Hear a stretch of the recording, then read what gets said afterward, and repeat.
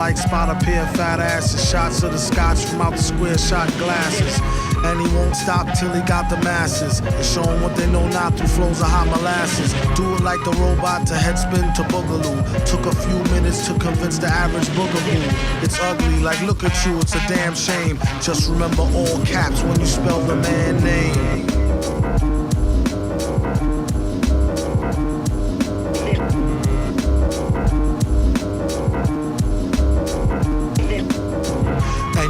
Like a poet, like baby doll. I bet she tried to say she gave me her all. She played ball. All bets off, the villain got the dice rigged. And they say he accosted the man with the sliced wig. Allegedly, the investigation is still ongoing. In this pesky nation, he got the best con flowing. The pot doubles, now they really got troubles. Madman never go like snot bubbles.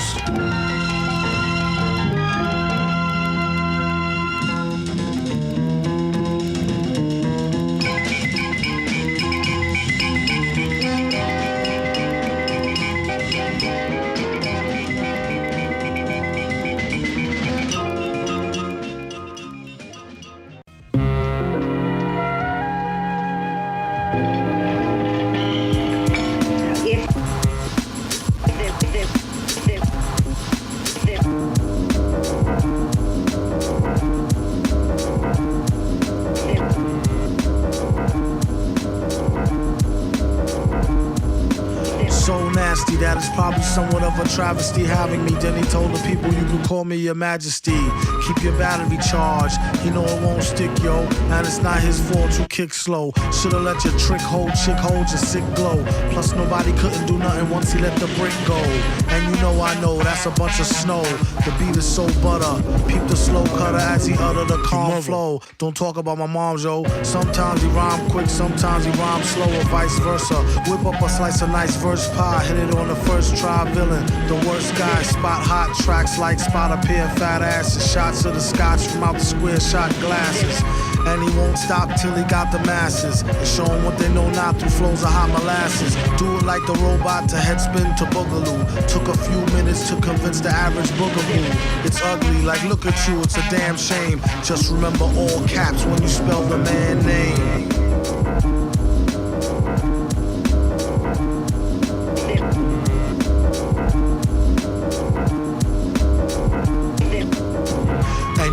Like a poet, like baby doll. I bet she tried to say she gave me her all. She played ball. All bets off, the villain got the dice rigged. And they say he accosted the man with the sliced wig.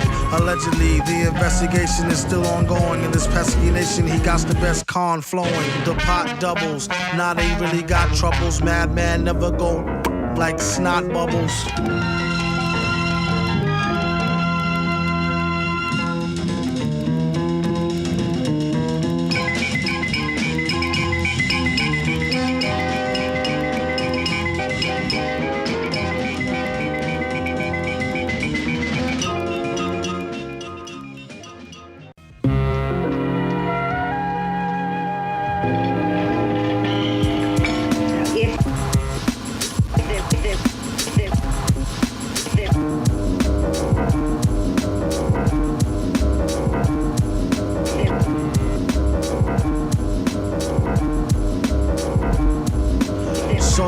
That is probably somewhat of a travesty having me. Then he told the people you can call me your majesty. Keep your battery charged, he know it won't stick, yo. And it's not his fault you kick slow. Should've let your trick hold, chick hold your sick glow. Plus nobody couldn't do nothing once he let the brick go. And you know I know that's a bunch of snow. The beat is so butter, peep the slow cutter as he utter the calm flow. Don't talk about my mom, yo. Sometimes he rhyme quick, sometimes he rhyme slow, or vice versa. Whip up a slice of nice verse pie, hit it on the first try, villain. The worst guy, spot hot tracks like spot a pair of fat asses. Shots of the scotch from out the square shot glasses. And he won't stop till he got the masses and show them what they know not through flows of hot molasses. Do it like the robot to headspin to boogaloo. Took a few minutes to convince the average boogaboo. It's ugly, like look at you, it's a damn shame. Just remember all caps when you spell the man name.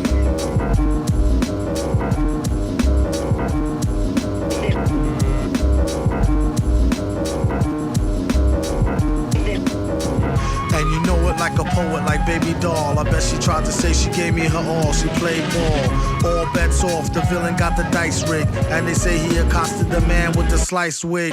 Allegedly, the investigation is still ongoing. In this pesky nation, he got the best con flowing. The pot doubles, now they really got troubles. Madman never go like snot bubbles.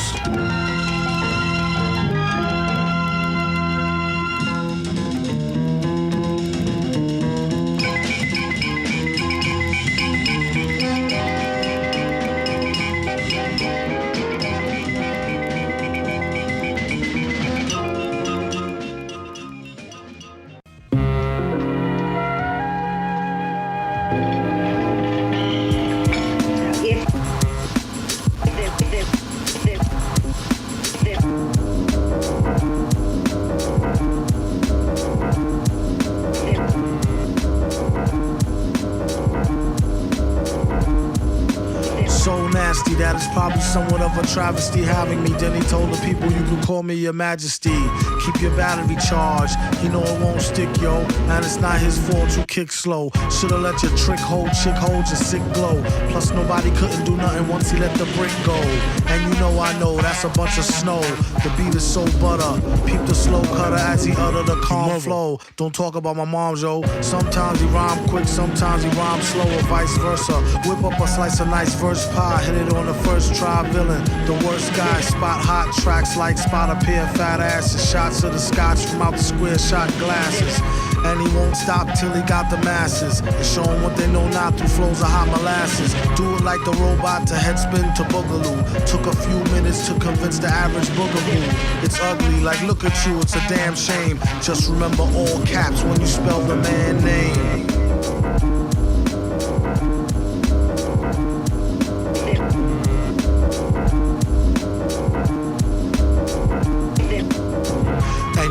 Like a poet, like baby doll. I bet she tried to say she gave me her all. She played ball. All bets off, the villain got the dice rigged. And they say he accosted the man with the sliced wig. Allegedly, the investigation is still ongoing. In this pesky nation, he got the best con flowing. The pot doubles, now they really got troubles. Madman never go like snot bubbles.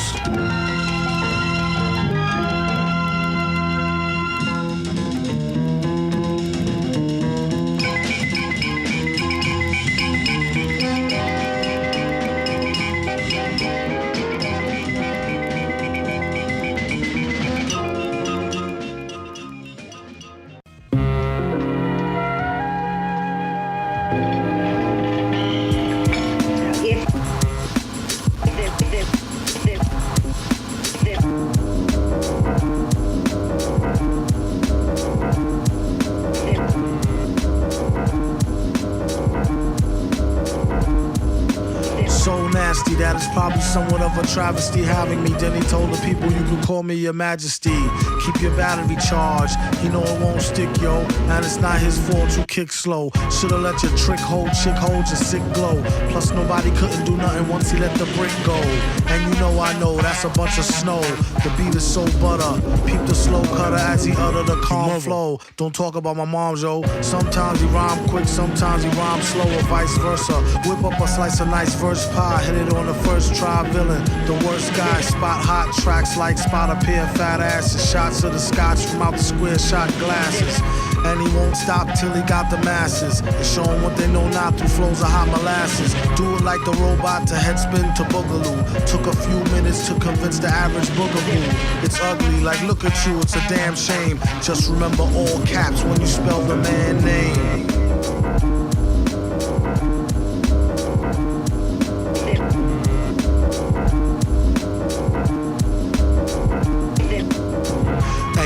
Like a poet, like baby doll. I bet she tried to say she gave me her all. She played ball. All bets off, the villain got the dice rigged. And they say he accosted the man with the sliced wig. Allegedly, the investigation is still ongoing. In this pesky nation, he got the best con flowing. The pot doubles, now they really got troubles. Madman never go like snot bubbles.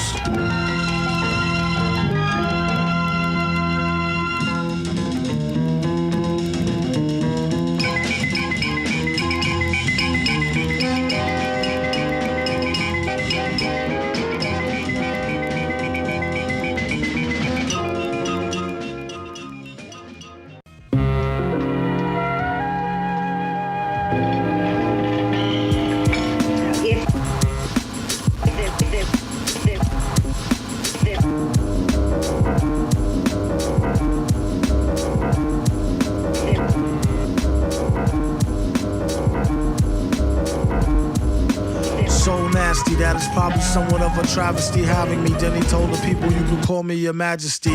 Keep your battery charged, he know it won't stick, yo. And it's not his fault you kick slow. Should've let your trick hold, chick hold your sick glow. Plus nobody couldn't do nothing once he let the brick go. And you know I know that's a bunch of snow. The beat is so butter, peep the slow cutter as he utter the calm flow. Don't talk about my mom, yo. Sometimes he rhyme quick, sometimes he rhyme slow, or vice versa. Whip up a slice of nice verse pie, hit it on the first try, villain. The worst guy, spot hot tracks like spot a pair of fat asses. Shots of the scotch from out the square shot glasses.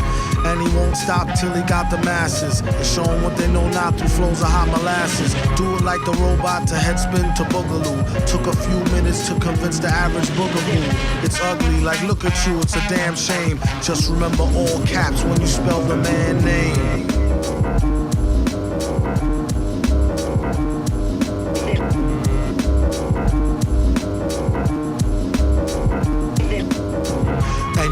Like a poet, like baby doll. I bet she tried to say she gave me her all. She played ball. All bets off, the villain got the dice rigged. And they say he accosted the man with the sliced wig. Allegedly, the investigation is still ongoing. In this pesky nation, he got the best con flowing. The pot doubles, now they really got troubles. Madman never go like snot bubbles.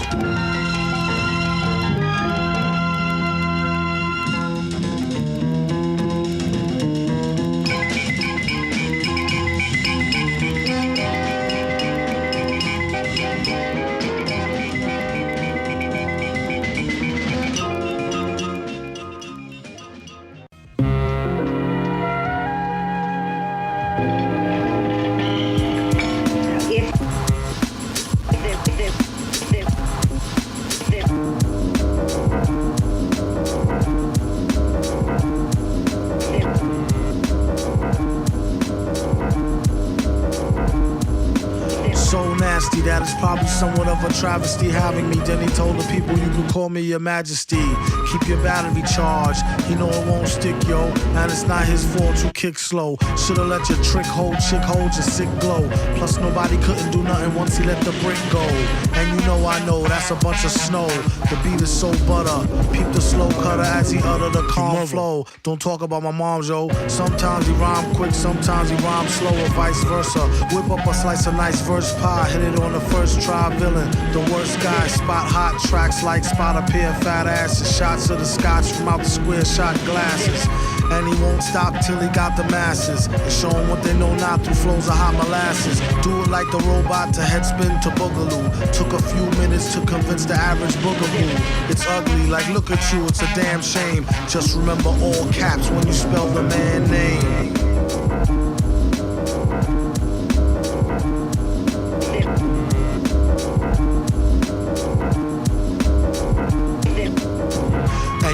Like a poet, like baby doll. I bet she tried to say she gave me her all. She played ball. All bets off, the villain got the dice rigged. And they say he accosted the man with the sliced wig.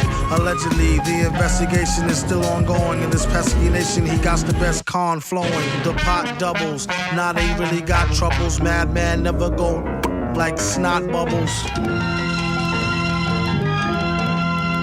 of a travesty having me. Then he told the people you can call me your majesty. Keep your battery charged, he know it won't stick, yo. And it's not his fault you kick slow. Should've let your trick hold, chick hold your sick glow. Plus nobody couldn't do nothing once he let the brick go. And you know I know that's a bunch of snow. The beat is so butter, peep the slow cutter as he utter the calm flow. The pot doubles, now they really got troubles. Madman never go like snot bubbles. So nasty that it's probably somewhat of a travesty having me. Then he told the people you could call me your majesty. Keep your battery charged, he know it won't stick, yo. And it's not his fault you kick slow. Should've let your chick hold your sick glow. Plus nobody couldn't do nothing once he let the brick go. And you know I know that's a bunch of snow. The beat is so butter. Peep the slow cutter as he utter the calm flow. Don't talk about my mom, yo. Sometimes he rhyme quick, sometimes he rhyme slow, or vice versa. Whip up a slice of nice verse pie, hit it on the first try. Villain, the worst guy. Spot hot tracks like spot a pair of fat asses. Shots of the scotch from out the square shot glasses. And he won't stop till he got the masses. And show them what they know not through flows of hot molasses. Do it like the robot to headspin to boogaloo. Took a few minutes to convince the average boogaboo. It's ugly, like look at you, it's a damn shame. Just remember all caps when you spell the man name.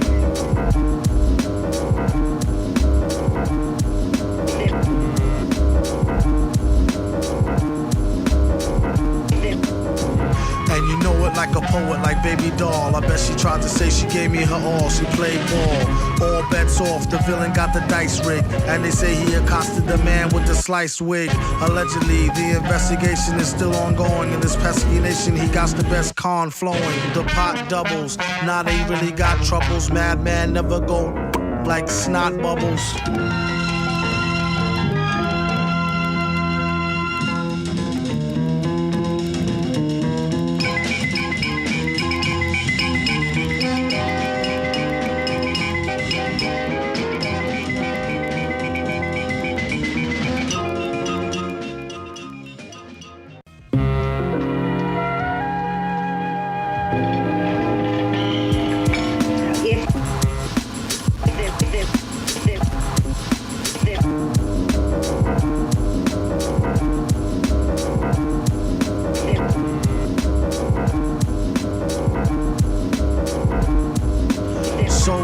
That is probably somewhat of a travesty having me. Then he told the people you could call me your majesty. Keep your battery charged, he know it won't stick, yo. And it's not his fault you kick slow. Should've let your chick hold your sick glow. Plus nobody couldn't do nothing once he let the brick go. And you know I know that's a bunch of snow. The beat is so butter. Peep the slow cutter as he utter the calm flow. Don't talk about my mom, yo. Sometimes he rhyme quick, sometimes he rhyme slow, or vice versa. Whip up a slice of nice verse pie, hit it on the first try. Villain, the worst guy. Spot hot tracks like spot a pair of fat asses. Shots of the scotch from out the square shot glasses. And he won't stop till he got the masses. And show them what they know not through flows of hot molasses. Do it like the robot to headspin to boogaloo. Took a few minutes to convince the average boogaboo. It's ugly, like look at you, it's a damn shame. Just remember all caps when you spell the man name.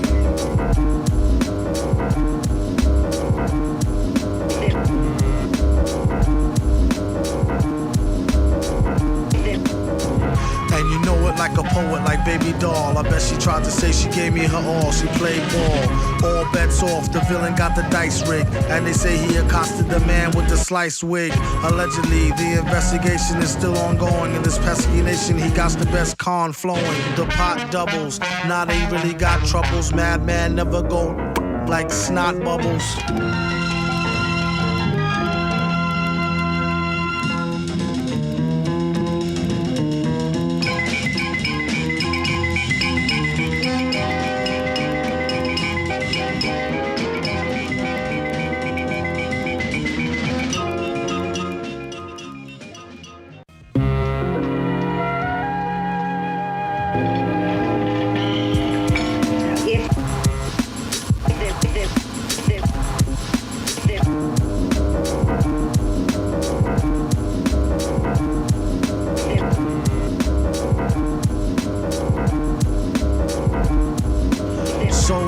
That is probably somewhat of a travesty having me. Then he told the people you could call me your majesty. Keep your battery charged, he know it won't stick, yo. And it's not his fault you kick slow. Should've let your chick hold your sick glow. Plus nobody couldn't do nothing once he let the brick go. And you know I know that's a bunch of snow. The beat is so butter. Peep the slow cutter as he utter the calm flow. Don't talk about my mom, yo. Sometimes he rhyme quick, sometimes he rhyme slow, or vice versa. Whip up a slice of nice verse pie, hit it on the first try. Villain, the worst guy. Spot hot tracks like spot a pair of fat asses. Shots Shots of the scotch from out the square shot glasses. And he won't stop till he got the masses and show them what they know not through flows of hot molasses. Do it like the robot to headspin to boogaloo. Took a few minutes to convince the average boogaboo. It's ugly, like look at you, it's a damn shame. Just remember all caps when you spell the man name.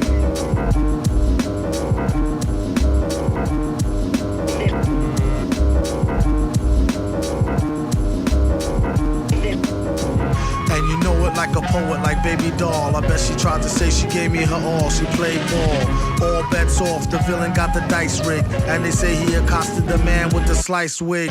Allegedly, the investigation is still ongoing. In this pesky nation, he got the best con flowing. The pot doubles. Now they really got troubles. Madman never go like snot bubbles.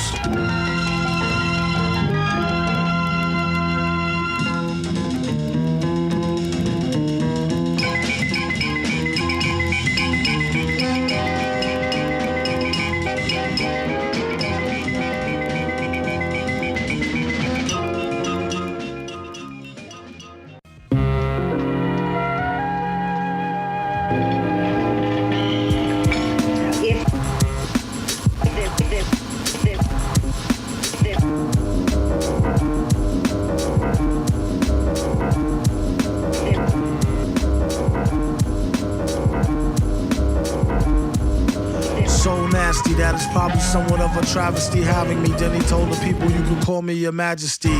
Keep your battery charged, you know it won't stick, yo. And it's not his fault you kick slow. Should've let your trick hold, chick hold your sick glow. Plus nobody couldn't do nothing once he let the brick go. And you know I know that's a bunch of snow. The beat is so butter. Peep the slow cutter as he utter the calm flow. Don't talk about my mom, yo. Sometimes he rhyme quick, sometimes he rhyme slow, or vice versa. Whip up a slice of nice verse pie, hit it on the first try, villain. The worst guy, spot hot tracks like spot a pair of fat asses. Shots of the scotch from out the square shot glasses. And he won't stop till he got the masses and show them what they know not through flows of hot molasses. Do it like the robot to headspin to boogaloo. Took a few minutes to convince the average boogaboo. It's ugly, like look at you, it's a damn shame. Just remember all caps when you spell the man name.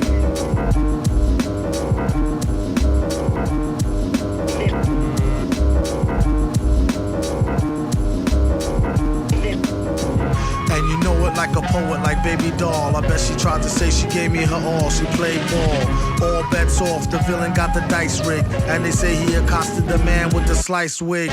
Allegedly, the investigation is still ongoing. In this pesky nation, he got the best con flowing. The pot doubles. Now they really got troubles. Madman never go like snot bubbles.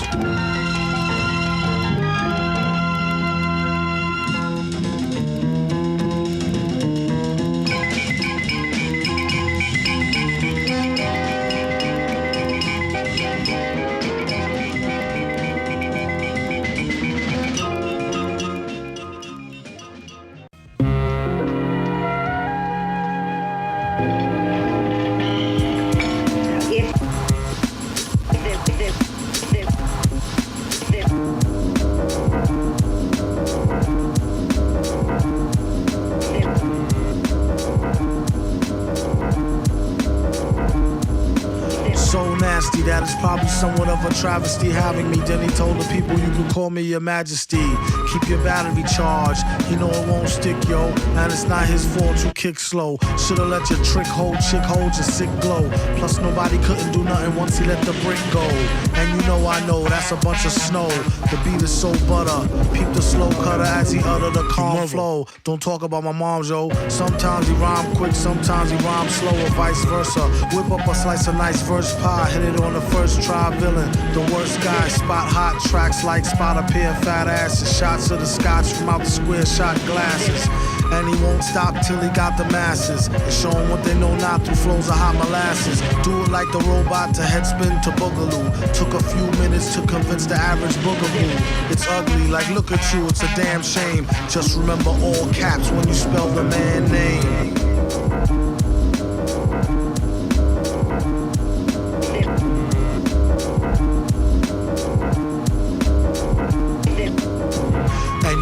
like a poet, like baby doll. I bet she tried to say she gave me her all. She played ball, all bets off. The villain got the dice rigged, and they say he accosted the man with the sliced wig.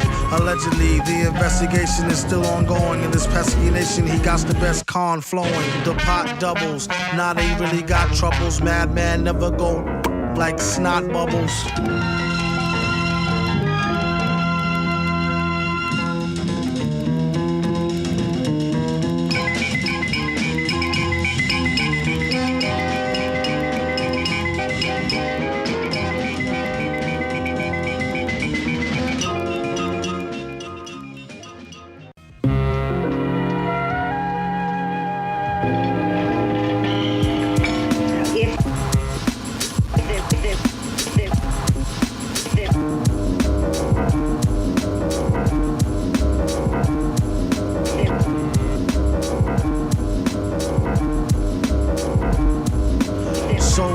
That is probably somewhat of a travesty having me. Then he told the people, you can call me your majesty. Keep your battery charged, he know it won't stick, yo. And it's not his fault you kick slow. Should've let your trick hold, chick hold your sick glow. Plus nobody couldn't do nothing once he let the brick go. And you know I know that's a bunch of snow. The beat is so butter, peep the slow cutter as he utter the calm flow. Don't talk about my mom, yo. Sometimes he rhyme quick, sometimes he rhyme slow, or vice versa. Whip up a slice of nice verse pie, hit it on the first try, villain. The worst guy, spot hot tracks like spot a pair of fat asses. Shots of the scotch from out the square shot glasses. And he won't stop till he got the masses. And show them what they know now through flows of hot molasses. Do it like the robot to headspin to boogaloo. Took a few minutes to convince the average boogaboo. It's ugly, like look at you, it's a damn shame. Just remember all caps when you spell the man name.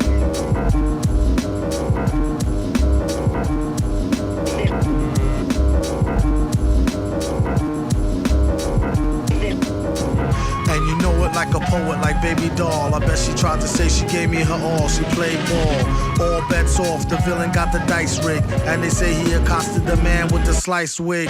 Allegedly, the investigation is still ongoing. In this pesky nation, he got the best con flowing. The pot doubles, now they really got troubles. Madman never go like snot bubbles.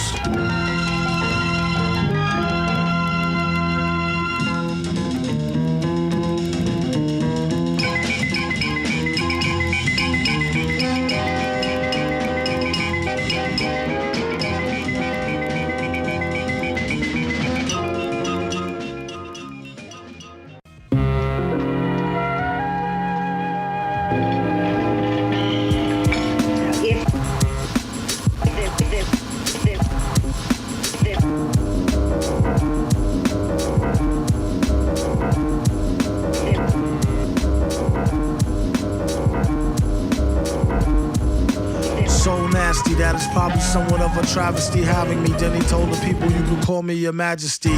Keep your battery charged, he know it won't stick, yo. And it's not his fault you kick slow. Should've let your trick hold, chick hold your sick glow. Plus nobody couldn't do nothing once he let the brick go.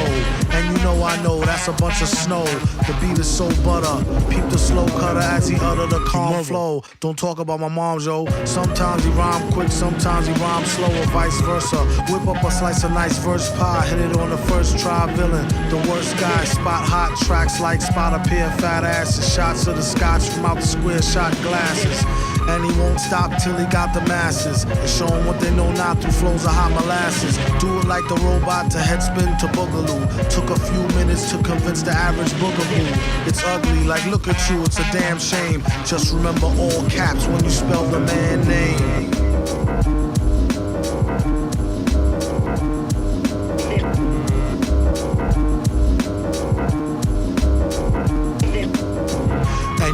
Like a poet, like baby doll. I bet she tried to say she gave me her all. She played ball, all bets off. The villain got the dice rigged, and they say he accosted the man with the sliced wig. Allegedly, the investigation is still ongoing. In this pesky nation, he got the best con flowing. The pot doubles, now they really got troubles. Madman never go like snot bubbles.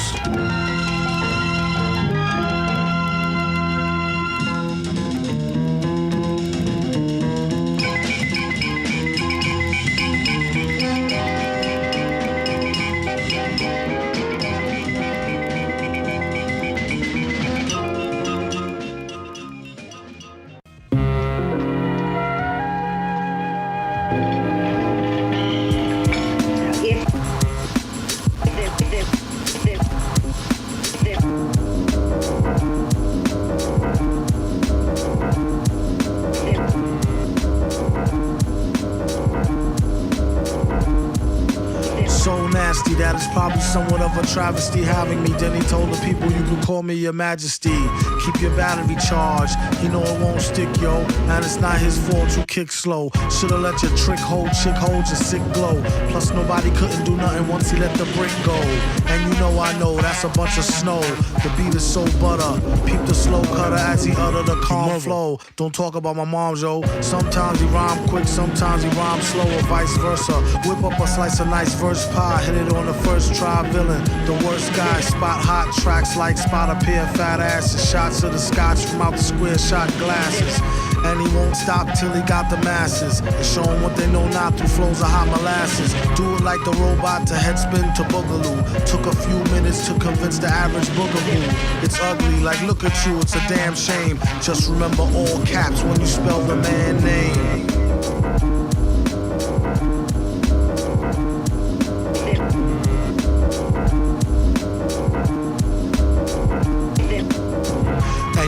Like a poet, like baby doll. I bet she tried to say she gave me her all. She played ball. All bets off, the villain got the dice rigged. And they say he accosted the man with the sliced wig. Allegedly, the investigation is still ongoing. In this pesky nation, he got the best con flowing. The pot doubles, now they really got troubles. Madman never go like snot bubbles.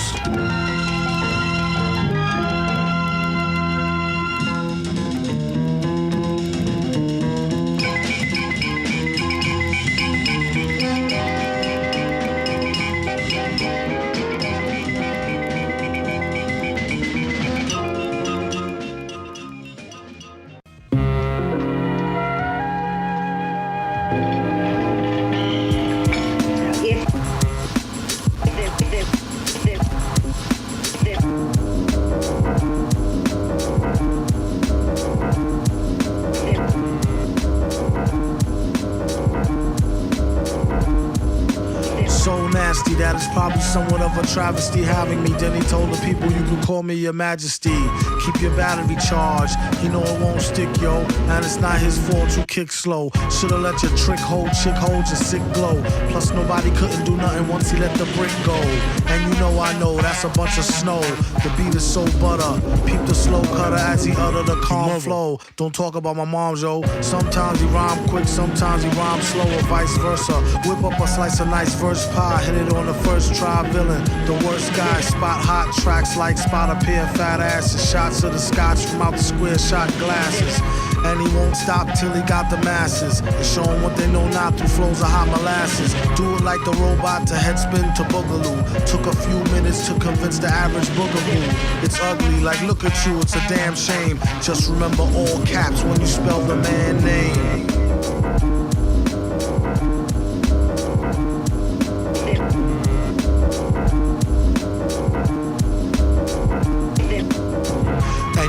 Like a poet, like baby doll. I bet she tried to say she gave me her all. She played ball. All bets off, the villain got the dice rigged. And they say he accosted the man with the sliced wig. Allegedly, the investigation is still ongoing. In this pesky nation, he got the best con flowing. The pot doubles, now they really got troubles. Madman never go like snot bubbles.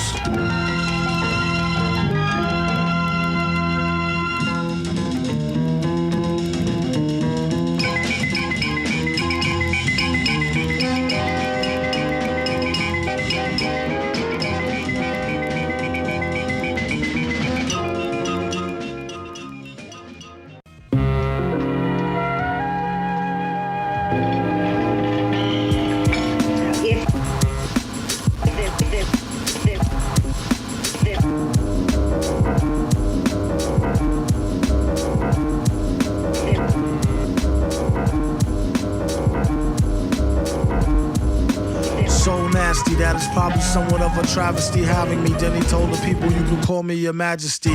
Keep your battery charged, he know it won't stick, yo. And it's not his fault you kick slow. Should've let your trick hold, chick hold your sick glow. Plus nobody couldn't do nothing once he let the brick go. And you know I know that's a bunch of snow. The beat is so butter. Peep the slow cutter as he utter the calm flow. Don't talk about my mom, yo. Sometimes he rhyme quick, sometimes he rhyme slow, or vice versa.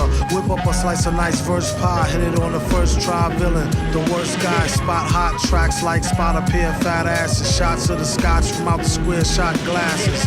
And he won't stop till he got the masses. And show 'em what they know not through flows of hot molasses. Do it like the robot to headspin to boogaloo. Took a few minutes to convince the average boogaboo. It's ugly, like look at you, it's a damn shame. Just remember all caps when you spell the man name.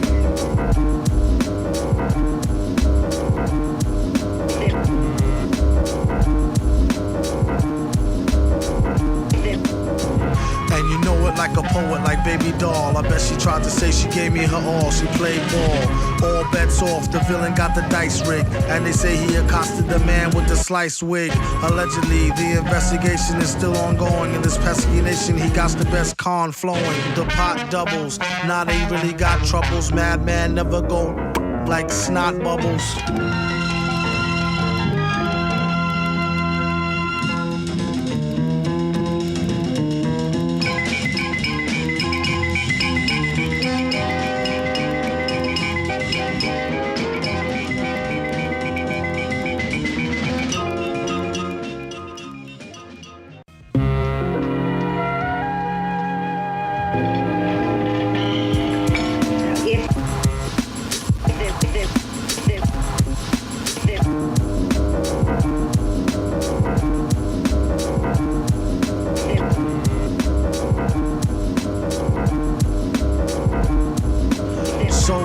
That is probably somewhat of a travesty having me. Then he told the people you can call me your majesty. Keep your battery charged, he know it won't stick, yo. And it's not his fault you kick slow. Shoulda let your trick hold, chick hold your sick glow. Plus nobody couldn't do nothing once he let the brick go. And you know I know that's a bunch of snow. The beat is so butter, peep the slow cutter as he utter the calm flow. Don't talk about my mom, yo. Sometimes he rhyme quick, sometimes he rhyme slow, or vice versa. Whip up a slice of nice verse pie, hit it on the first try, villain. The worst guy, spot hot tracks like spot a pair of fat asses. Shots of the scotch from out the square shot glasses. And he won't stop till he got the masses. And show 'em what they know not through flows of hot molasses. Do it like the robot to headspin to boogaloo. Took a few minutes to convince the average boogaboo. It's ugly, like look at you, it's a damn shame. Just remember all caps when you spell the man name.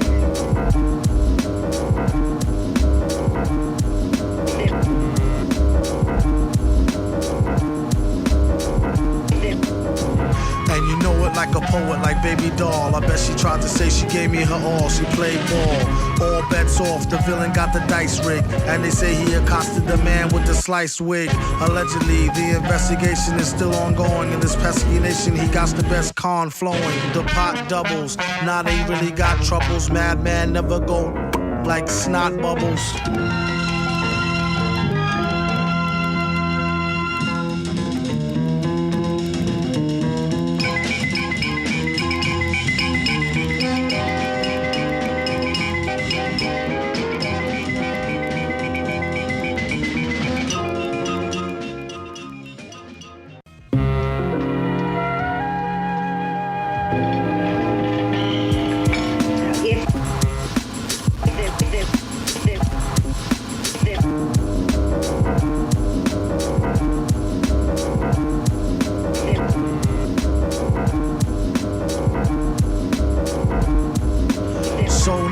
That is probably somewhat of a travesty having me. Then he told the people you can call me your majesty.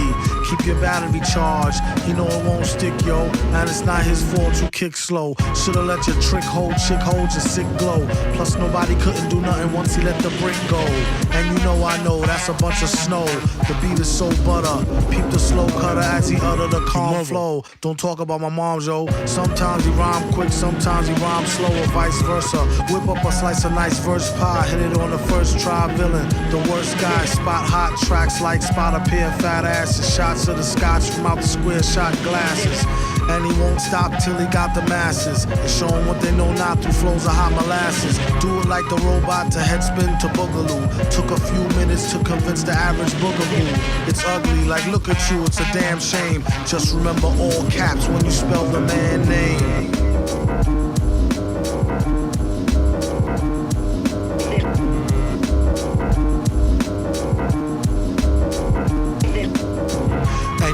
Like a poet, like baby doll. I bet she tried to say she gave me her all, she played ball. All bets off, the villain got the dice rigged. And they say he accosted the man with the sliced wig. Allegedly, the investigation is still ongoing. In this pesky nation, he got the best con flowing. The pot doubles, now they really got troubles. Madman never go like snot bubbles.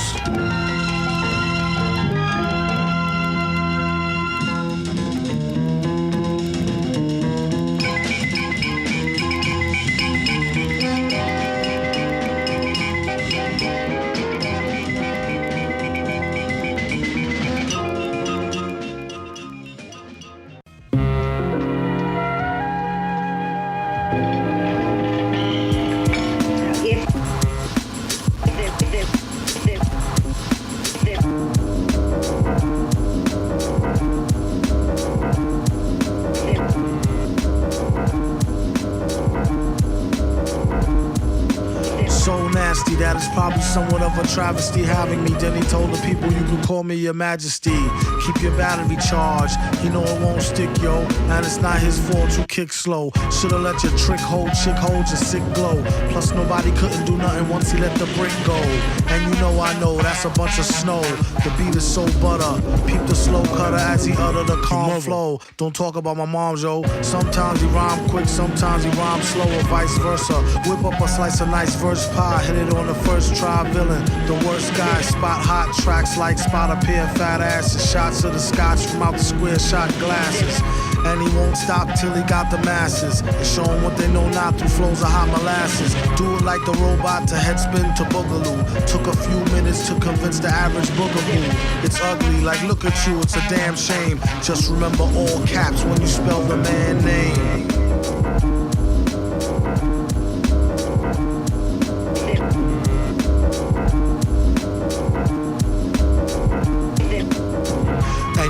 Like a poet, like baby doll. I bet she tried to say she gave me her all, she played ball. All bets off, the villain got the dice rigged. And they say he accosted the man with the sliced wig. Allegedly, the investigation is still ongoing. In this pesky nation, he got the best con flowing. The pot doubles, now they really got troubles. Madman never go like snot bubbles.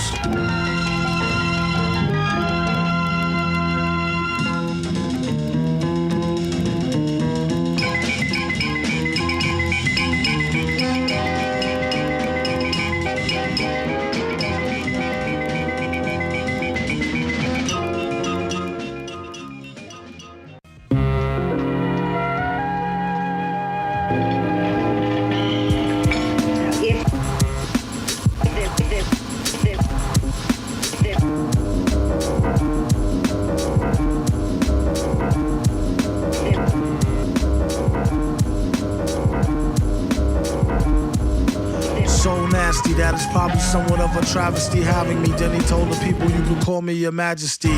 Keep your battery charged, you know it won't stick, yo. And it's not his fault you kick slow. Should've let your trick hold, chick hold your sick glow. Plus nobody couldn't do nothing once he let the brick go.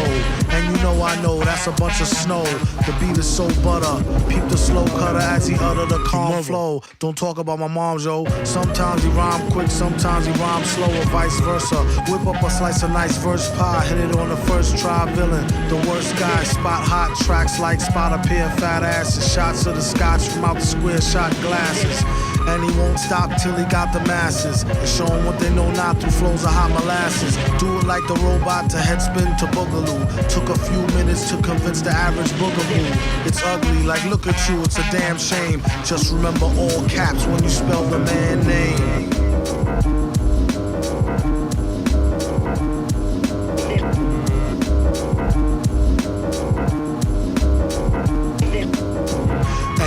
Like a poet, like baby doll. I bet she tried to say she gave me her all, she played ball. All bets off, the villain got the dice rigged. And they say he accosted the man with the sliced wig. Allegedly, the investigation is still ongoing. In this pesky nation, he got the best con flowing. The pot doubles, now they really got troubles. Madman never go like snot bubbles.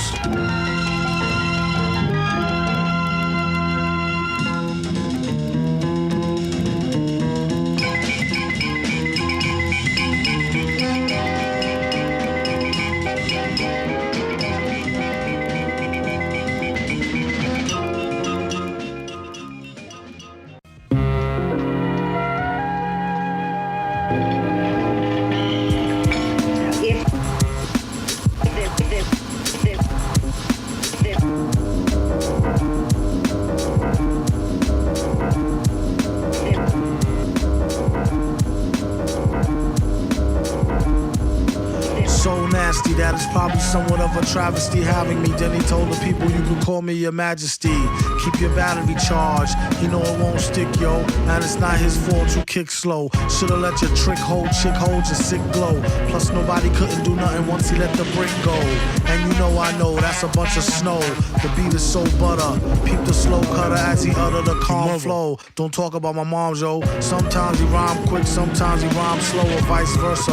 Whip up a slice of nice verse pie, hit it on the first try, villain. The worst guy, spot hot tracks like spot a pair of fat asses. Shots of the scotch from out the square shot glasses.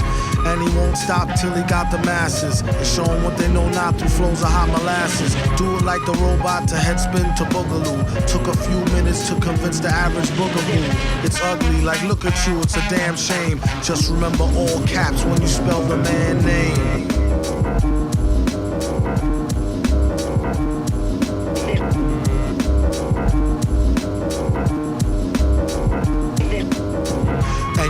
Like a poet, like baby doll. I bet she tried to say she gave me her all. She played ball. All bets off, the villain got the dice rigged. And they say he accosted the man with the sliced wig. Allegedly, the investigation is still ongoing. In this pesky nation, he got the best con flowing. The pot doubles, now they really got troubles. Madman never go like snot bubbles.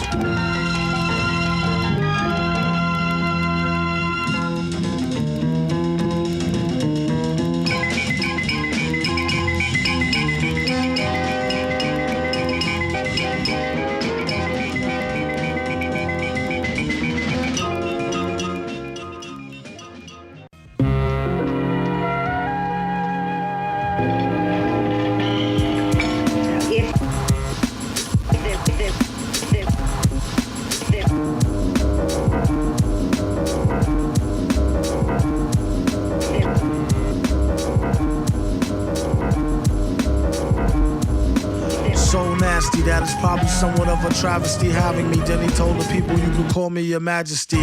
Keep your battery charged, he know it won't stick, yo. And it's not his fault you kick slow. Should've let your trick hold, chick hold your sick glow. Plus nobody couldn't do nothing once he let the brick go. And you know I know that's a bunch of snow. The beat is so butter. Peep the slow cutter as he utter the calm flow. Don't talk about my mom, yo. Sometimes he rhyme quick, sometimes he rhyme slow, or vice versa. Whip up a slice of nice verse pie, hit it on the first try, villain. The worst guy, spot hot tracks like spot a pair of fat asses. Shots of the scotch from out the square shot glasses. And he won't stop till he got the masses. And show them what they know not through flows of hot molasses. Do it like the robot to headspin to boogaloo. Took a few minutes to convince the average boogaboo. It's ugly, like look at you, it's a damn shame. Just remember all caps when you spell the man name.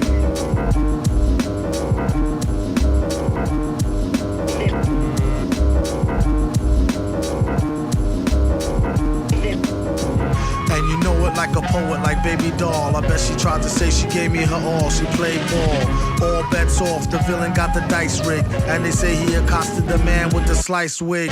Allegedly, the investigation is still ongoing. In this pesky nation, he got the best con flowing. The pot doubles, now they really got troubles. Madman never go like snot bubbles.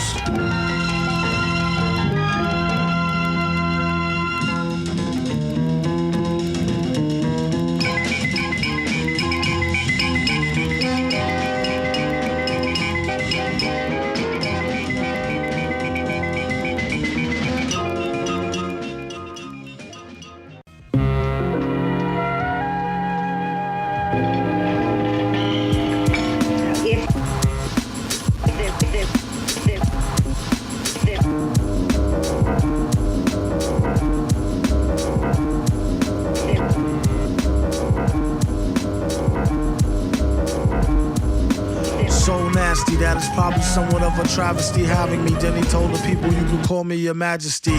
Keep your battery charged, he know it won't stick, yo. And it's not his fault you kick slow. Should've let your trick hold, chick hold your sick glow. Plus nobody couldn't do nothing once he let the brick go.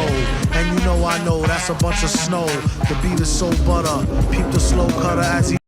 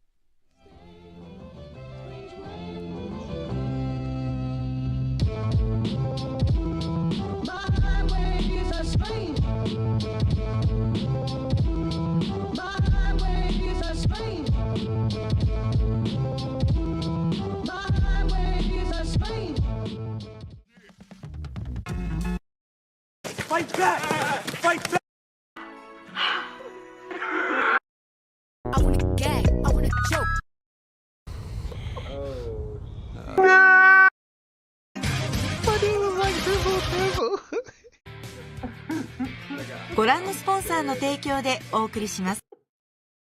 I'm on his phone.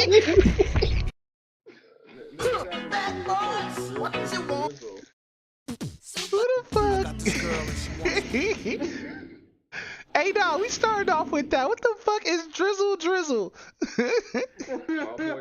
My boy just came in here and was like, soft guy, like, drizzle niggas. Time for me to go. Is this some new Paul shit? Is this a new No Diddy? Oh my god. Welcome to the HotSticks podcast. I'm here with Alicorn Lion. Drizzle.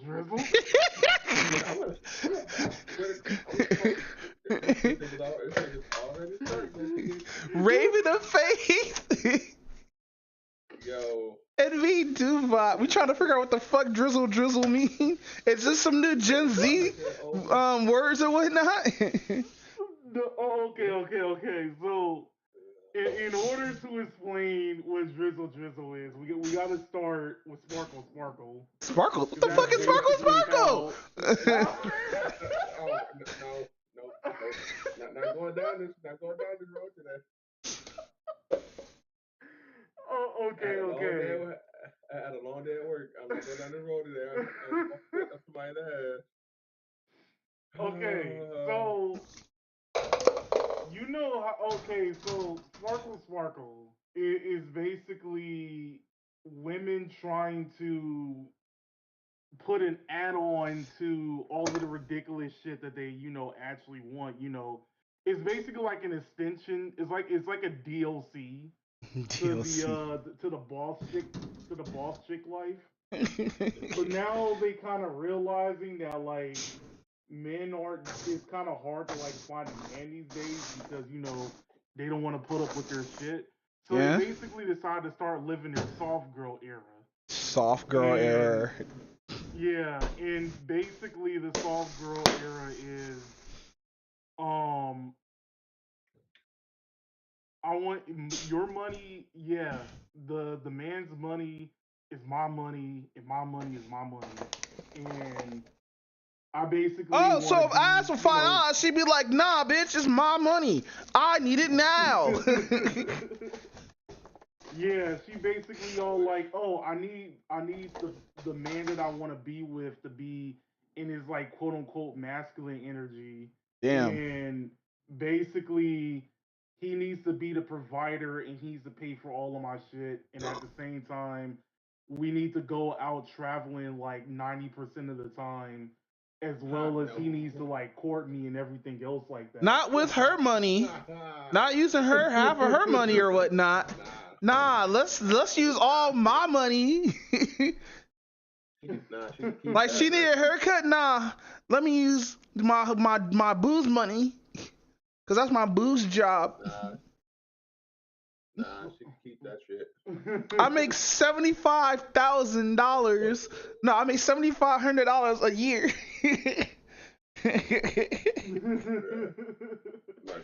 Please let me spend. Please let me spend your money, boo. drizzle. Yeah, using logic like, oh yeah, I've been basically, I spent like $500 on this makeup, so when we go on dating, you have to spend twice as much almost. So does that make women just as much? So in the quote of No Scrubs by Destiny's Child, does that count? No, is that TLC or Destiny's Child? Yeah, TLC. TLC. Okay, so with the whole No Scrubs songs, is that just like what women are now, just scrubs? Pretty much. Because given the logic, fucking, you gotta be broke in order to be a scrub. You gotta be like in your best friend's car when he's a scrub. You gotta pay her bills. Nah, she can pay her own bills. Yeah, that's wild, drizzle. Hey, my toe. No, the pain. Just about pinky toes of that. Then there was this one chick that basically, she basically came up, like, even though it's kind of sort of related to Sparkle, but not really. Mm-hmm. But it kind of sort of is. So basically she made this video on why she broke up with like her husband for like 5 years and everything else like that. Oh. And basically, I forgot what exactly like thing they were looking for, like in the sex store and whatnot. But they didn't really. She wanted to try it, but she didn't. They didn't necessarily know anything about it. So the husband basically asked one of the workers, which was obviously a female, about how what to do with like said thing and everything else like that.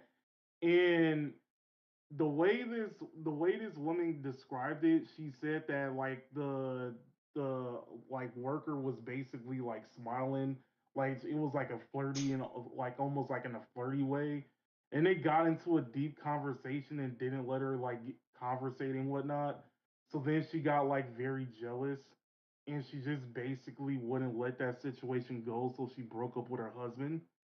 So then after people kind of realized she was like after like people like basically started calling her out and everything else like that, this one dude made a video talking about why he broke up with his wife for 5 years, and he basically used the exact same story and kind of switched up a little bit, like obviously switched it, like instead of it being like a female it was a male, and basically instead of like my husband is my wife, basically just the usual switch up. Yeah. And then a lot of women in the comments is calling him an asshole for doing what he was doing, even though they were on the chick's side for breaking up with her husband.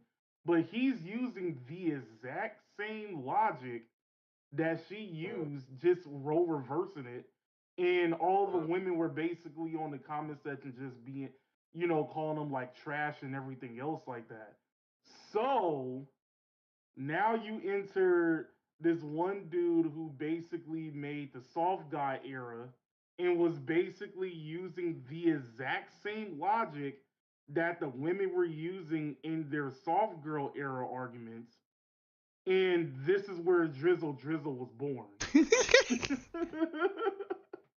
Oh no. You're basically using their logic to justify being in the soft guy era, and a lot of women are mad as hell on it. They're either mad, super petty, or trying to act like that, men are sassy now and everything else like that. But the stupid thing is it's a joke and it's going over their heads. That's It's like so the most hilarious. hilarious shit. But when I I was all like, you know what? no, go ahead, go I'm ahead. all like, I was about to say, like, this is not only a Uno reverse, but this is also a checkmate. I can't. I mean, that's some shit. That's some shit. Yeah, I'm That's some talking shit. about drizzle. Yo, like Bruh, some I'm dead. like the videos that I've been binge watching is like some of the most hilarious shit I've ever seen. Bro, that's where There's it like fucks this you up. dude You in like binge watching this shit. Yeah, that's why I was like, when he came in with that shit, I was like, this nigga. It's trapped in his head, guys. We need got brother cut. Go ahead. Although they're like rally, I don't, nigga, do I know you?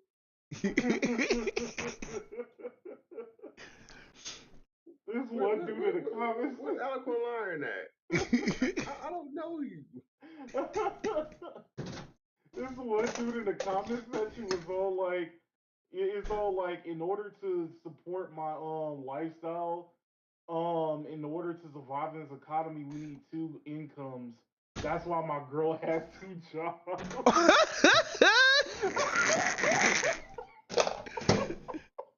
fucking dead.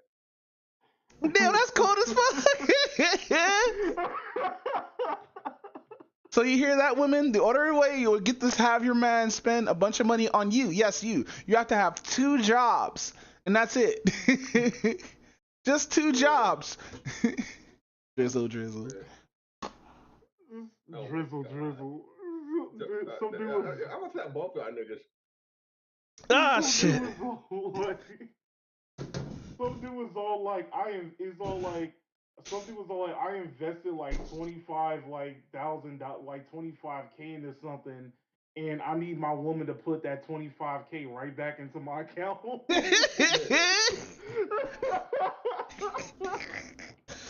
Listen, my girl needs to at least make $100,000 a month. Yes, a month to support me. Nigga. Oh no. Ah, shit. I'm awake now. That woke me up. I'm dead. Yeah, bro, I've been dead this whole week. I've been waking up at like weird times at night and shit. Same. I hate it. I hate waking up at like 4:15 at the middle of the night. I mean, in the middle of the morning and shit. Talking about why am I up? I know I went to sleep at like 10:30. I'm supposed to at least be up at like Wow, you went 6. to sleep too early. Wait, what is too early to go to sleep? Low key, I would say that depends on age, because I remember like I don't know if like every parent did this, but I remember like when I was like little, like bedtime was like 8, 9 o'clock, and then like you wake up like what at 7, Yeah, get or a you whole wake 9 up hours like of sleep. at 6 or 7. Yeah, exactly. I'm all like, bro, like when I thought about it, I was like, that's a lot of hours of sleep. That's like a decent amount of Dude, hours kids like to can't get wake sleep. up like that though. Like how us Yeah. adults wake up. We get up like, oh man, fuck you, it's time to start our day. And then the kid get up, nigga, he wanna go right back to sleep. It's like But I I know you went mean, to sleep at like 7:30, nigga. but I mean, like when you really think about it, we're at a particular age where like taking a nap is like a dangerous game. Oh yeah, yeah, you're right. Nigga, we get rested, blink, and it's already like 10:30 at night. You been working shit. Like what the fuck?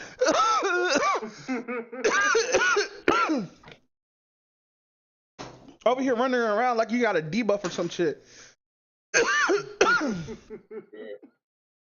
But that was that. So, you guys ready to go to the next topic? Oh my goodness. All right, yeah, we ready. All I'm just saying all I'm saying is to close it out. If she isn't helping me build my Snake Eyes deck and is not helping Shut me up! get Shut up!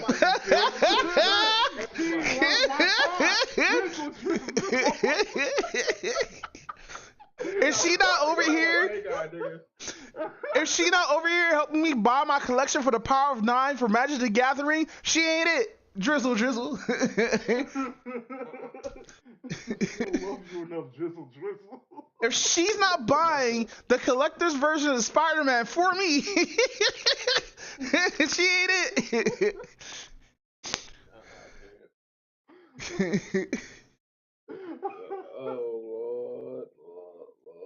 Oh fuck. Oh my god. Okay, yeah, we can go to the next topic. So, since I've been watching a bunch of Yu-Gi-Oh videos, what's going on with Yu-Gi-Oh banning Max C finally? Wait, what do you mean banning Maxi? Don't you have that as a topic? Been banned. What you talking about? What you mean it been banned? Oh no. No. There's a new Maxi. It's a card that's similar to Maxi. You mean the water card or the fucking thing or whatnot? Yeah.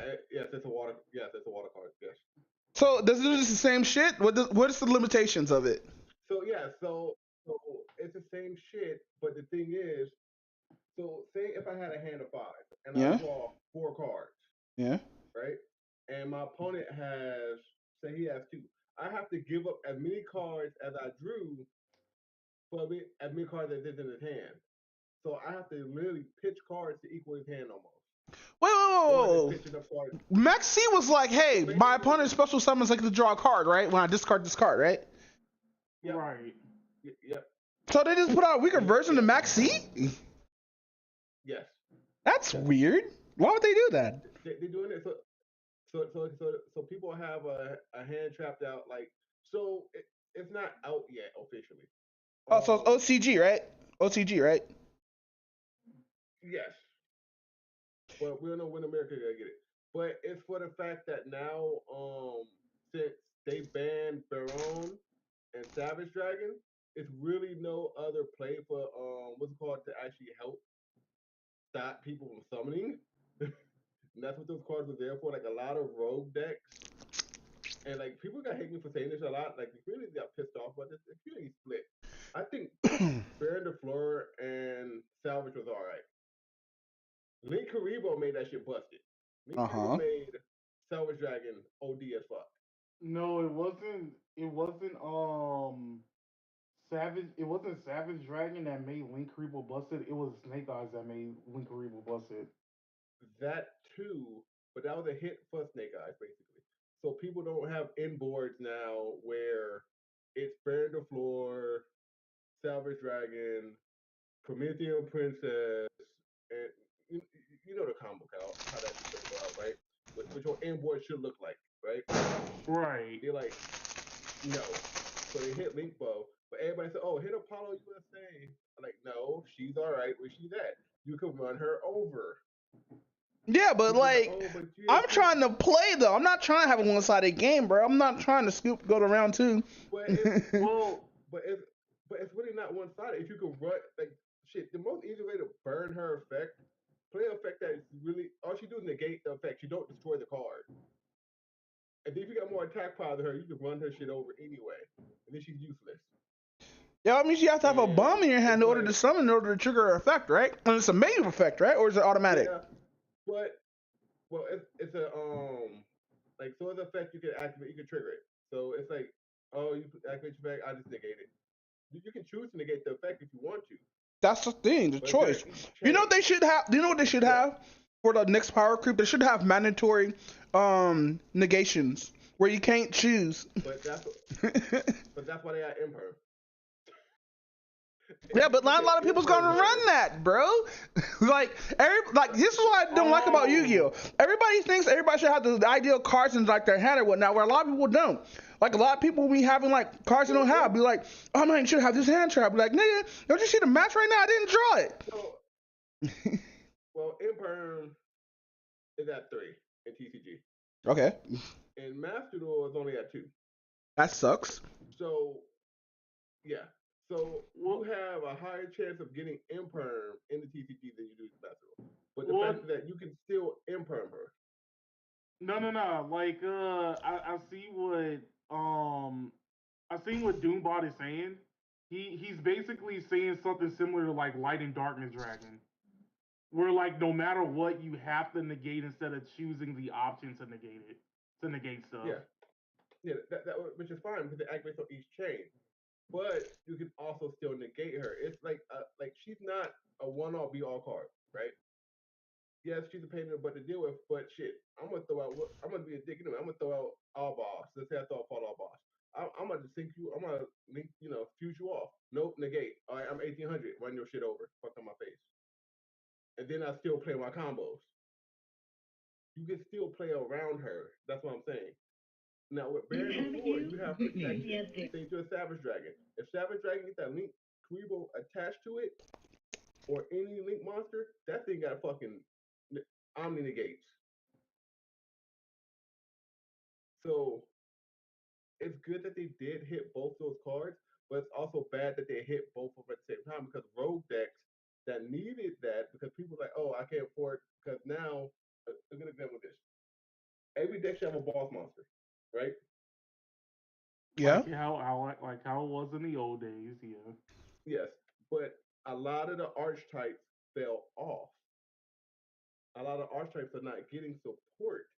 Now, if they make new archetype boss monsters, that's gonna make Yu-Gi-Oh! Yu-Gi-Oh's already expensive as fuck as it is now. Everybody used to talk about how Magic was expensive as fuck. Everybody used to talk about how Magic used to have all this reading. Look at Pendulum Monsters. It's got 2 boxes of text. How the fuck you got 2 paragraphs of text? Magic still is technically expensive as fuck.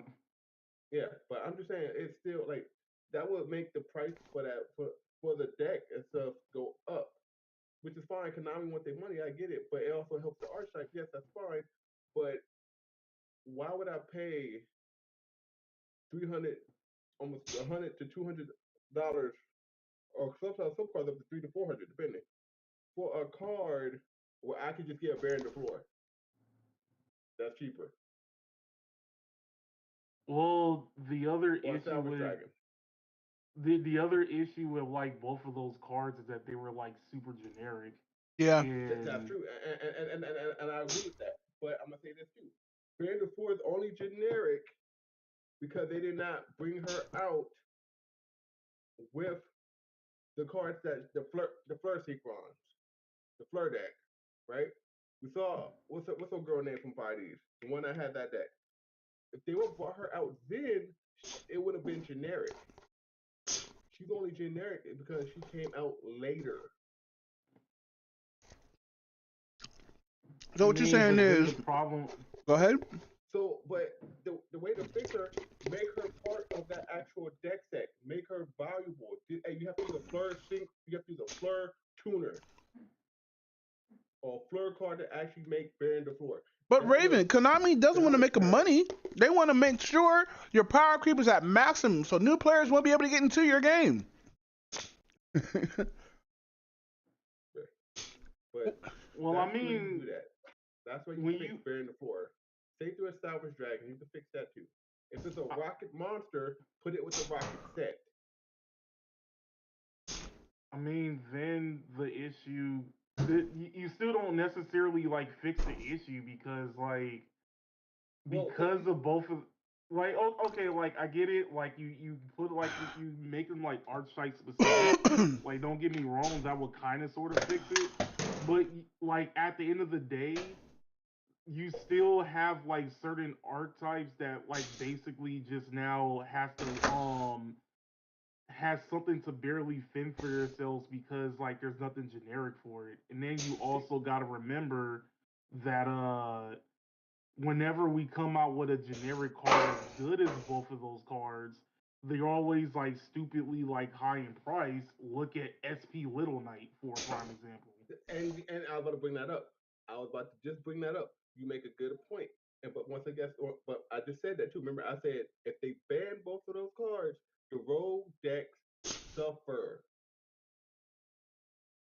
And all the high competitive people, oh, but yeah, it's fun. No, that it suffers. If you're not running anything in the meta, that shit will suffer This is why I believe they should have different formats drastically. besides Edison format. They should have like a modern, a standard, and a legacy format. Which we know legacy is Edison, but still, we need more formats than just the two. It's like to the point where cool. SP Little Knight, like you said, Calvin, that shit is busted as fuck. Let's be real. But then, like you said, they hit Band the Floor. If they hit the generic card, they should have hit SP Little Knight. They should hit all of them. SP Little Knight, Band the Floor, Salvage Dragon. But Salvage Dragon is their moneymaker in the third world market. But still, it's just like you hitting cards.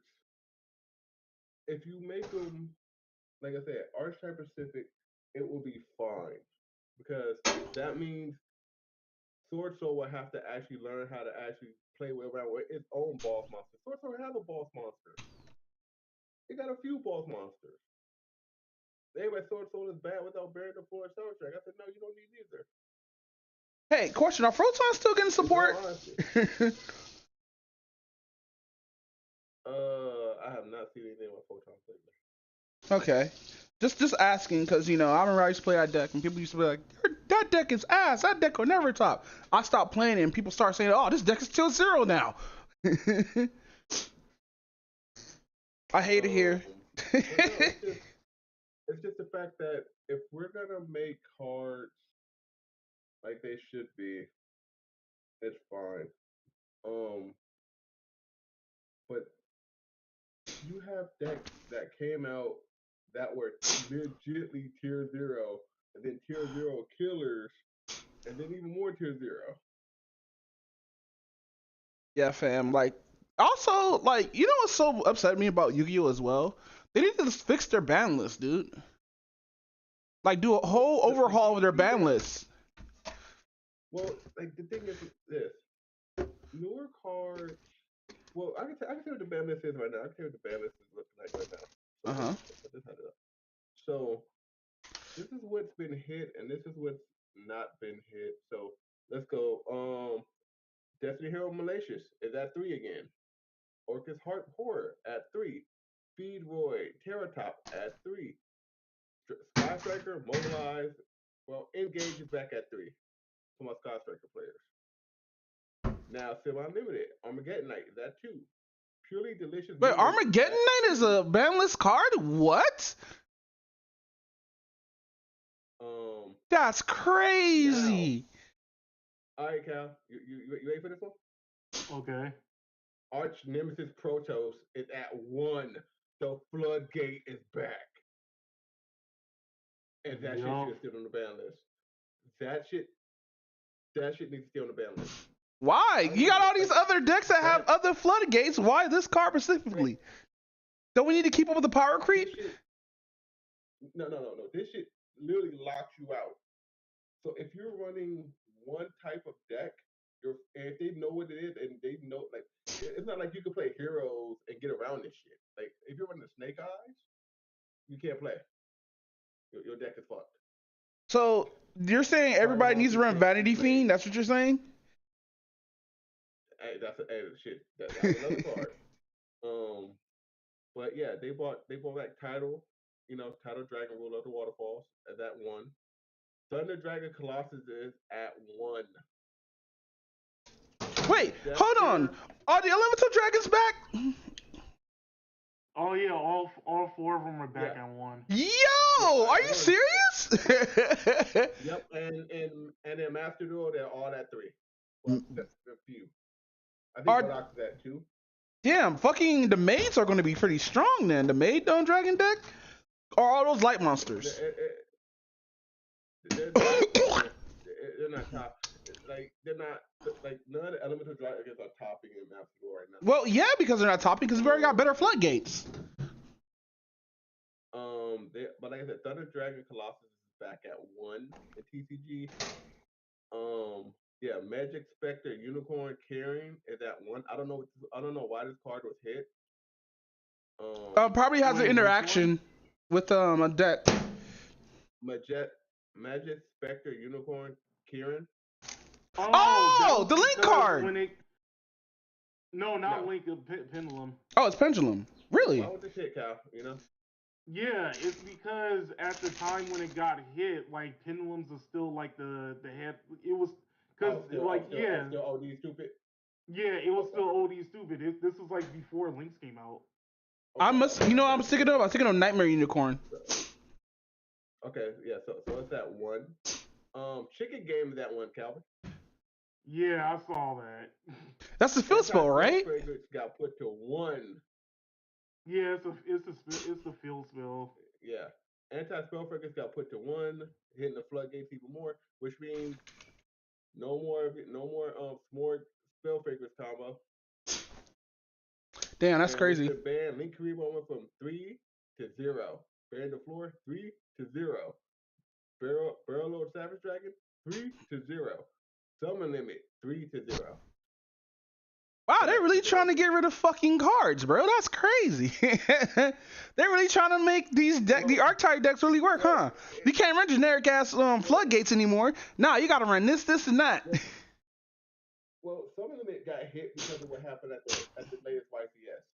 Oh, they're still doing that ban list shit where like a tournament card would like be common in like everybody's deck, and that's when they ban the shit. That's so stupid.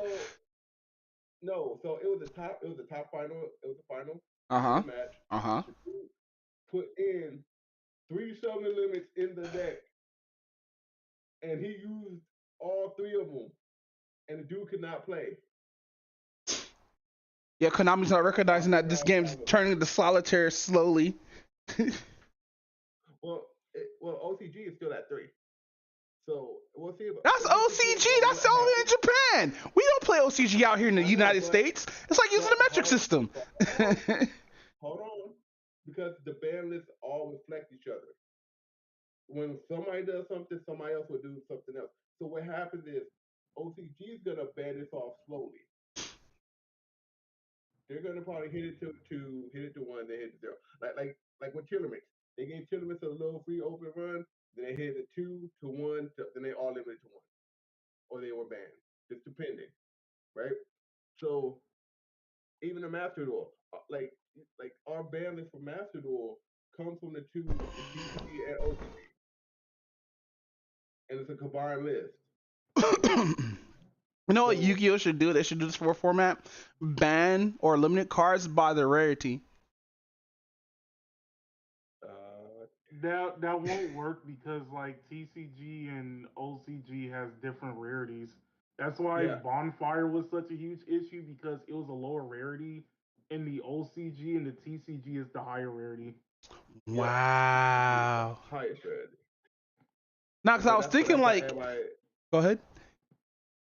But that's why everybody's playing Snake Eyes though. Like, but the thing about Yu-Gi-Oh, I've said this too, and I always brought this up. I brought this to a friend of mine. When Yu-Gi-Oh started doing decks like this, and when YouTubers started showing decks and playing decks and showing cards and stuff, that's fine, right? Showing combos, well, that's fine. But it killed the creativity of Yu-Gi-Oh. See, and that's what People I are not really mean. making. Like, I remember decks People used to are be not really fucking unique, making. bro. Yeah, but people are no longer making customs anymore. When we were kids, all you saw was custom decks. It wasn't like YouTube was like, oh yeah, do this, do this, do that. Yeah, that's fine. But people wasn't making deck lists out and whatever, everybody copying that deck list and making a different version of it. That's fine. If I see a deck list, what I do, I take out cards that I know I'm not going to use. I know that because I just need to know what the core of the deck is. See, then when people would be like, hold on, then people would be like, no, that's not how you're supposed to run the deck. And then they get mad at you when you beat them with that deck that you made customized, bro. Yeah, that's pretty much it. But Like, I had the same shit happen to me. I had this shit happen to me in fucking Magic, bro. I hate people. But no, but I'm just saying, like, it's just an issue where if you want to make spicy decks, people don't want to see that. They want to see the same old shit, and it's like, okay, But don't people get tired of seeing the same old why? 4 decks though? No. Well, Like, okay. people attention span now is shit. Well, wait, no. Actually, there is like a decent reason for it though. Because you got to remember, like, Yu-Gi-Oh's been around for like over 25 years, which means That is true. that's That is 25 years of information you have to learn in a short amount of time in a game where the rules are super difficult. So if you have less decks to worry about, then then it'll be easier for you to get into competition. So I'm gonna mean as fuck when I say this. Read, nigga. Hold on. Hold the fuck on.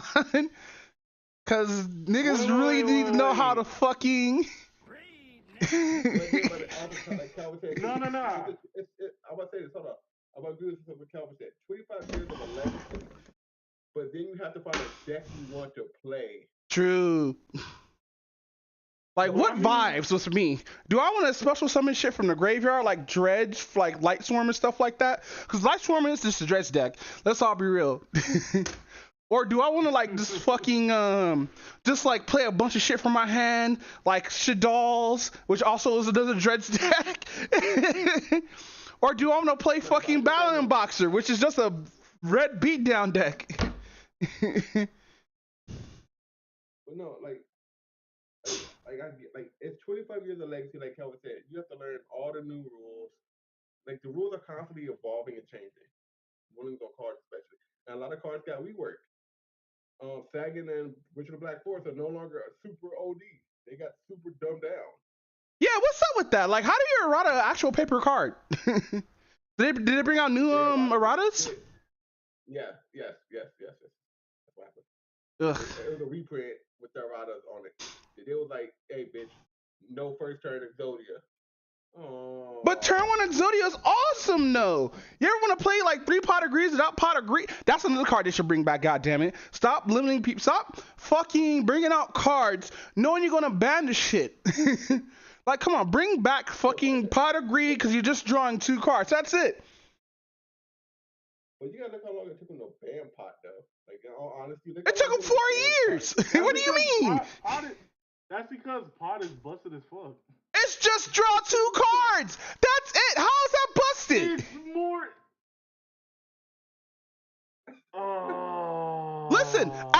S Max C is based off your opponent's special summoning. I can understand that because you can just end your turn after that. Fucking Pot of Greed, draw 2 cards. Okay.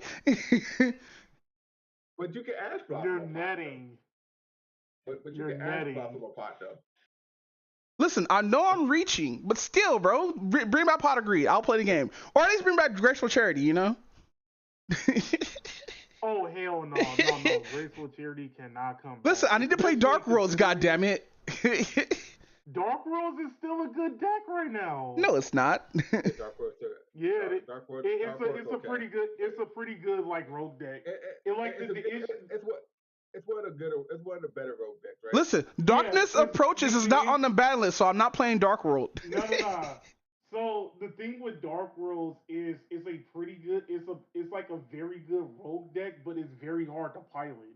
That's the only reason why you don't see it as often, because like it's literally the pilot doing the deck, not the other way around. Yeah. But if you know how to pilot that shit, then that's your ass, because at that point that's you stupid. Also, you look good at inboard and just be like, I'll scoop.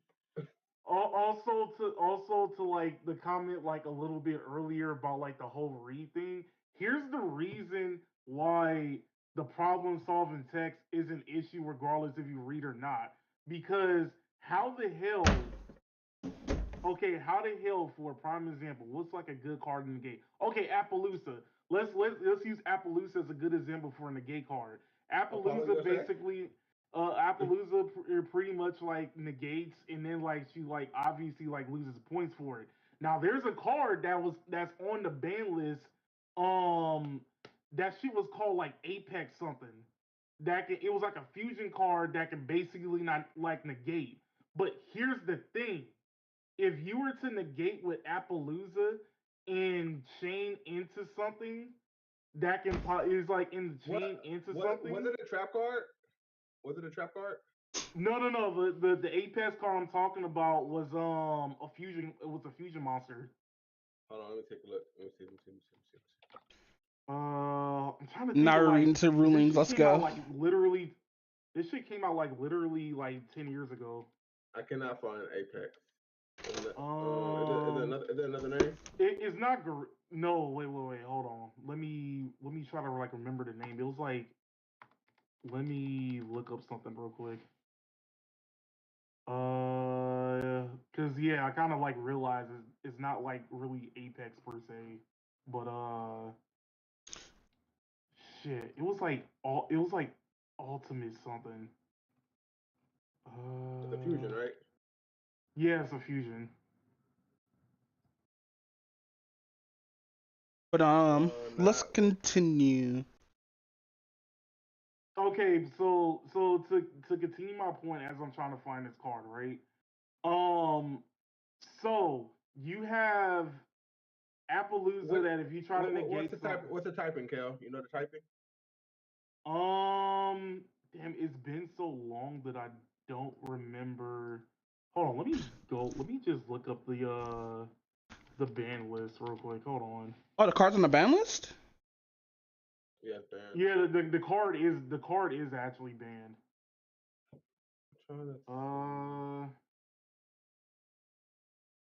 Wait, was it banned? Cause like there's only like 12 fusions on Ice Restrict. Which, by the way, 1,000 Ice Restrict should be a main deck, bro. That should be the ultimate floodgate. Cause I know they bought out more 1,000 Ice support with the Link Monster.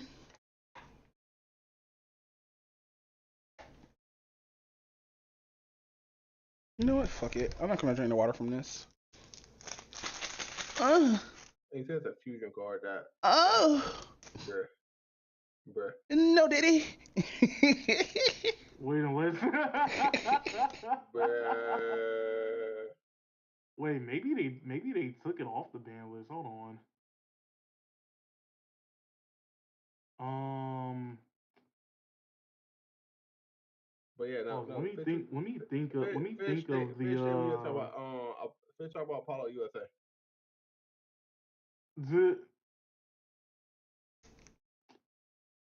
Why can I not fucking think of the name of that card? But anyway, what I was saying, like if you negate, if you use Appaloosa to negate something and then you try to like respond to it, like the respawn will basically happen. But apparently, this fucking fusion card, on the other hand, you can negate something with it. You'll try to change to the negate, and it can negate that fucking negate. Oh, that's strong. Negate to negate to the negate into the empire. Damn. Can you use a counter? Can you use a counter card for it, or a split spell for it? Hold on. Was it a neutral? Was it a neutral card? No, it wasn't. It wasn't the Nutria card. Cause that shit. It was That shit got rebanned. Why are they banning all these fucking cards that get rid of all these fucking cards that lock you out of the game? Do they just want people to play with like? Cause like, here's the thing: what people are gonna do in Master is just gonna look at the best deck and then play with that. Then when that card gets banned or whatnot, they're gonna switch to another deck that has the same similar cards to it. That's what's happening with Yu-Gi-Oh! Goddammit. Never seen anybody play with like fucking Great Keepers anymore. Apparently, getting rid of shit. Apparently, getting rid of like floodgates in Yu-Gi-Oh is actually like, I mean, keeping floodgates in Yu-Gi-Oh basically like kind of takes the fun of playing the game and whatnot. Yeah, but I don't like playing solitaire, dude. Like, mind you, I run full time, so I'm scummy. But like, if I'm sitting there and not be able to do anything on turn 2, what's the point of fucking playing?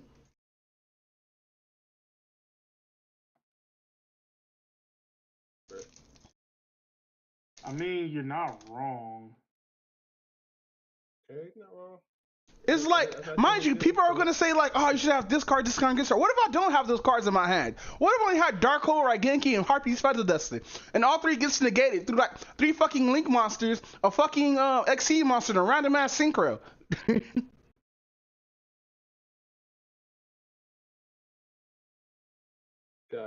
Like, I don't have a fake Blair or Ash Blossom in my hand. Shit. They got that Max C, you gonna be pulling all them damn cards. Then they scoop. Then when they realize how many cards you gonna have, I do everything. Nah, fuck that. I've been watching people mill the fuck out of Max C players. I've been watching infinite fucking loops. That's why at certain points I just hit draw. I just hit draw on Lockbird. Doesn't Lockbird start from searching? No, it stops you from drawing. Hey, so question. So if they activate a card to pull a card, you activate draw on Lockbird, it will stop your Max C. So question. Does drop off start Max C? I found it. What's the name of the card, Kyle? Tell me. Ritual Beast Ulti Gaia Pillow, or however you say it. Of course it's Ritual Beast. I knew it. Let me see if I can find Rip Beast. Drop it in chat. Yeah, I'll drop it in chat.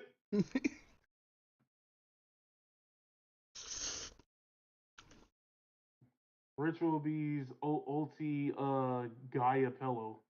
So basically the effect is like during either player's turn where a spell, trap card, or monster effect is activated, you can banish one Ritual Beast card from your hand, negate the activation. So the thing is that if you use the effect and you try to like chain to it, as long as you have a Ritual Beast card to banish from your hand, you can respond to that negate while it's responding to another negate. That's fucking stupid. But isn't that also what's called though at the same point at time too? When at that point you just what's it called that shit? It's a light monster or a dark monster. You just bestial that motherfucker. So if he pitches it, because it has to be banished, right? Yeah. You can banish one with your beast. Okay, but if you get the bestial card, you can easily bring that shit back from the graveyard, put that shit on his field. You know what? The other one, and then you plus off that card too, right? You know which bestial card I'm talking about? The magic one. Oh, right. So if it's a light monster, they pitch it, and you what's the card, and you bring back your own dragon. Hey, go ahead, kill my bestial. I'm just gonna kill you next turn. I'll send you. It's a non-target. Send you to the graveyard. I mean, it's not as bad as it was when the card first came out, but still. Well, like also, isn't there fuck with that card? Super Poly? Go to fucking Well, yeah, Super Poly would get over it because like it's a C-Spell 4. But like yeah, just put that shit to a fucking Mirror Jade. Tell him to fuck himself. You know what? Should I start running Super Poly in my Penguins deck? Or in my fucking in my fucking for you to Super Poly? shit, I don't know, bro. I have a lot of fusion cards. Let me think. Cause like it's one or more monsters on your opponent's side, right? Because is all the I think actually, if I remember correctly, I think one of the penguins is like a dark monster, right? Yeah. But Yeah, people don't use it because it's with a different archetype. Hey Cal, What? all you gotta do is put Elemental Hero Ocean in that bitch. True. And one Kraken, turn all that shit, turn the whole field to water, so he go in that bitch and take his monster. No, I have Kraken. That's the thing, and I use the Kraken for its destruction effect because it doesn't target the sense of the graveyard. Wait, is it called Kraken or Quacken? Kraken. It's an XC monster. Oh. Kraken. So you Kraken, all monsters turn to water type. You fucking Elemental Hero, Super Poly that shit off. That nigga feel the Elemental Hero absolute zero. Cause like honestly, I want to take out Spirit Mode, but like I don't want to take out Spirit Mode. Or another way to do it, if you want to because you can tech another card in there. Wait, what the fuck? When did Gladiator Beast get a penguin? They've been at a penguin. What are you talking about? They've been at. I was gonna say, That's the one that sends the card from your hand to the top of the deck, right? Glad Beast. Let's take a look at Glad Beast. But let's continue before we go too far into the abyss, into the burning abyss. Yeah. But that's what the stuff going on Yu-Gi-Oh right now. The ban list right now, I say it's pretty good for Nah, there's a little bit more. There's a little bit more. Because there's more of a reason than why like they banned like summoning limit. Well, shit. Did you see the YCS? Did you see what happened? No, I saw what happened, but there's like more to it. It's like one of the upcoming archetypes that kind of like takes advantage of it. You talking about the new what is it called? Illusion archetype? Yeah, I think it's the new illusion one. Yeah. Everybody's like, how do you know you don't play Yu-Gi anymore? I still stay up to shit with that shit. I watch dual logs. But that's probably because of it. That's probably it too. Archetype. But that's gonna be kind of like shitty when it first dropped too, because there ain't gonna be that many cards for the deck. Yeah. You gotta wait 10 years to bring out full support so you can run the deck, but you find out the power creep is so bad you can't even run the fucking deck. It's like a tier 0 deck would turn into a tier 5 after not getting support after fucking X amount of years. Yeah. But yeah, so but that's probably part of the reason. But like I said, Link Bow getting hit is the way to hit Snake Eyes. Bearing the Floor and Salvage Dragon also, that's also another hit for Snake Eye players. And people are like, oh, Snake Eyes is bad now. No, not really. Snake Eyes can run just fine. Everybody say, I don't got a boss monster. Flame Bird just is there to put bodies on the field. I know. Flame Bird is just to put there. But they need to come up with a boss monster for Snake Eyes. If that's the case, they need to come up with boss monsters from some of the older archetypes that really need boss monsters. So, guys, yeah, now make the price of Yu-Gi-Oh go up. At the end of the day, I still I want to play some old archetypes. I really do want to play some old archetypes. Dude, just play Gusto. You hush about ancient gears and machine decks. You hush. You stop talking about machines. Always over here trying to push the metal agenda. The metal agenda. No. We don't care about like his machines. It's fine. It's perfectly fine. Over here, OTK and motherfuckers in turn 3. Fuck you, Kel. Should be mad as fuck. Nah. I used to OTK people with plants. That was a fun shit. Kelvin, you remember my fire plant deck on 5Ds? Yeah, I remember that. Me and Ray made that shit like dumb as fuck. Going to Clearfield, the Clearfield is banned now. I was like, oh. They was like, what the fuck is going on? Boom, boom, boom, turn one dead. Wait, what the fuck just happened? But nah, Oh wait, actually speaking of like of plants, I can't wait for that new archetype to come out like next week. for what? Yu-Gi-Oh? Yeah. Yu-Gi-Oh got a new plant archetype? So it's more than plants, it's like plants, insects, and reptiles.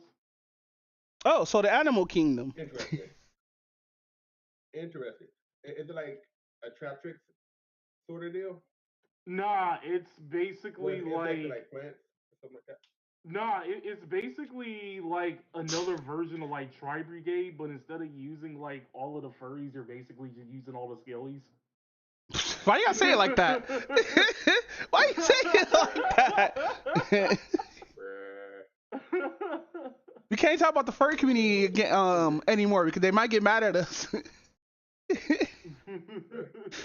But no, with that said, I have a question for y'all guys. How's your pullout game?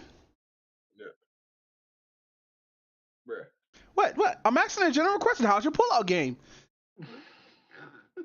Me? Mine? Not both of y'all. I don't know how to answer this question. I like okay, I guess. It's like, yeah.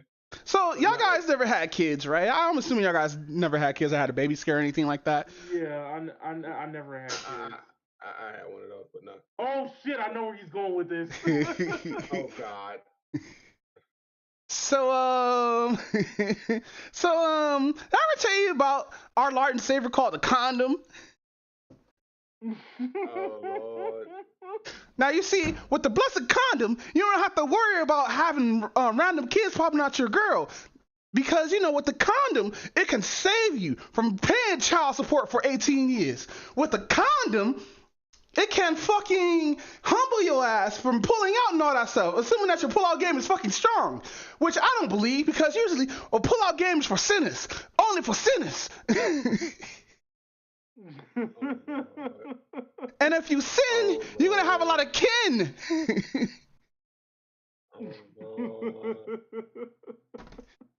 There we go. But no, apparently, Fresh and Fit is pregnant with a baby.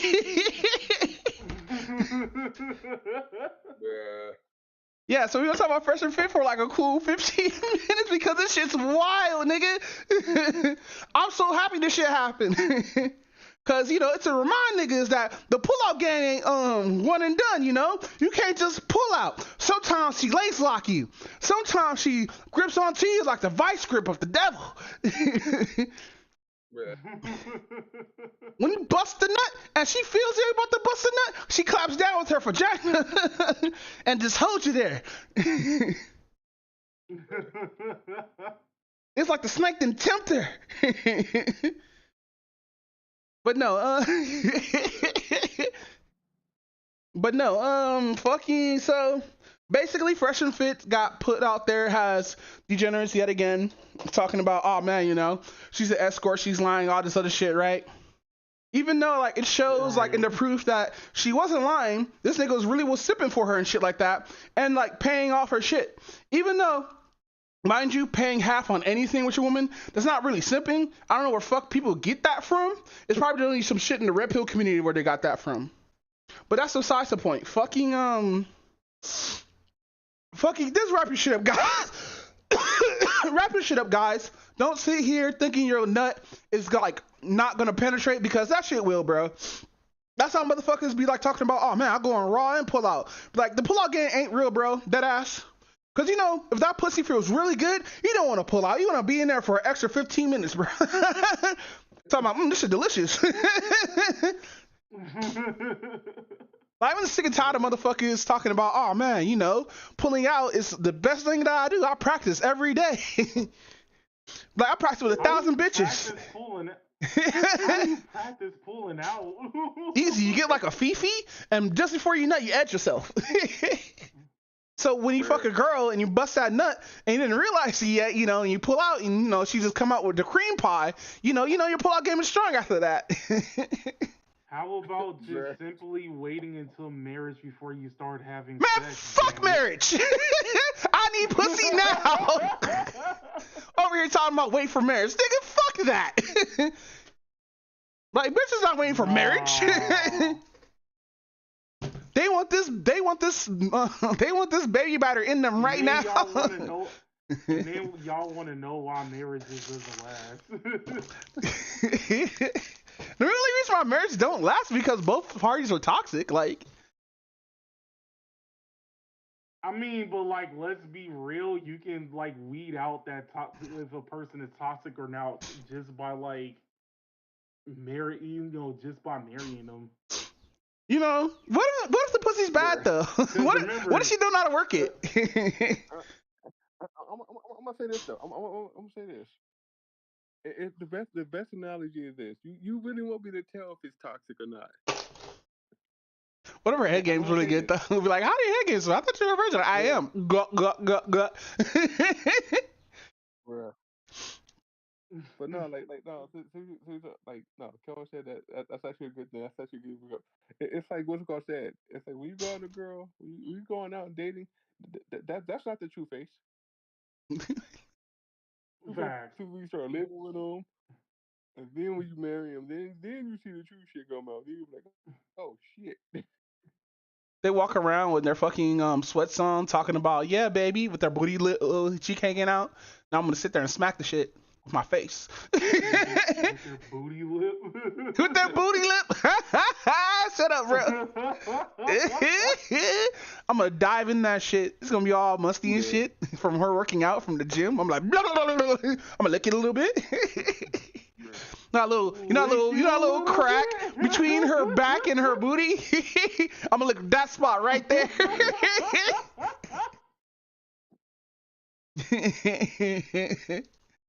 But nah, fam, like, badness is real. Nah, it's kind of stupid because like Fresh and Fitness is putting themselves out there. It's like, oh man, they talk about like, oh, I don't date escorts and shit like that, but they put her shit out there like she's an escort, which make them look bad and shit like that. Then the fucked up part is she's from China.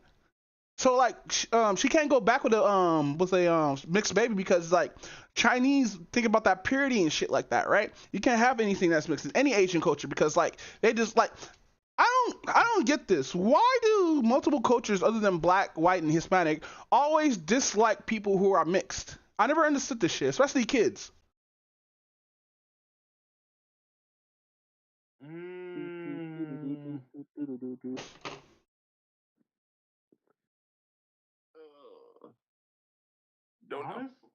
Honestly, that is kind of a good question. Now that I think about it.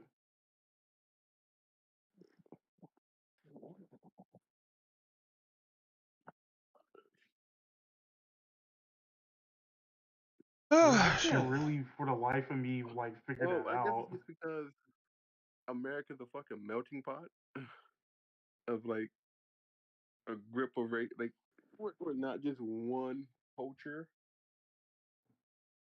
We're like several hundred,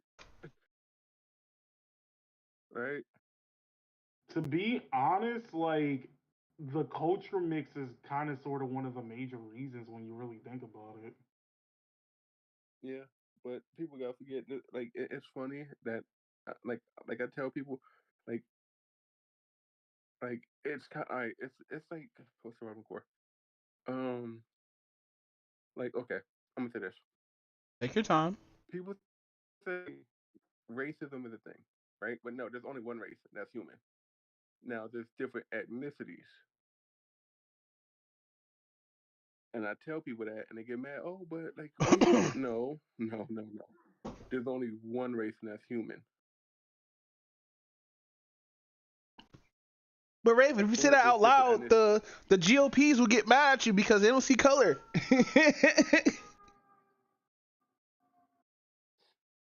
I don't give a fuck.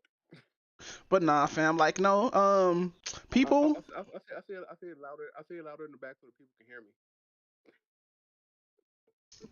But no, fucking people. This is a But no, but cautionary like, tale. Go ahead. but like I said, it's people kill me when we talk about race, and it's like ethnicities. It's more. It's hate towards ethnicities, not hate towards. God damn it! How can I say this? I cannot think of it. I had a thought. Just lost a thought. Um, I guess it's because they're not of the same ethnic background. That makes sense, right? Like you said, if they're mixed, they come from two ethnic backgrounds. But if they're not of one ethnic background, that's what I think. That's where the hate comes in because well, they get to experience both sides. If you're a mixed child, Yeah, it kind of right? sucks too, cause You like experience I don't think I could both be a sides of mixed child and not be like neutral. I think I'll have to be pissed off at one side or the other, being all racist and shit.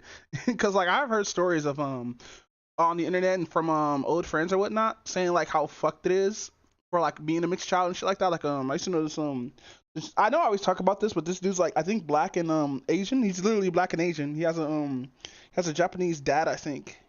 And he was talking about when he went to Japan and they were calling him in Japanese all kind of like monkeys and gorillas and shit like that. And like he stayed in Japanese when he was a kid. And I mean Japan when he was a kid or whatnot, so he knows Japanese. So I think he was at an event and like these Japanese women were like talking in Japanese like bad about him while they were sitting next to him and shit. And like he sat there for a minute. Was like, all right, I'm gonna cut this talk. And like he called, and like I think she called him a gorilla at one point, and like he just went off and started cussing her out in Japanese. And like the friend who was with him, who was also like co-signing the story or whatnot, was saying like, and her face was like went white, dude. Like she didn't know at all. And like I always think it's funny. But that's the point. Because now the funny thing is, I watch some YouTubers that's there too who are mixed, and I watch some of the some of the interviews, and some people say they got treated differently. It depends on, I guess it depends on where you're at in Japan too, right? Yeah. It's Yeah, I you think can't. It's certain areas where you have to be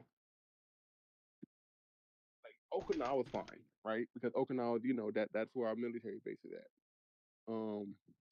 We got other military bases around there too, but I'm not gonna say what they are because try to think.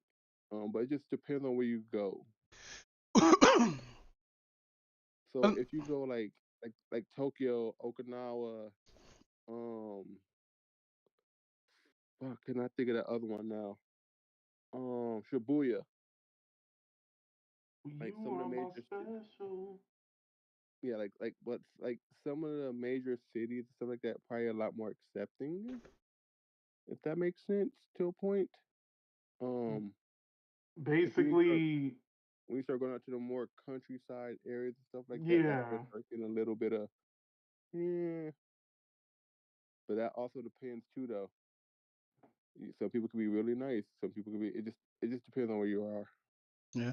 And like so I know I didn't explain in detail what's really going on with the fresh and fit stuff because I should go in detail now. So basically what happened is I think the pug looking ass nigga, the one that looks like an ugly ass old man even though he's like younger than 40, I think he's like 38, 39.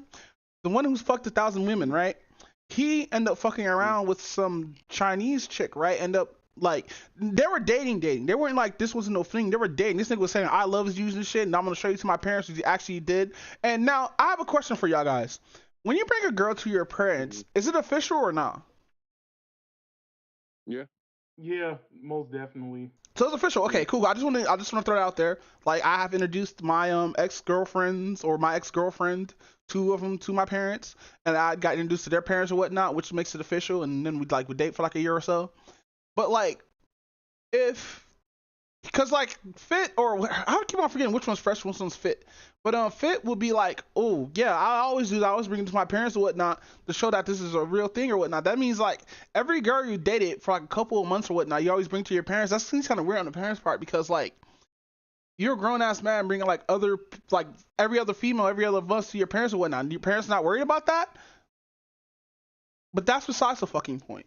So basically, he showed her off to her parents after like dating since like what last year November, and like he finally busted nut in her in December or whatnot, and a couple of months later she found out she was pregnant. She didn't throw no ultrasound out there or anything like that. She just threw out the blood test or whatnot, which is kind of weird on my end because it looks like he was baby trapped. Because usually when somebody's pregnant like this, they have they do a scan to show that they actually having a baby or whatnot. Baby's been developed. She hasn't showed that yet. It depends.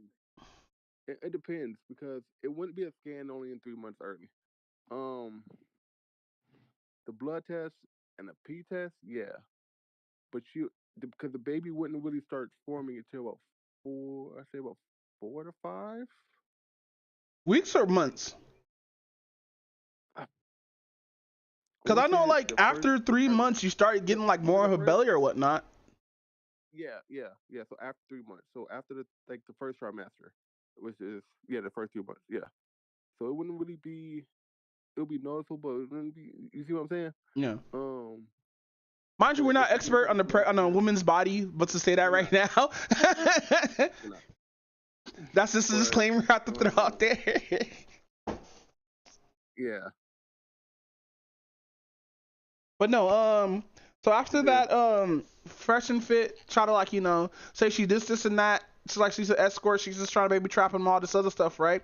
Even though like they don't really go for escorts, even though it's shown that they actually do use sugar baby shites and shit like that and all this other shit to get bitches and whatnot, right? Floss some money and all that. Which is like you want to do that, but make sure like you go for a woman who wants you and not for the material that you have. And that's what the problem is with Fresh and Fit or whatnot when it goes for like women and everything. They go for women who just give a shit about material things and not about the person or whatnot. That's why Fresh is sitting here trapped right now. Right. What happened? I was right. What? Right. I So it is 3 months. Okay, cool. Month 3. So because I said the first. Yeah, because I said it would really because they really don't start showing until the end of the 3rd month. That makes sense. So, but yeah, that's beside the point. But yeah, um, yeah. So she did the damn. But all I gotta say, that nigga, he should have wrapped it up. Or had a No, better pull-out game. no, cause like in the message and whatnot, he said he had to check about 4 other women or whatnot. That means there could be other women just pregnant out there, bro. He fucked 1,100 chicks, bro. He's fucking. So that means he hasn't pulled out at all. He probably got some weird ass diseases. Damn, that's crazy, man. I couldn't do that, bro. I have to wrap it up. Like, fucking, mind you, I raw dog pussy before. Like, that ain't nothing. But, like, if you barely know this chick and you know she doesn't take birth control or anything like that, wrap the shit up. It's not that hard. Go get a magnum, because, black niggas only wear magnums. Wrap that shit up, and then, like, bust it on the condom and put some hot sauce in that shit. Throw that shit in the toilet. This nigga did Drake this shit. No, you have to. What do you mean?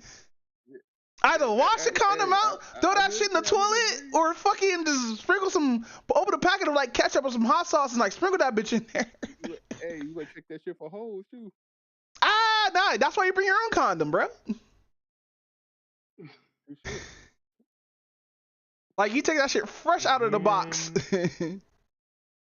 Again, you should be having sex after marriage. Man, fuck marriage. Before marriage. I'm gonna say this. It's I gotta say this. It don't matter. Like to me, if it's before, it don't matter, bro. See, This is exactly why we have so many single parent households. No, that is not why. It's other factors. A girl's pussy is not a dumping truck. What do you mean? I always dump my kids in her fucking pouch or whatnot. Listen, I have a need to fill her with my seed. She can babysit my kids in her womb, my guy. What are you talking about? What's 9 months to 18 years? What will you have in 18 years? You, Dad.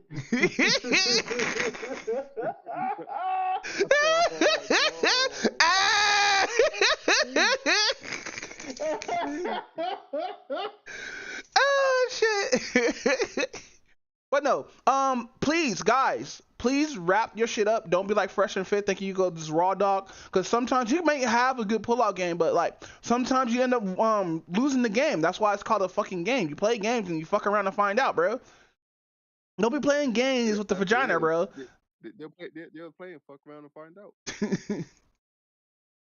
And it's funny too, cause like Alva and Preach's petty ass was like, nah, we're gonna roast season, we're gonna get her an interview, all this shit, bro. And she does not, and she barely knows English, dude. That's the fucked up part. Like, oh, so they were, so he was finessing. yeah.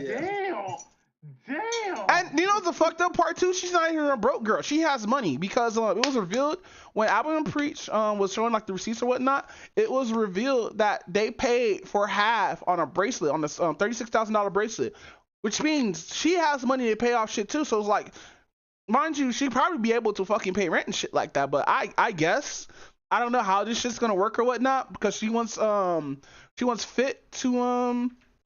Fit to pay off her stuff or whatnot for her apartment in New York and everything, because that's where she's going. She's going to New York. She's not staying in Florida. Fuck that. And all this other shit. Like, it feels like a baby trap, but at the same time, seeing those messages and stuff like that, seeing how like they were talking to each other and stuff like that, it feels like they were really in love, but like, you know, anything could seem like something when you want only one thing, and it's disgusting.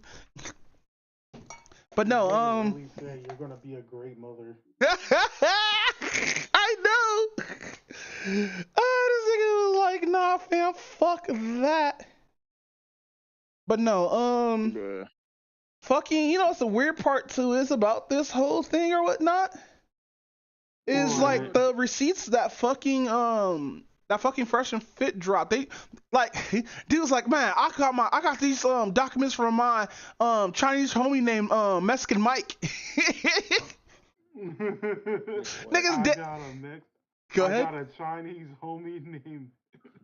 No, I got a Mexican homie named Chinese Mike. Homie named Chinese Mike.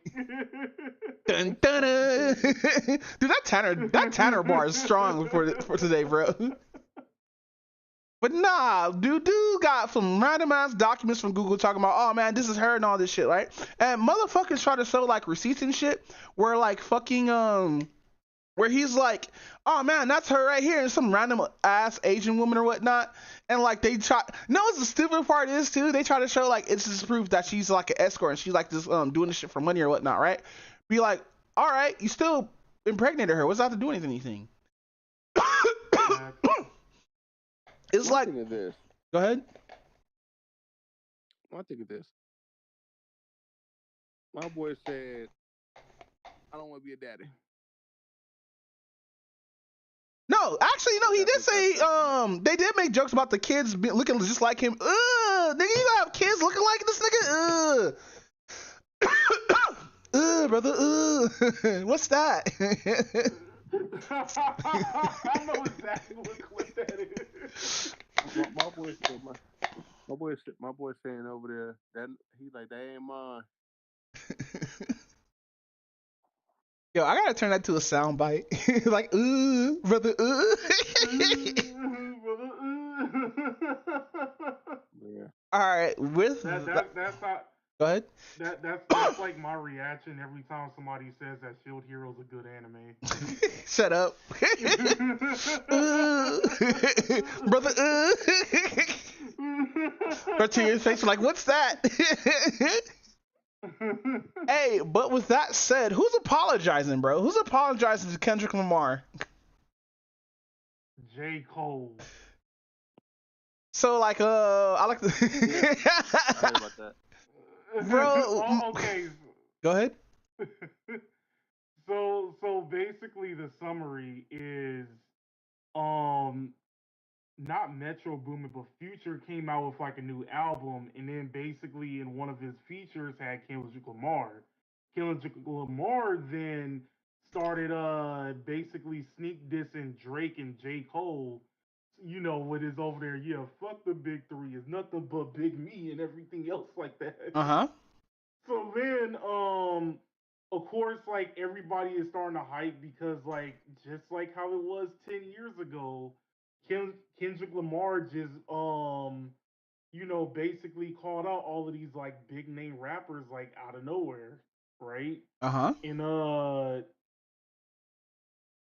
it's funny because J. Cole was like, "Oh, okay, all right, bet." So he's over there and starting a rap beef and everything else like that, which he did respond.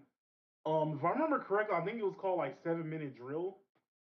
But he basically responded with that, and everything was going cool because like at this particular point, everybody was all like, you either had people look at it two ways. You either saw like, okay, Kendrick Lamar is like the big bad. You're gonna have like him and J. Cole, go back and forth, and then Drake is just, he's just being the third wheel. Or then you have like the diehard Drake fans that is basically gonna say he's gonna body them both and everything else like that. So out of nowhere, during one of J. Cole's concerts, he basically said that he basically started to apologize to Kendrick Lamar because he said that he believed that in his spirit, what he said like within that disc didn't necessarily like rest well in his spirit and everything else like that. So he wanted to apologize, for making a diss track and everything else like that. Of course, now you have everybody in the rap community basically being mad at J. Cole for what he actually did and everything else like that. Listen, And go ahead. Well, it's because he waved the white flag, well, okay, okay, here's the thing. I'm 50-50 with it. and the diss track wasn't so bad. It was like it wasn't really that bad. I heard it wasn't that bad. I heard worse. My thing Like, is, hmm oh, okay, my thing is that me personally, I'm 50-50 with it, right? On one hand, when you look at it from the aspect of how J. Cole and Kendrick like respect each other, this kind of was kind of more like a play on everything.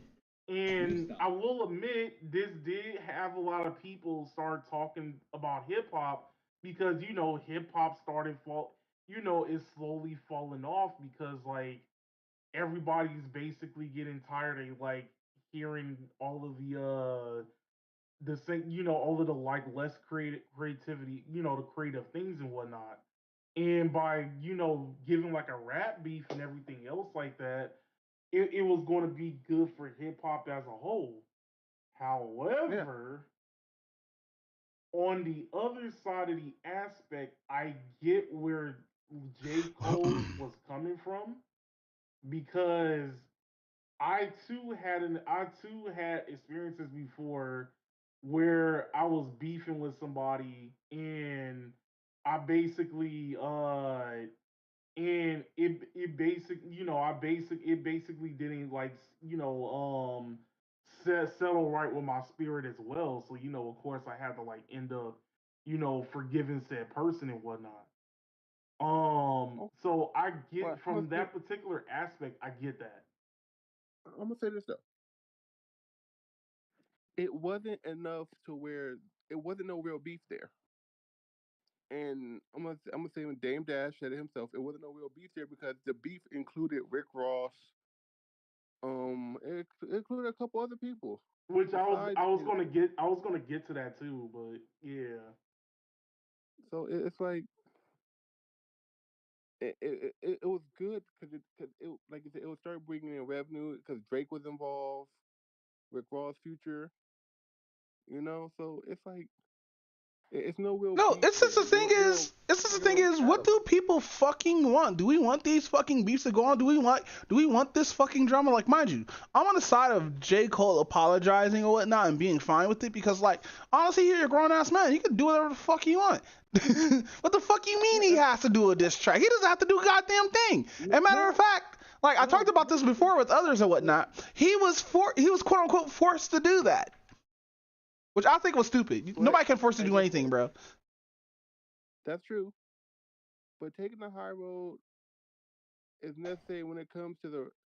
Is it really necessary of a rap beef? Is it really just taking the high road, or is it just getting publicity? And people gotta realize that it's a form of entertainment, right? I get like I said, I get where J. Cole's coming from. It's good to take a high road, but it's only good when you taking a high road if you really said some outlandish, disrespectful shit. What do you think, I mean, if Alicorn? you're talking about somebody's kids, if you're talking about somebody's wife, that's it. That's when you start apologizing. But But if you in here just doing this shit for at that point, if it gets to a point where y'all gotta kill each other, yeah, that's when somebody gotta take the high road. yeah, like But it Farrakhan to is, step in. I wish he stepped in between like the West versus East Coast shit, because I don't think Pac and Biggie should have died due to that shit. but like I said, it was at this point, at the point of it now, it's not really a beef. It's just what it is. It's rap. Yeah, but rap doesn't have to be toxic though. That's the thing, bro. No, a lot of rap is like now, yeah. A lot of rap is toxic now, but this wasn't that bad. This track from Cole wasn't that bad. I heard worse. Trust me, I heard way worse. I think, okay, cool. Like Hey, do we have the somebody really. song still I don't on? think it. Go ahead. I don't think it, like, to be honest, I don't think it was that bad because it's just supposed to be like an appetizer for what's coming. An appetizer. So what Drake gonna do though? That's the thing. Okay, so that's where I was basically getting with wait, who left? Oh. Nobody Okay, but left. anyway, like that's yeah, Oh wait, no, he's coming okay, back. there we go, there we go. So basically, Drake was basically just responding to like both like Kendrick and Rick Ross. And then Rick Boss. Ross came out with yeah, the boss. I'm the boss Basically and you're came not the out with a boss, cause I'm the boss. yeah, he basically came out with like a diss to Drake. He followed back very quickly too. That's Like I think why. like yeah, I think like Drake came out with a diss, and then like a day later, like Rick Ross came out with his. Yeah, so niggas been on Well, working, I do huh? want to say I'm sure we half should a get this day. with albums. Niggas only bring out albums every other month and shit. But soon as soon as somebody gets dissed, nigga, it's 24 hours. Over here talking about I'm the boss. I made this song in 2 hours because I'm the boss.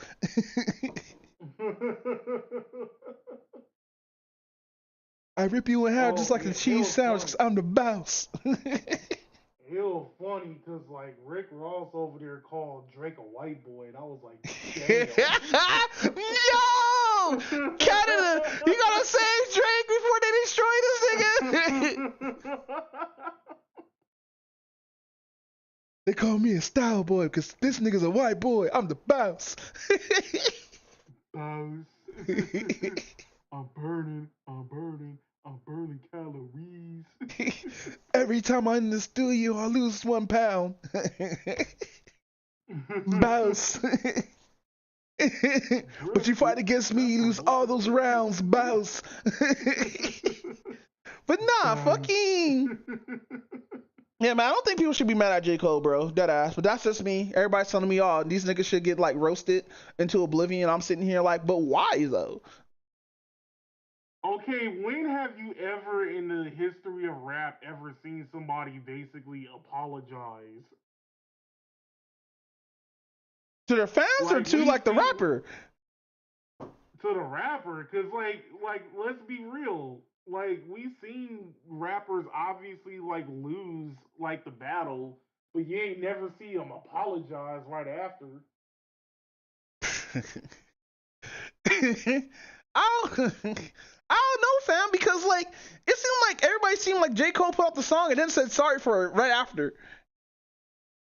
It kind of was like that in a way. Because I don't think Kendrick had a chance to respond to J. Cole. Actually, it's funny. Like Kendrick didn't. I don't think Kendrick really came out with like another like diss yet.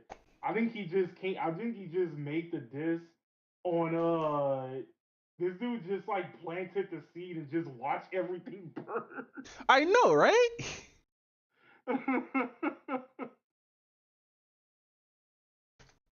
I think Raven's PC crashed. Yeah, I'm not. Fuck, Yeah, I want to ask him about the guess Royal you're Rumble shit. Buzz. Buzz.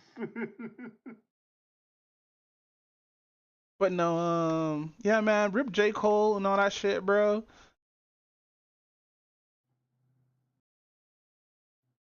Now, of course, I don't think he's necessarily going to be like no longer be considered a GOAT because of this, but still. No, he's still gonna be the GOAT. This nigga said sorry. He's like, it was like him, like, I'm sorry. My bars were too whack, so I'm sorry.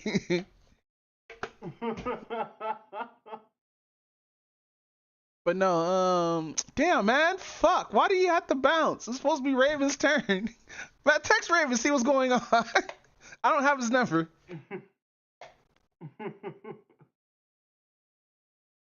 Raven over here like, I'm the boss. Wow, this shit actually comes off? It does. Yikes. You know, I'm gonna put dirt in this and see if I could, like, grow something else. So, off topic a little bit, bro. Fucking, have you been watching new X-Men? I saw like the first 2 episodes, but not really. The only thing I know is like Cyclops been standing on business. Oh, hell yeah. Like something about like a love triangle now. And then Yeah. Magneto over there basically getting with Rogue. Yeah, so basically it was Gambit and Rogue being an item, but they did this in the recent episode, like explaining why she's like so torn between her and Magneto, like why she would like bang Magneto because like she could touch this nigga, and she can't touch Gambit without making this nigga go into a coma.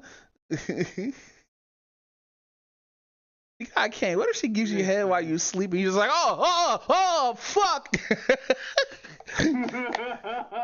Put you in a full coma for 3 months, nigga. Talking about, I just want to taste his seed, boss. Damn, I can't, bro. Damn, that's wild, bro. She can touch Colossus, too. And Iceman. But Iceman too cold. You can't be taking cold dick out there. Boss. I mean, no Diddy. Cause I was like, imagine, bro, she getting her cheeks clapped by Iceman, and it just feels like a popsicle inside of her, bro. Bruh. She's all wet and moist, but it keeps on sticking, trying to keep on sticking to his dick, cause how wet and moist it is, and just keeps freezing her shit. And Magneto, damn, that means Magneto was getting in, bro. But ain't she like super old? Like this nigga was alive during the Holocaust as a child. This nigga should be at least like in his 80s. To be fair, like Rogue with that southern accent calling you sugar is kind of sexy in a way. Hey, hell yeah, nigga, I will melt. Every time she call me sugar, bro. Like, she be calling her friend sugar. Nigga, like, what? Nigga, no, stop. You gotta make me act up in this bitch. Over here calling me sugar. Don't ever call me sugar. You're gonna end up with sugar babies. I'm gonna put my sugar inside your tank. So I'm like, oh, oh, I can't, I'll risk it all to fuck Rogue. She's like, no, stop. I'm like, nah, I'm not gonna stop. I'm gonna show you what love is. I don't care if I die.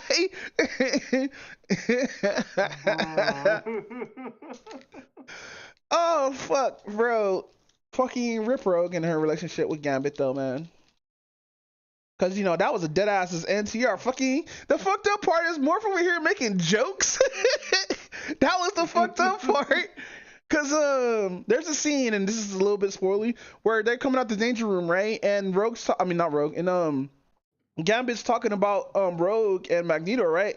And Morph is like, man, you know, they've been busy a lot. Look, they got all these days in the fucking room by themselves. Monday, Tuesday, Thursday. I'm like, this nigga needs to get punched. But no, X-Men is a pretty fucking solid series. I didn't think it would be this solid. I thought this shit could be subpar. Like, the animation kind of looks whack, but that's fine. But like, other than that, the story is fucking super solid. The pacing solid. It just felt like the shows were a lot more longer when we were younger than versus now, where it's like you get a whole episode without breaks. Yeah, that's kind of true in a way. Like, mind you, like, I hate ads, and I got a couple of ads while on Amazon, even though I paid for their $7 shit. I was mad as fuck because I was watching Fallout. That's the next topic I'm gonna talk about. I was watching Fallout, and fucking all of a sudden commercials came on. I'm like, the fuck? Luckily, they're only at the beginning or whatnot. I hated that when I was like watching Invincible and everything else like that. Oh, you watched the new season? Oh wait, that's gonna be for weekend. That's gonna be for anime. Okay, we don't talk about that when we talk about anime and shit. But fuck that. We're gonna talk about Fallout. God damn it.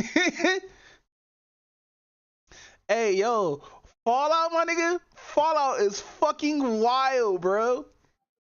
Everybody's horny. Why am I not surprised? First episode, somebody getting the main character getting dicked down by a bandit.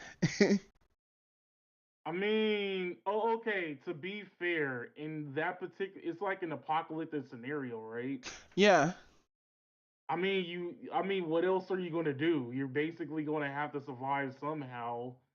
Yeah, but they made it so casual, though. Like, okay, there's a scene where she's talking to one of the other main characters who's a black light-skinned dude. I have to put that out there. He's black and light-skinned. There's a reason for this. And, fucking what happens? She's with him inside of another vault, right? And she's like, hey, you wanna have sex? And dude's like, what's my penis? I was like, yo, what do you mean with your penis? Dude's like, what's my penis? And then he's like, no, it's just like, it's like, sex is gross. It's like he said this weird ass line of like, it's just like a giant wort that keeps on popping every time I stroke it, and it gets hard every once in a while. And she's like, yeah, that's your penis. I was like, what? He probably got smegma on his dick. Pause. No Diddy. Definitely no Diddy. But nah, the show's actually pretty fucking solid for what it is, bro. I thought this was gonna be some campy ass shit where they're gonna put some DEI in there or whatnot, but no. We get 3 stories of a kid from the Brotherhood of Steel, a Vault Dweller, and a ghoul. Now, we do get the back and forth showing like what's happened in the ghoul's past, of what happened and everything, what led to all this and stuff like that. And I do like the way I just do the story structure is actually pretty fucking good, bro.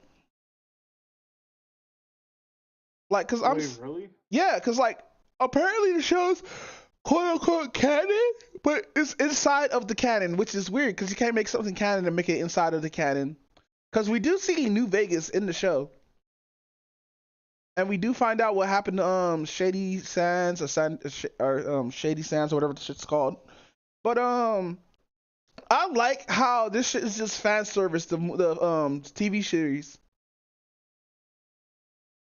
fan service a TV series. Yeah, because it's every little, because like, mind you, it is in the world of Fallout, fine, but like, they have subtle shit in this where you just notice it, like the Pit Boys, the different Pit Boys, the different boggleheads.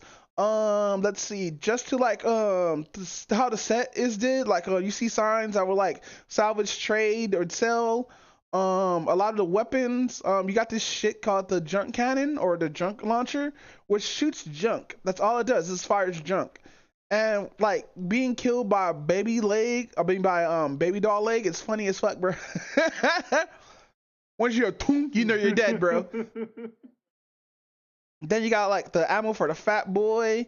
It's like there's a lot of shit in here. Iguana meat. A lot of experiments with the volts, and that's another thing too. Like there's a metric shit ton of fucking call that shit.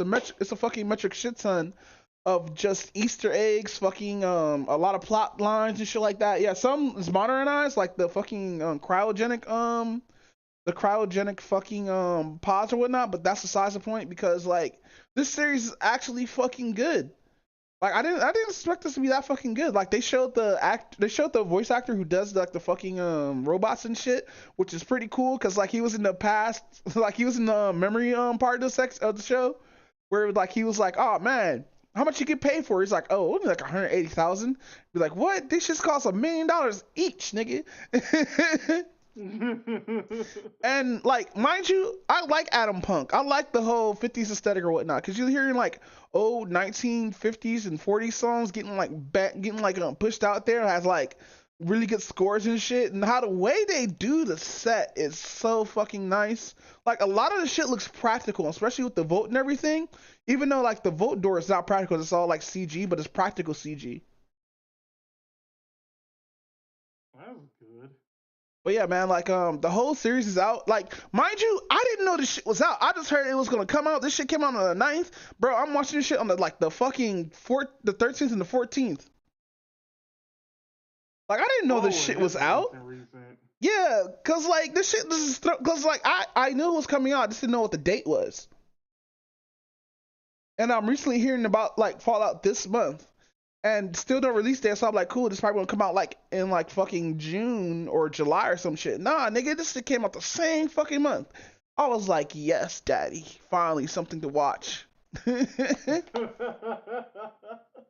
like I thought I was gonna be stuck. Cause like there's not that really. I thought cause a lot of anime that I watched just ended or whatnot. So I'm sitting here like, what I'm gonna watch? I might as well just watch Konosuba. But then the whole new season came out.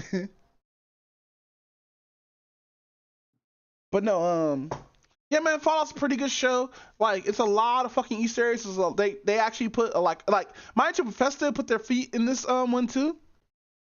So yeah, like a lot of like shit is in there and whatnot, but like they actually took care, like make sure they didn't fuck up anything.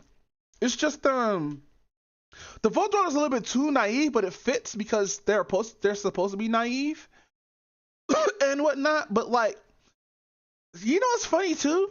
I thought she was gonna be a Mary Sue, cause like of course she got training, of course she knows how to shoot a gun, of course she knows how to do this shit.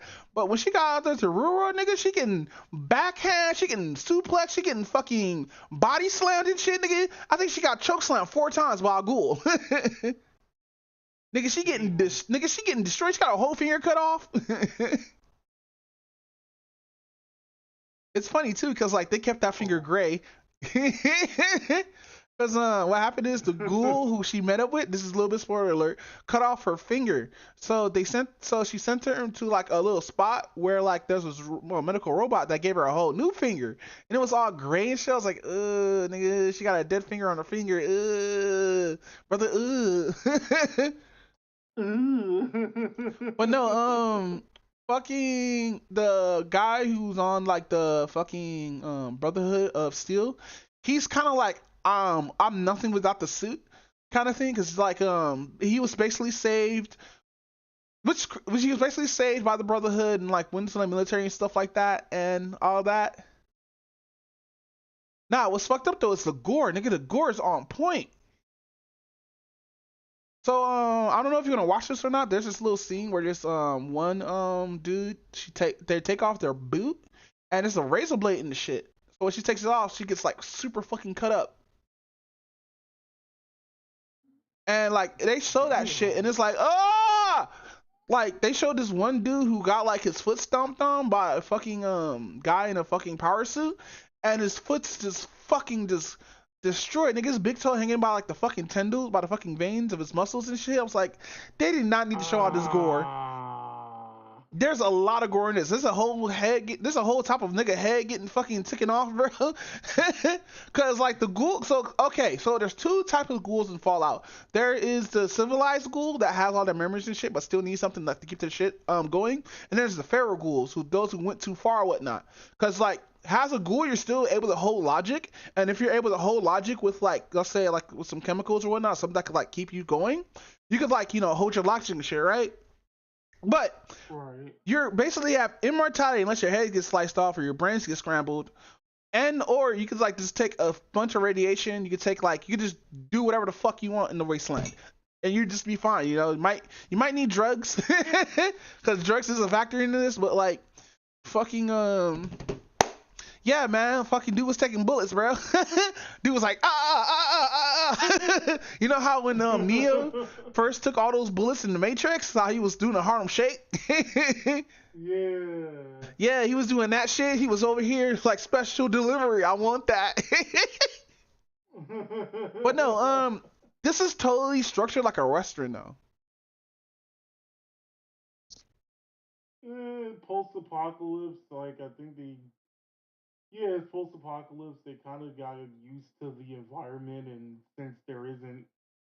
really, since there really isn't like much to do, like out in the wilderness, like might as well. Yeah, bro. Like they're in like mind you, the whole setting's like around Los Angeles and shit. So like we like motherfuckers going through the Hawthorne Hospital and shit.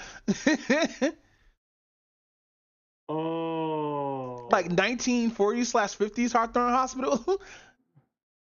Motherfuckers is in Hollywood walking down the fucking cause like it's funny too cause whole shit's covered up in sand and shit like that cause it's next to the beach or whatnot, so everything is covered in like dirt, sand, and all this other shit, and like you could tell they're in like the Hollywood Walk of Fame because like a little bit of it's like exposed.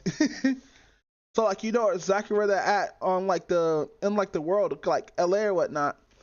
But like it's kind of inconsistent because you can't walk that shit in a day, bro. It's gonna take you a cool minute to walk all the way to Hollywood from Los Angeles. Like that's just not just a friendly stroll. But like what's cool is how they give you the time passage in the show. Like the chick, she's always like know what day it is or whatnot. So like she only been out on the vote for 2 weeks or whatnot. And she already talking about trying to fuck this dude. I forgot about that, bro. So there's a scene where like okay, so you're inside another vote and like the kid from the Brotherhood is with the vote dweller, right? And he's getting pepper and shit like that. He was like, man, they got these things called oysters, and they're supposed to make you super horny. And he's like, hey, you want to fuck? And she's like, not right now. I was like, what the fuck is going on here? How long were they here? Because, like, no, it's his first time having an actual shower, having an actual bath, like, being pampered and shit like this. And he's like, damn, this vote, like, is awesome, nigga. I don't have to do any military shit. But no, the way how they structure the story and everything is really fucking good. I actually enjoy it. This show has to give me like my Doombots maximum 10 out of 10. Yeah, I said it. I gave it a maximum value of 10 out of 10. I usually don't do that for shows, especially if they're really good. But like I like Fallout, but like I don't like Fallout 4. Because Fallout 4 is a fucking mess of a story structure, bro. I wish I could play New Vegas, but I'm too poor. But New Vegas is like $20. Shut up! I don't have $20. I only have $11.95 in my account right now. It's probably going to go down. But with that fucking said, how is Star Wars 2.1? Well, it gave us like a lot of, well, not like a lot of answers, but it gave us enough answers. Mm-hmm. If that makes any sense. But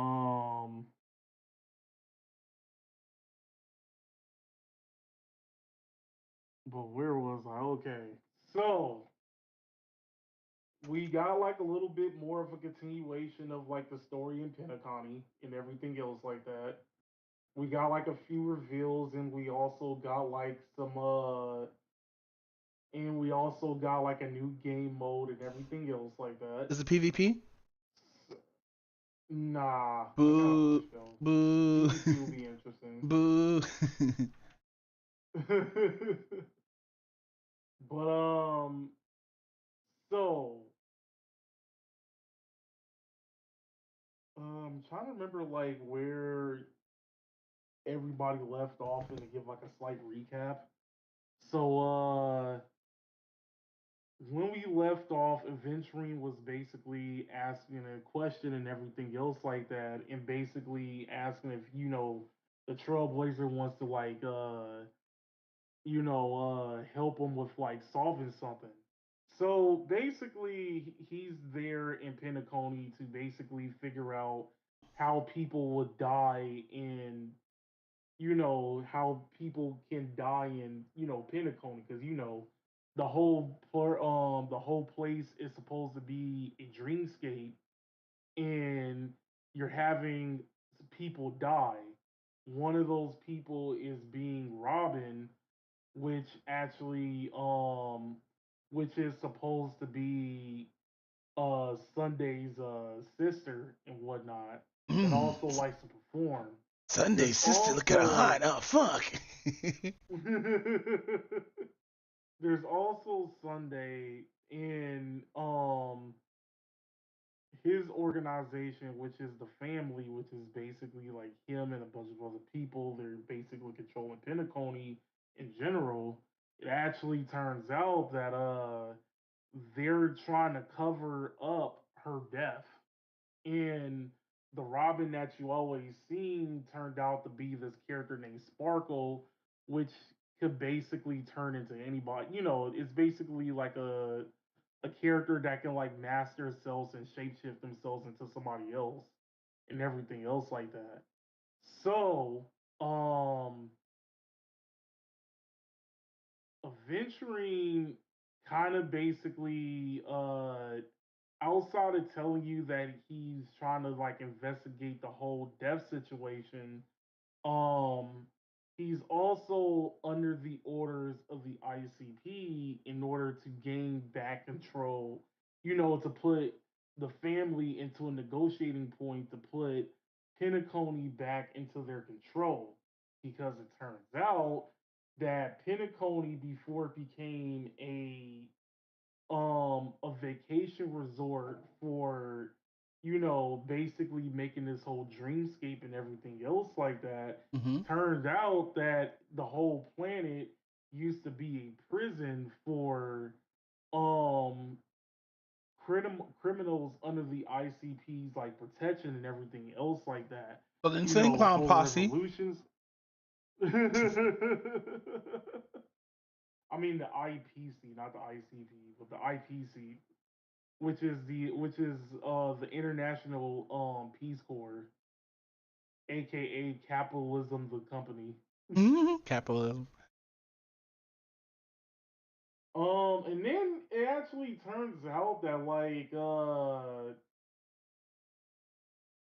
Aventurine is part of a group, is part like a small group, which is made by like is which is made by like the person who owns a huge selection of like the IPC, which is code name is Diamond. Him and like 10 other people each has like a code name that's like based on like a gym and everything else like that. And they're supposed to be like the highest ranking ups, which is the reason why we had the character named Topaz and everything else like that. She's one of them, and the only one who is, I think, if I remember correctly, Dr. Ratio is also part of it, but he doesn't have like he's not like part of the higher rank, so he doesn't have a stone.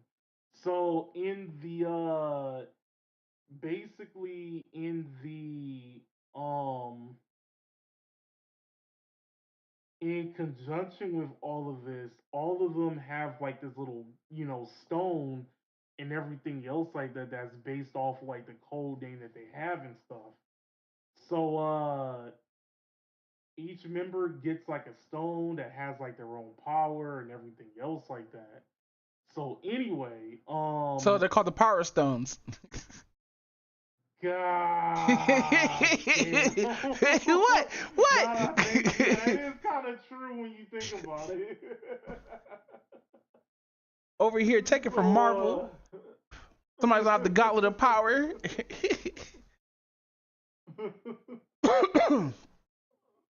so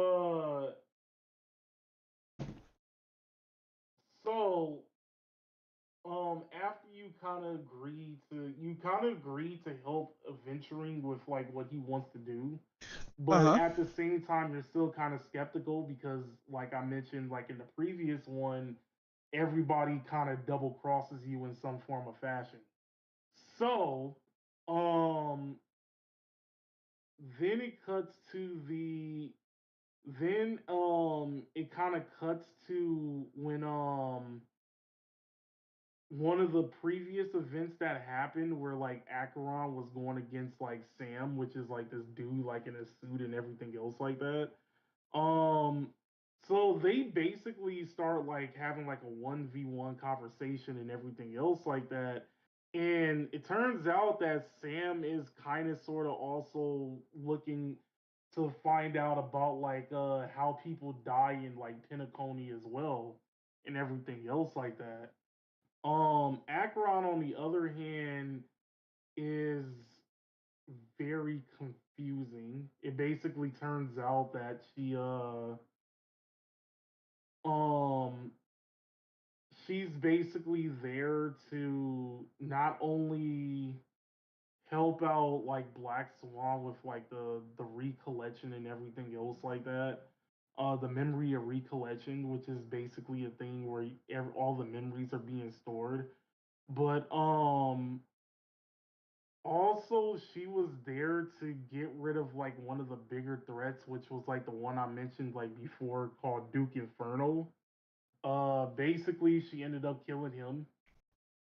And um as she's talking to Sam and everything else like that, uh for some odd ass reason,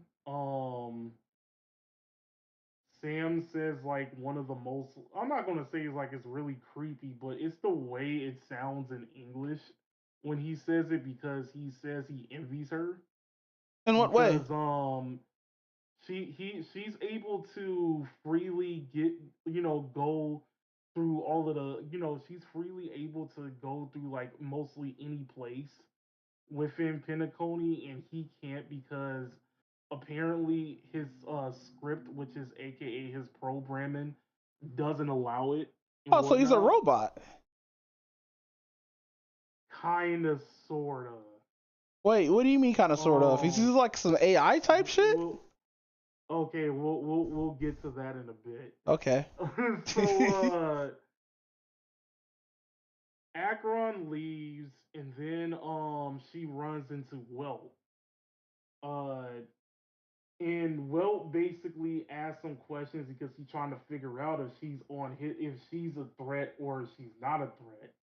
Um, it turns out that she kind of is, but not really. She's not there to really hurt the Trailblazers or in their mission, or hurt the Trailblazer like in her mission or anything else like that. But at the same time, the thing that makes her a threat is not only the skill of her sword, because like apparently her sword could cut through anything. But also because she's one of the only people outside of the Astral Express that knows that Welt is not only about that business, but his cane has a black hole in it. Wait, what? Oh yeah, yeah. Wait. Where is this black hole and what's holding it together? The cane is holding this black hole together. But where exactly is the black hole? It's like on the top of the can. It's like the bottom. Like, how is he It's like inside. Wait, so you break the cane? That's it for the world? I mean, Because he could control it. He could control the black hole. So that's wild, controlling a black hole. Is it like so Moroku's black hole, or it like gets bigger every time he uses it? Pause. Hey, Raven, you're back. What happened? I mean, yeah. What did happen? Shit just tripped out. Oh, Yeah. the internet. What was that? Shit just tripped out. Fuck. But where was I? Yeah. So he has a black hole in his cane, and it kind of sort of is like Moroku's, but not really. Damn. Um. So after figuring out that that they basically have like a mutual understanding and everything else like that, now Welt basically goes out. Welt and Akron basically goes out to actually find the Traveler. I mean, not Traveler, the Trailblazer.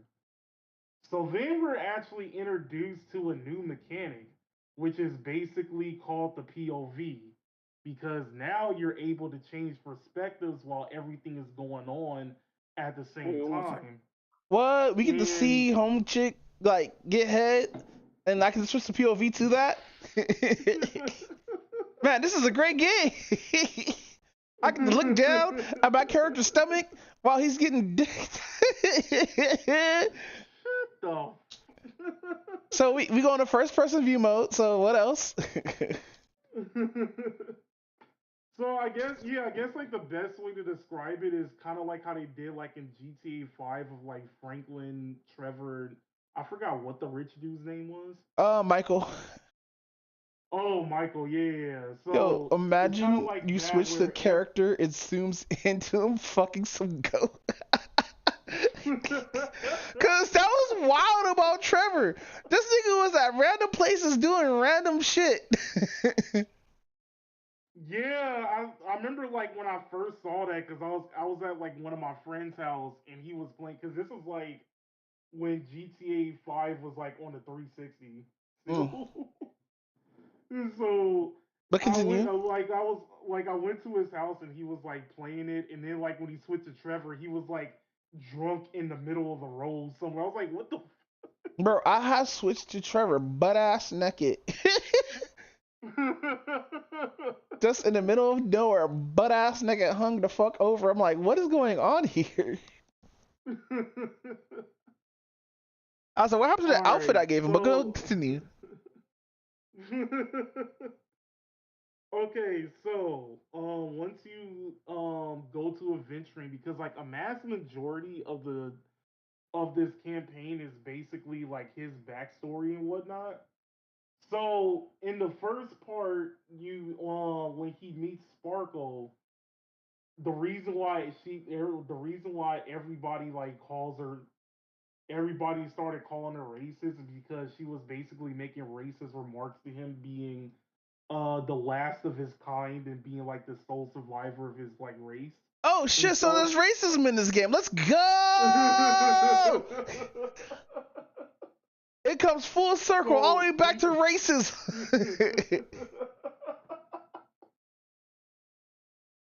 Pretty much. So he's the Sasuke of his village. Pretty much. So, um, Aventurine basically comes on this planet in like this race that follows none of the paths, right? Because like one of the major things about like the story is that there's seven paths and everybody basically follows them, and there's basically like a god to like each path and everything else like that. Uh-huh. So you have, what is it, the path of destruction, the path of the hunt, the path of preservation, the path of Elion, Elton, Take your time. Elion. I think that's how you say it. I don't know how you pronounce it. Path of Nihility, Path of Abundance, and Path of Harmony, right? Basically the whole family in Pentaconi is like the path of like harmony and everything else like that. Aventuring's like race and planet, they didn't follow none of the seven paths. Instead, they followed this deity. I forgot what the first name is of the deity, but the second, but his like last name is like basically Triceratops. So I guess it's like some dinosaur like deity and whatnot. The ICP, the IPC basically took over said planet after the planet was being after the race was being wiped out from existence. When Aventuring was a baby, where his name is actually Kakavada. I think Wait, you said that's how you pronounce adventuring? it. Yeah, it's a stone. Oh, okay. I thought I heard you Yeah, wrong. I thought you used so adjectives to string somebody's name. no, but his actual name is Kakavada. I think that's how you pronounce it. With two C's or two K's? So it's Kakavasha. That's a lot of fucking A's. Jesus Christ. Bruh. Yeah, there's like 4 A's in this dude's name. God damn. Oh wait. Okay, I posted it in the chat. Like, I got two E's, two R's, and two it's L's. pronounced. No. My whole name has 4 L's in my whole name. That's crazy.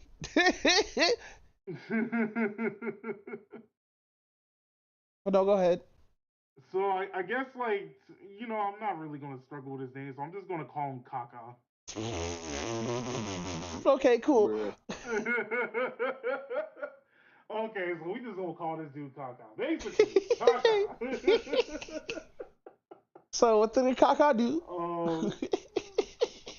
So when his mom was sheltering him and his sister, and he was like a baby still, she basically prayed to Triceratops that he was going to basically, bless her, child for survival and everything else like that.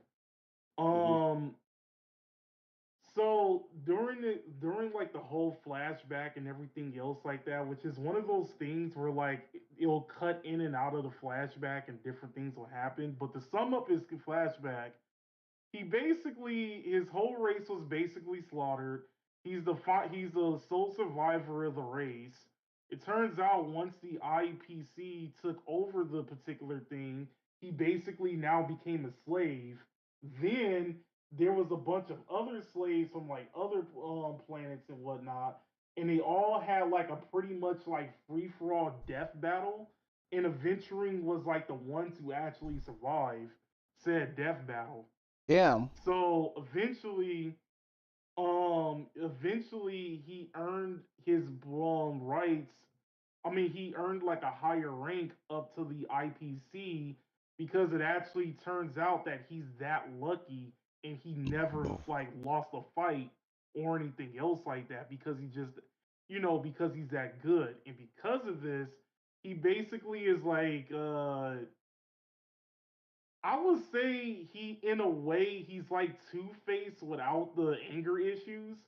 Where like, how Two-Face always uses like the coin to like make his decisions and everything else. Which like I still that. think is a stupid ass crutch for a villain. Like Aventuring basically like uses dice, but he doesn't use the dice to make the decision. He just basically gambles like with his life. It's basically supposed to be a metaphor that he's constantly gambling with his life. They use a fucking coin. Why dice? Like what? You gonna roll snake eyes? You gonna kill yourself or something, bro? What if you roll like a 12? What then? You gonna treat yourself? Like, this dude, like the back of this dude's jacket is like a roulette table. What the fuck? Yeah, it's an interesting design, but like it's still like WTFE. That's not an interesting design. That is a lazy ass design. What are you talking about? The whole back of his coat is a roulette table. Just a picture of a roulette table, right? Am I high? I know I haven't smoked anything like in like a few days or whatnot, but like what? What is this? But no, continue. Let me see. Yeah. So that's how he ended up as like the higher ranks and everything else like that. So going back to like the actual thing that he was gonna do, which was basically try to go into which was to have a meeting with Sunday and try to figure out more about like the death thing. But the fact that their name is a day, it's weird as fuck. Like Wednesday, fine. I could do Wednesday. Yes. Like imagine naming your daughter Friday, bro. Like, nigga, we I have mean, wasn't bullshit with the goddamn days of the week. I mean, wasn't what's her face's name on Good Times like Florida? Yeah, you could name a person after Florida, but like a day, nigga? Come on, bro. I mean, Okay, you gotta get teased. We got a literal celebrity named The Weeknd. That's his celebrity name. That is real name. What's The Weeknd gonna do when the weekday walks in the room? Damn. The holiday roll up like, come on, cuh. The whole name of day of the week as an attack. Oh, Raditz. Double Sunday. No, that was put in because fucking Bandai didn't know what the name is fucking attacks. Nah, bruh. Double Sunday. The whole name of the week. Not because like also, we had a character. What? I was going to say. Now that I think about, we had a character named Sunday in One Piece. There we go.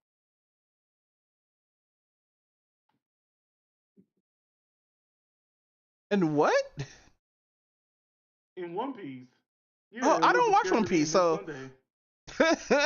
Oh, okay. we also have Bitch and Teenage Mutant Ninja Turtles by name of a month by name of April. No, that doesn't count as well because April is a normal ass fucking name. Fuck out of here. Just like how May and June is. Now, naming a character July, that shit's weird. We got March. No, you think you should get away with March? Wow. No, I said March. Wow. I know you said March, but you can still call him Marf anyway. Like, I can't, no, bro. Let me rephrase that. Her name is March 7th. Fuck out of here. No, uninstall that game right now. Specific day. Uninstall that game right now, bro. You're not naming me after a fucking birthday. Fuck out of here, bro. She named herself that because she doesn't have any memories, and that was the day they found her. That is so stupid. Just call her Jane Doe. What are you talking about? Like a mind, like. You know, no, continue with the story, goddammit. I can't.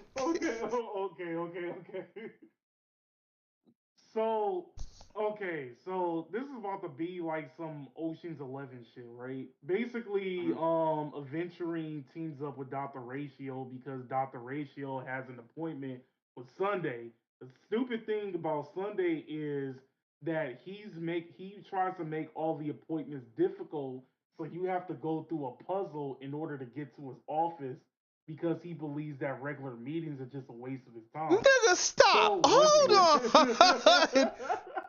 You're telling me I need to go through your fucking riddle street in order to meet up with you for a doctor's appointment? Pretty much. That is fucking dumb. Keep going, bro. I can't. Nigga, I could be had diabetes. You telling me I have to go through a fucking challenge? Nah, fuck out of here. This ain't Kakashi's Castle. It's not a doctor's appointment. It's just a regular meeting, but I get what you mean by that, though. Over. So okay, so Go ahead. okay, so meeting up with after meeting up with um Sunday and everything else like that. So basically, Aventuring brings two particular things. He brings a suitcase and he brings a bag of money. This is very important. These are very important details. So, so he basically asked the question of why he's covering up the fact that Robin is dead and everything else like that. And the thing is, he can't keep it covered up forever because it turns out that when Sparkle went into the sky, Sparkle, she sparkle. can't sing for. There you go. I knew that was gonna come right. I knew it. So when she can't really sing that. She can impersonate voices, but she can't sing that well. Oh, that So sucks. there's that. But basically, it's the family themselves that are trying to cover it up. Because they don't want everybody like panicking Penacony. Hmm. And basically, if people figure out that you can actually die in Penacony, then that will basically bring an upward because how the hell can you die in a dream and everything else like that? You die in your dream, you Uh, die in real life. yeah, some Freddy Krueger Nightmare on Elm Street shit. Nah, this is dead So ass Matrix. Yo, imagine you getting like a wet dream and she like bites your dick off. You wake up, there's blood everywhere. Nigga, she gave you the most best dicking downing that you ever had in your fucking life. You wake up, it's all a dream, but your sperm is missing. He'll probably just end up in the memory recollection. Ah, But shut up. so then Sunday basically uses this trick where once again we're going in the truth serum part. He basically uses his spell on Aventurine to basically, force him to answer all his questions correctly. So he basically asked him like simple questions, and he was asking if like the stone was like within the suitcase, which it was. And he basically the final question, which was kind of sort of like a 50-50, he asked, are you here to basically destroy Penacony? And he said he can't necessarily answer. He's like he's not too sure and everything else like that. So once he opened up the suitcase, he sees that there's not one stone, but there's two stones. There's the jade stone, and it actually turns out that the second stone is Topaz's stone. But Well, the is thing Topaz the is, space stone or the power stone? Bruh. because like the color of both like Avenge, because like the color of Aventuring stone of an Aventuring and Topaz, they're like identical colors and whatnot. And um he thinks that he got through with um telling the truth that like his stone is like safe and sound in that suitcase, but in reality, he actually broke up his stone into pieces and put it in the money bag. And then everything went well because he broke up the stone enough to where he still has his powers and everything else like that.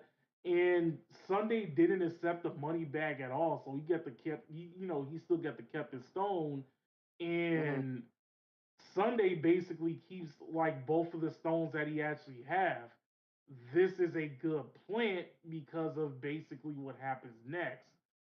So, during the other point of view where you go back to being a trailblazer, you actually run into like this dude named Gallagher, which he is like Like the the comedian? leader of the Bloodhounds. No, not the comedian, damn Oh. it. See, what? Every time I hear Gallagher, like it's fucking has to be the comedian or the video game. Actually, yeah, you're kind of right on that. Um, so keep in mind that this dude's a grown man, and I'm basically pointing this out because in a minute you're about to like die out laughing. So it turns out that he knows a little bit about the history of like Penacony in general, Uh and he huh. basically tells a little bit about the history after Mhm. figuring out that it was a prison for like the IPC. It turns out that there was an uprising, and that's where that name Malachi comes from. Because it turns out that all of the cartoon characters that are in Penacony were based off of real people. And Okay. the main one, which his name is Clocky, is actually based on a person named the Watchman, which not too many people really know who the Watchman's identity is. And basically they basically created like a revolution among like the prison and everything else like that, and eventually took it over. Um and then like it turned out that the Watchman had some kids, and then after that he like died in a place where like nobody, where hardly anybody remembers where he died at and everything else like that. So he died in secret. And then right after that, that's when Penacony started slowly building up to itself, to where itself is right now. So, the way Gallagher explains everything, it basically sounds like he was like there when he was a child. So then they ask him what his age is, and he said he said he's 13. But here's the thing: this dude looks like a grown ass man, but not only that, they put emphasis on 13. Wait, what do you mean to put emphasis So, on 13? which is going to be something that's going to come up in a little bit, but I just want to point out that they put emphasis on the word 13. So what? Is this for like women So, who learn to show this or something? no. Yeah, we're not gonna talk about a thick boy yet, but that's gonna be later on. The only designer for women who like shoulders and wide hips. Oh my god. But go ahead. So, anyway, going back to like the whole story and everything else like that, Aventuring started having like, I'm not gonna say it's like hallucinations per se, but he started having like a conversation between his past and future self and everything else like that. Hmm. And he decided that he was going to go through with a certain plan, and basically once he goes through with it, it's a possibility that he might not make it out alive.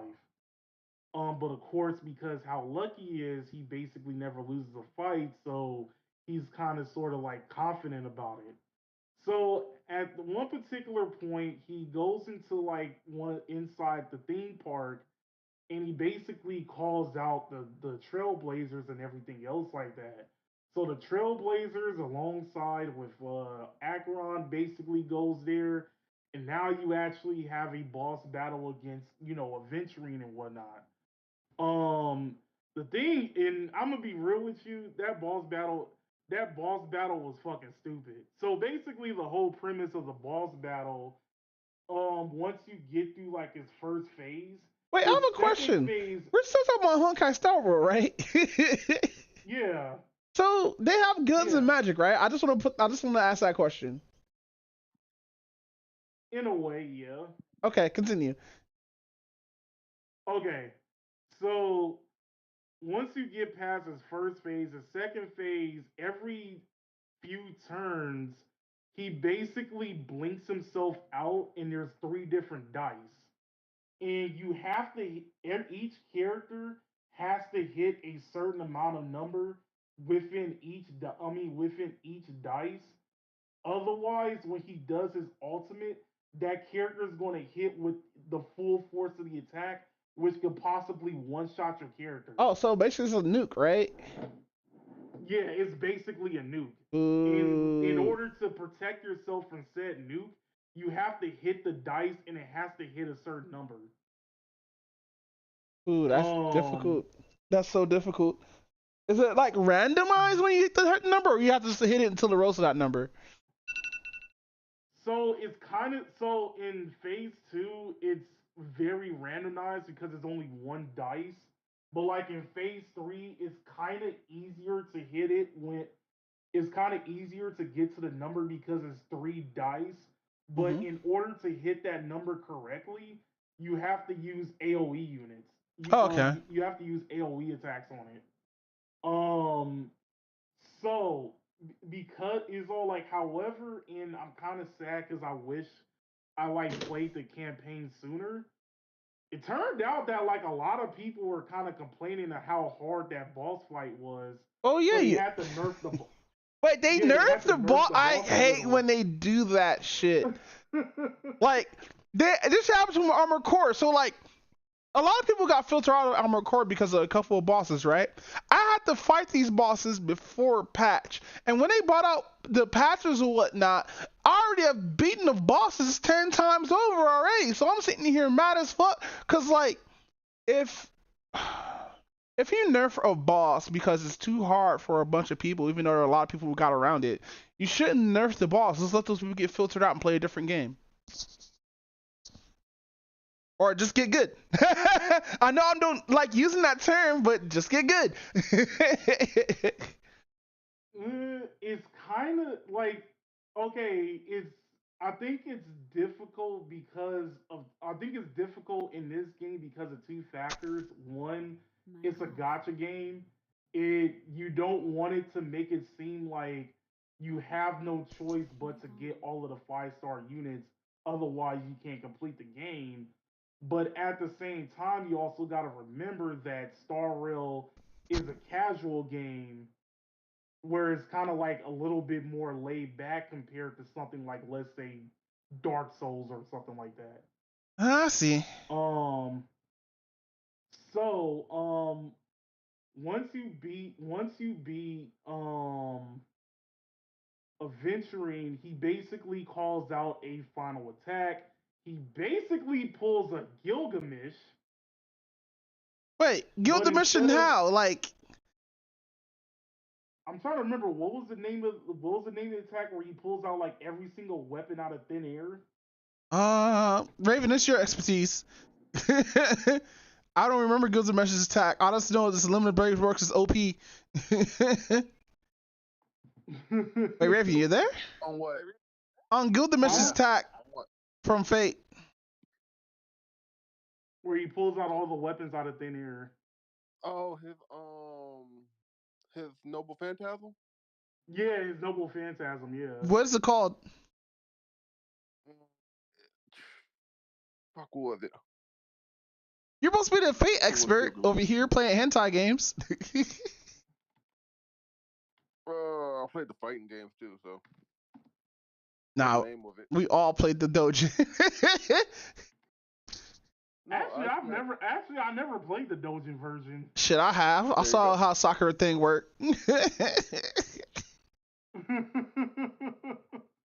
Yeah. I know how fucking Saber's titties are flesh colored. Not even pink, they're flesh colored. Who the fuck does that? Oh, Gates of Babylon, that's what it is. Yeah, That's what Gates it of is. Babylon. So, Aventurine basically pulls like his own version of the Gates of Babylon. Is it with dice but, like, though? Instead of it, no, it's actually poker chips. Oh, that sucks. That's annoying as fuck. It's gigantic poker chips, and like basically he's planning on to like nuke the whole place.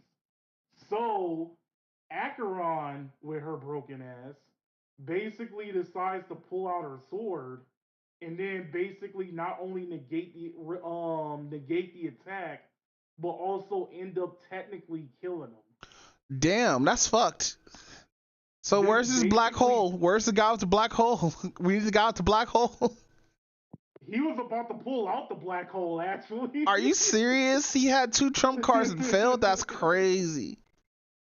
No, what was about to pull out the black hole, but Acheron basically put not Acheron, but Aventuring then eventually ends up waking up in, I guess, what you'll consider Acheron's purgatory or her domain expansion. Wait. This is all happened in the dream world? Yeah, this is all happening. This doesn't matter. What? No. Why the fuck would you even do? I thought this was in the real world. Niggas is about to die for real. But no, it's in the fucking Freddy Krueger world. Boo! This is why I hate story structures. If it's a dream, it doesn't matter. Boo! That's why people were so pissed off at Liza Pie. Boo! I mean, not Liza Pie. What's that shit with the tiger on the boat? Oh, no, I think that was a Life of Pi, right? Yeah, I think it's Life of Pi. I think it's Liza Pie. That was the one with the Indian dude. That was like the one with the Indian dude, right? Yeah, fucking, it was all a dream, so it didn't really matter. I'm thinking like this dude's about to really destroy the world, but nah, this nigga woke up. But no, continue. Yeah, I was correct. I was correct. It's called Life of Pi. Okay, cool. Continue. Okay, so wait, what the fuck? This movie's over a decade old? Yeah.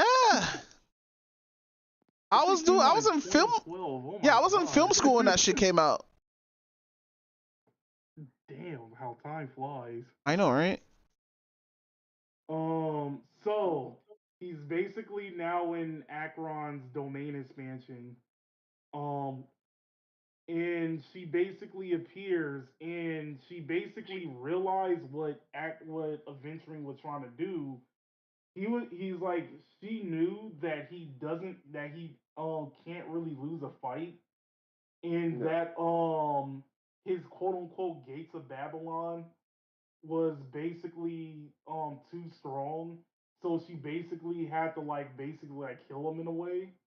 And she knew from the get go that was his plan all along. And now it's actually I actually had to look up a video on how to explain what happens to people. I mean, about the whole death theory. It turns out that if you die in Pentaconi and you don't wake up from the dream world, you basically go into a purgatory state, I guess. And basically Aventuring, he's trying to figure out a way out of it so he can basically prove that death actually happened. And to make matters worse, so everything goes, everything correlates with each other.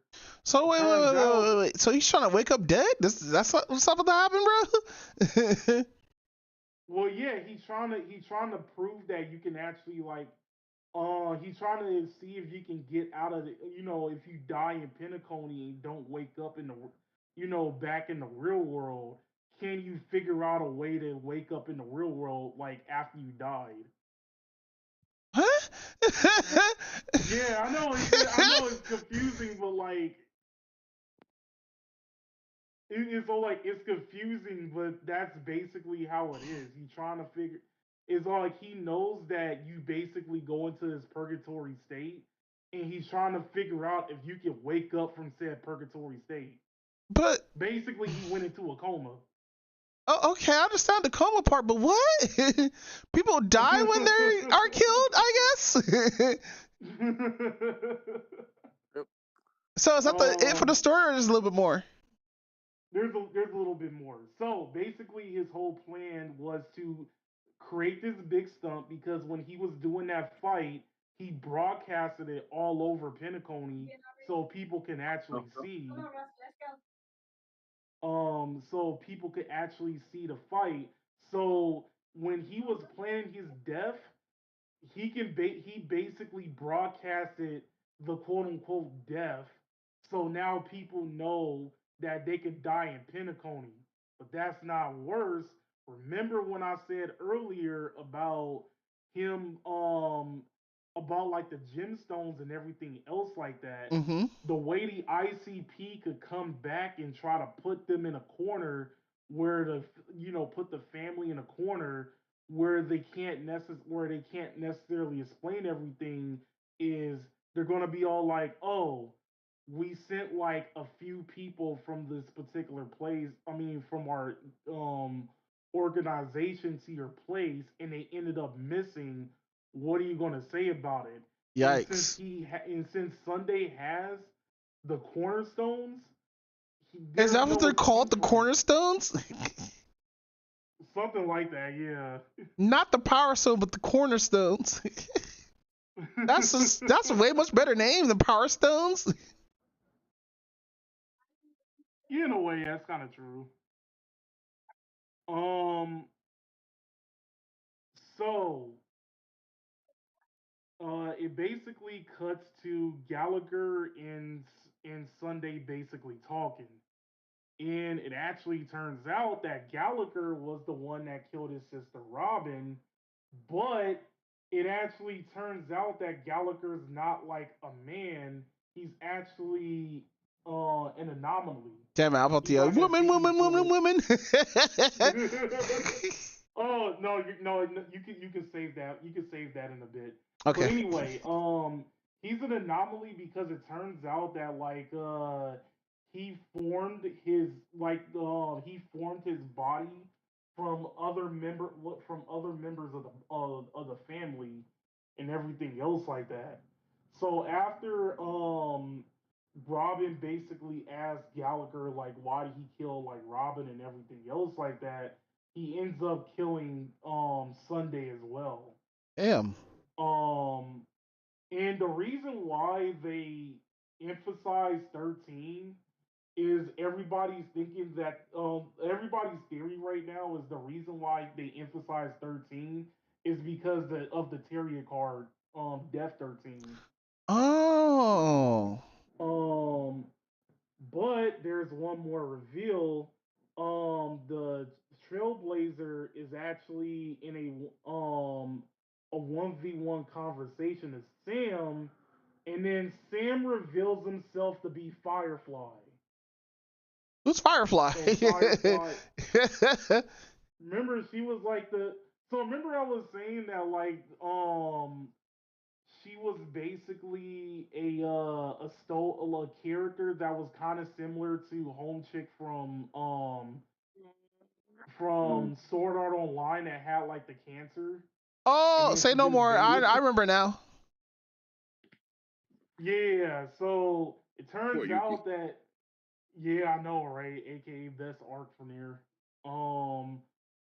But yeah, it turns out that like when Firefly quote unquote died, she didn't really die. Hmm. Um, she's just using Sam as like a place in and everything else like that. So yeah, Okay. it actually turns out Sam is a girl.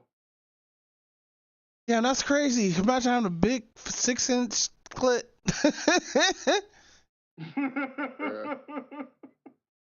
But nah, that was a joke. Okay, and yeah, and that's it. That's it for the story for right now. So how you like the story so far, fam? Since it's like, since it's all like this dream stuff.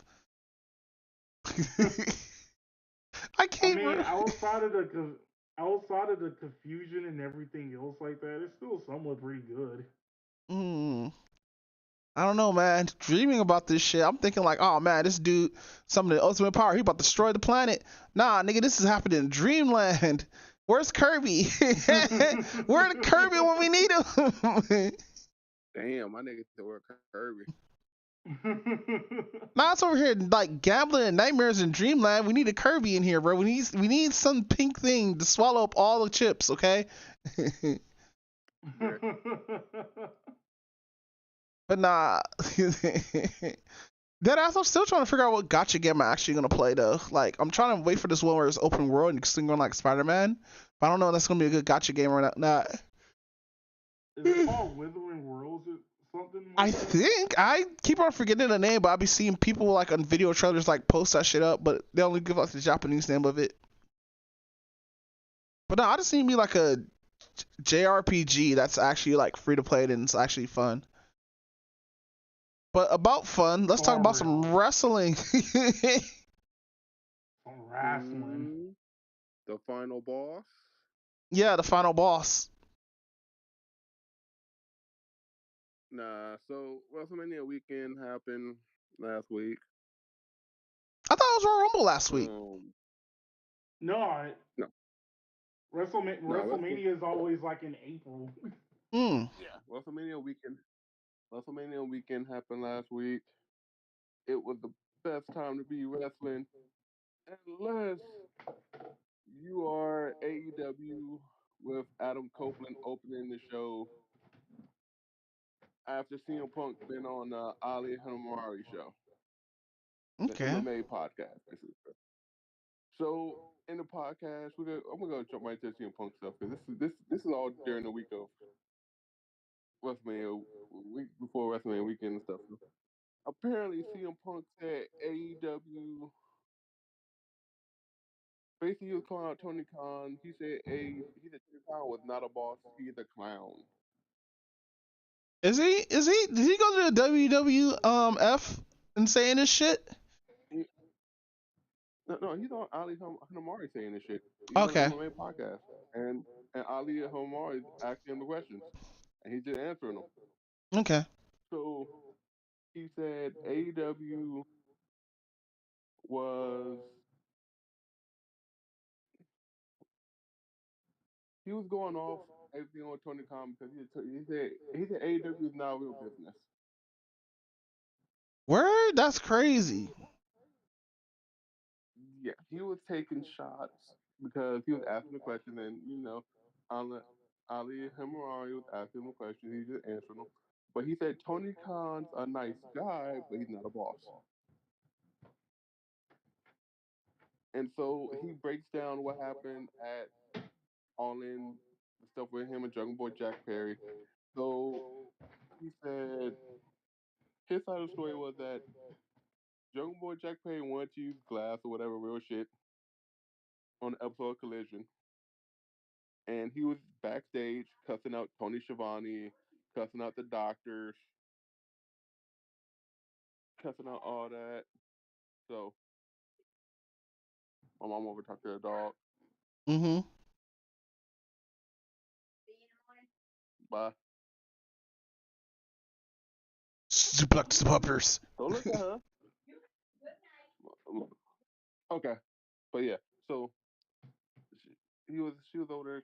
He was over there saying he was Jungle Boy Jack Perry was cussing out everybody, supposedly in the back, right? So Tony Schiavone went and grabbed CM Punk and told CM Punk, "Hey, come help me, or whatever, some shit like that." Jungle Boy Jack Perry is doing on a tirade, whatever, right? Okay. Punk said, "You don't want me to handle it. You don't want me in this. If I handle it, it's gonna be different." So Punk told Tony Khan. Tony Khan once again never handled the situation, right? So Punk went and handled it. Punk told him, "Hey, you can't use real glass. It doesn't make sense for this spot or whatever." Him being a veteran in the business, right? Yeah, because I use Right. candy glass, right? Told him, Or like tempered glass, because it shatters better. yeah, but Jungle Boy Jack Perry wanted to use he wanted to use real glass, Oh. and it's fine, but the so, but once again, so it was the same thing with Adam Pay, well, Hangman Adam Page, same thing with the Young Bucks. They were once again, if Tony Khan was a boss, because CM Punk told him to handle it. He told him, like with the shit with Colt Cabana and Hangman, same thing with Brawlout, handle it. Tony Khan never handled it. So that's why all that shit we got the drama from last year. Mm. But let's finish the year before that. Let's finish up from the drama from last year. So when they were at All In London, Jungle Boy Jack Perry had a match with Hook, and he said, "This is real glass. Cry me a river, bitch." Okay, two things wrong. Well, a couple things wrong with this. First of all, Jack Perry went into business for himself, and Tony Khan should have corrected that. right? No, you're right. Secondly, listen. Secondly, that comment was specifically directed at CM Punk.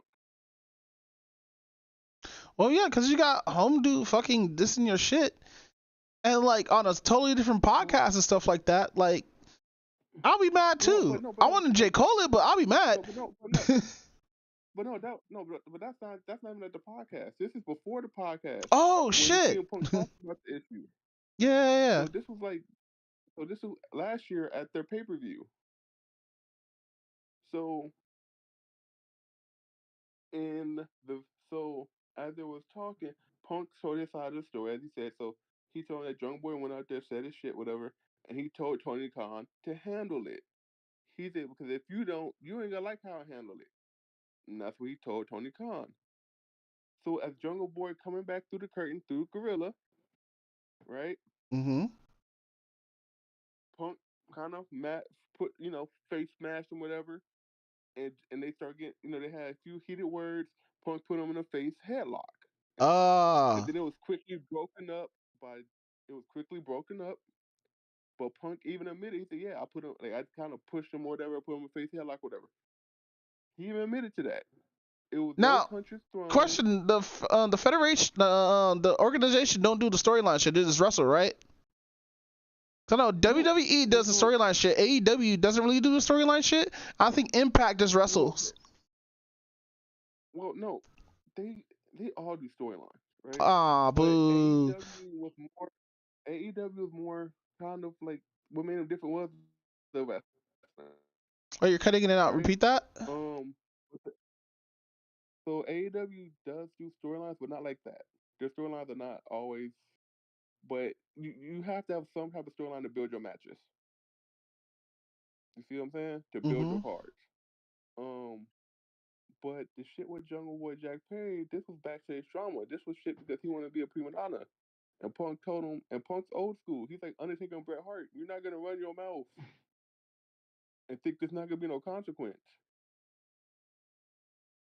Hmm. I You, get you see that. what? So you remember Bret Hart punched Vince McMahon in the face? Yeah, I remember that. So like once again, but Bret Hart was old school too. You're not gonna go ahead and run your mouth because the boss ain't gonna handle it. We're gonna handle it. You see what I'm saying? Yeah. Yeah. So and once again, Tony Khan is a nice guy, but CM Punk said this is CM Punk word. He's a nice guy, but he's not a boss. He's not because it's too much shit that happened. You trying to be wrestler's friend, well, you need to know where to draw the line. You need to be their boss, not their friend. Oh. Baz. But But no, yeah, but go ahead. So, besides all that, go ahead, what happened to WrestleMania? Cause I heard like Kai Cenat got his neck broken by the snake.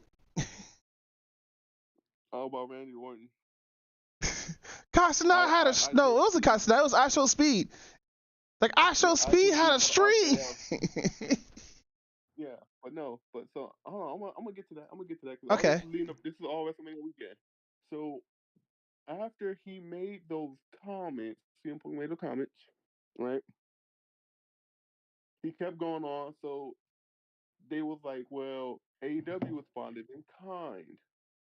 AEW being AEW, Tony Khan not being the bigger person. Because the week prior, Adam Copeland, aka Edge, was like, hey, we're not gonna worry about the bullshit that CM Punk said.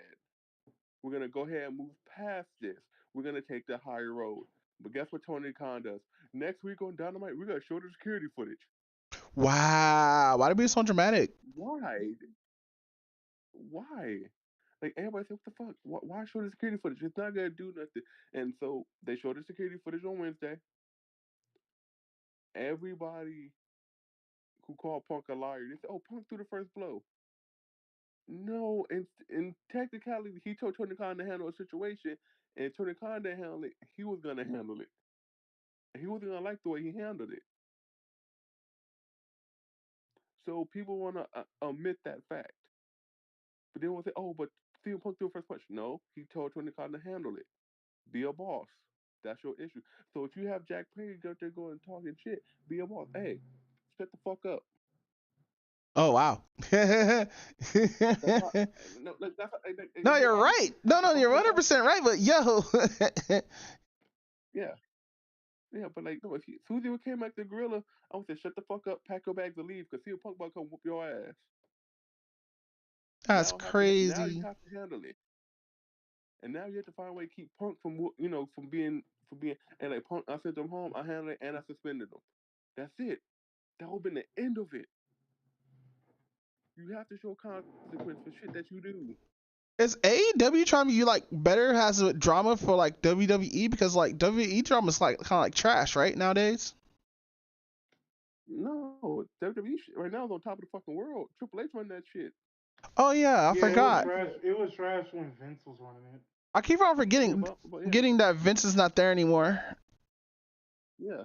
So, but Finally. so yeah. So after all this shit happened, like I said, they say they got aired. It was so this is after when they aired the security footage. They showed that Punk did do his little show, put him in the front headlock like he said, but it was quickly Ooh. broken up by Samoa Joe, Chris Hero, and shit like that. Mm-hmm. It kind of broke it up real quick. So it wasn't really it was petty shit. It didn't do them nothing. It didn't do them no favors. It didn't do AEW no favors. It gave them a pop in ratings, yes, but as a business standpoint, you want to get past all the drama. Why are you worrying about drama 8 months ago? If Yeah, CM you're Punk right. go say some shit, let it go. Worry about your business. Worry about you getting if people are taking pictures of the half empty stadiums for AEW shows. Fix your product.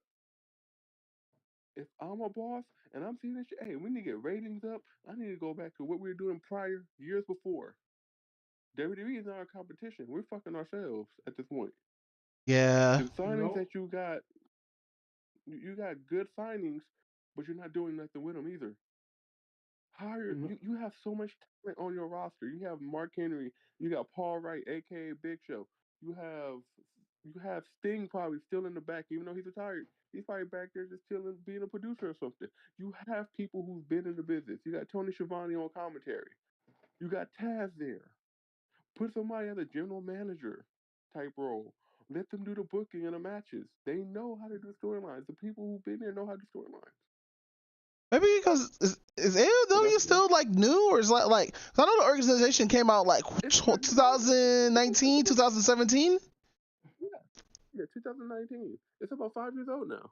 Okay. No, I give it a benefit of the doubt. They can't get a good storyline because it's been 5 years. It might not have got that many good writers. But no, Tony Khan just can't book shit. Like Wow. when he first started, the matches were cool and everything was fine. Go back to what you were doing back in 2019, 2021 era. That's when you was at your peak. Okay. But so let's get to Now it's like. no, like, I'm not. Go ahead. oh, I'm okay. not. I'm not gonna lie. This is kind of reminding me like with WCW in his last days, where basically Hulk Hogan went off on Eric Bischoff. Yeah, and everybody's saying that. Everybody's exactly saying it's what happened in WCW. But Tony should they showed the footage. Let me tell you, when they showed the footage, Tony Schiavone literally turned his head. But he came out and said earlier today in the video, he said, "Oh, I'll just try to get heat for the show." In all honesty, I don't think Tony, you was trying to get heat for the show. You really felt some type of way. Yeah. You That's would what it you sounds like. because you wouldn't have looked the way you looked if you were just trying to get heat for FTR. Like the talent in the back did not even want to show the footage. They told Tony Khan don't show it, but Tony Khan wanted to show it. But Mm, but your boy Kenny Omega said he's not an EVP, Cal. They said in name only, he's not an EVP, and he's a terrible EVP. wow. He said it himself. Came out. He was like, I believe people should fight. It's good. He said, me and CM Punk, that night when Brawlout happened, we would have fought it out a little bit and talked about it. I mean, cool. That's how he handled shit. You, But he said I have no beef with CM Punk, which is actually the big Kenny Omega being the bigger person. He said me and CM Punk have no beef. Me and Phil have no beef. We have a mutual respect for each other. Wow, that's crazy. I wonder how the Lockers is gonna be like. Yeah, well, when your EVPs come on and say that, hey, but once again, Cody Rhodes not there. Cody Rhodes is gone too. He's back in where? Oh, And because his Hunter's there. contract Nobody. The reason why a lot of people left the WWE because fucking Vince. To be honest. yeah, but you gotta look at AEW's situation, and WWE is like 10 times better now since it's the Paul Levesque era. Triple H is running shit, but like I said, it's just all that drama. And like I said, it's a reason why Cody Rhodes left. In all honesty, Cody not gonna tell us the real reason why he left It's because probably a he did help make contract. AEW. NDA probably. It could be any of those, but Cody gonna say I didn't sign no NDA. Cody, you did. You just trying to say that the piece of it's whatever. So Whatever reason you left, you left. But I'm just so saying. go ahead. So enough for the AEW. That's enough for the AEW drama. But that's what's been going on in the AEW sphere of the world. They've been lighting themselves on fire. And Calvin said it best. WCW. But no. With that said, let's talk about some WrestleMania. I heard the Rockets finally got his title shot out of nowhere after So being in film for like how many years? no. So the Rock didn't get a title shot. The Rock came back during WrestleMania, during the week leading up to WrestleMania. The Rock came back, and it was supposed to be Rock and Roman for the title, but the crowd wanted Cody. Once again, they wanted Cody to finish his story because that's what they was building on all year. And Cody even said it. He said, I didn't dime, we want Cody or whatever. You know what I'm saying? I didn't go on social media to put that. He said the fans wanted that. So it started the storyline of the Bloodline versus Cody Rhodes, Seth Rollins, and Jay Uso and all them. So they all getting involved. Um, so it's led up to a tag team match on WrestleMania Night 1 between The Rock and Roman and Cody Rhodes and Seth Rollins. Seth Rollins said, this is really long term storytelling at its best. Now I will say this. Triple H put the final nail into the Shield at WrestleMania. So Seth Rollins said, I created Roman Reigns' tribal chief character in a way Seth Rollins did. Okay. That chair shot that rang what 10 years ago, 12 years, 10 years ago now, Cal. Yeah, just about. That chair shot that he did to Roman and Dean Ambrose changed the landscape of wrestling. So Seth Rollins said, "I made a monster, and I didn't know he would turn out to be a monster like this, whatever." To Roman Reigns, he said, "Cody Rhodes, I will be your shield." Okay. In which, once again, the tactical vest and all. And once again, he's this is long term, really long term storytelling at its best. So It is. we get to WrestleMania Night 1. Rhea Ripley defeats Becky Lynch, That's my girl. and then throughout the rest of the night, we got Dominic Mysterio and Escobar versus Andrade, who just came back, and Rey Mysterio. They Escobar takes the pin to Rey Mysterio. Well, to Andrade, yeah, I think he lost to Andrade got the pin.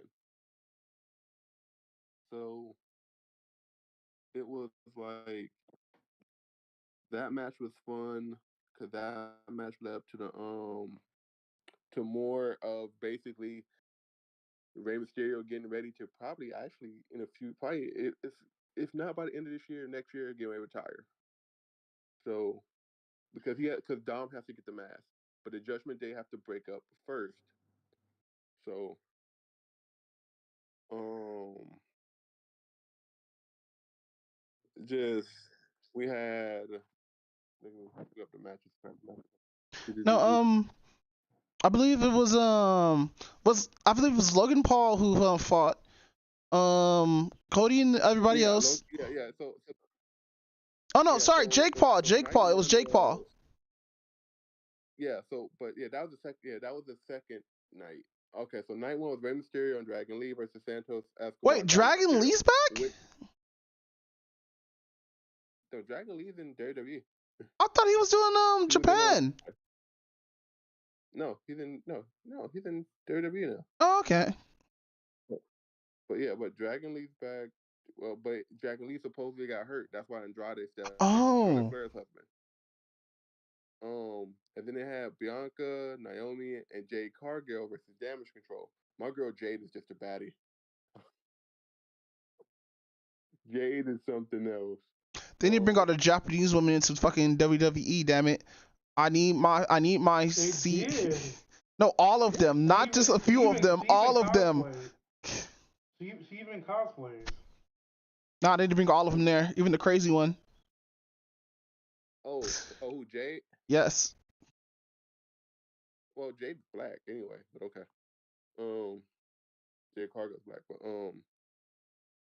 So, and then we had a six-pack tag ladder match, of course, that had Damian Priest, Finn Balor, R-Truth, and The Miz, Tommaso Ciampa, and Johnny Gargano, Kofi Kingston and Xavier Woods, and Austin Theory and Grayson Waller, and Pete Dunne and Tyler Bate. Okay, this match was actually fun because R-Truth has finally won a championship at WrestleMania. Even if it was a tag championship, he finally got his due. But if you watch Raw last night, they're not the Raw Tag Team Champions. They're the World Tag Team Champions. It's a new era. Paul Levesque brought back the gold belts, Cal. Oh, that's even better. No, you gotta see the way they look. They look like the newer, like, you know how Rhea Ripley and them, like, you know how her belt looks, something like that. You know, like the new heavyweight championship. Mm-hmm. They look something like that. But but they're still called the world titles, which I enjoy better anyway. You know, so they're gold, and I was like, okay, that's fine. They look like actual titles. You see what I'm saying? Yeah.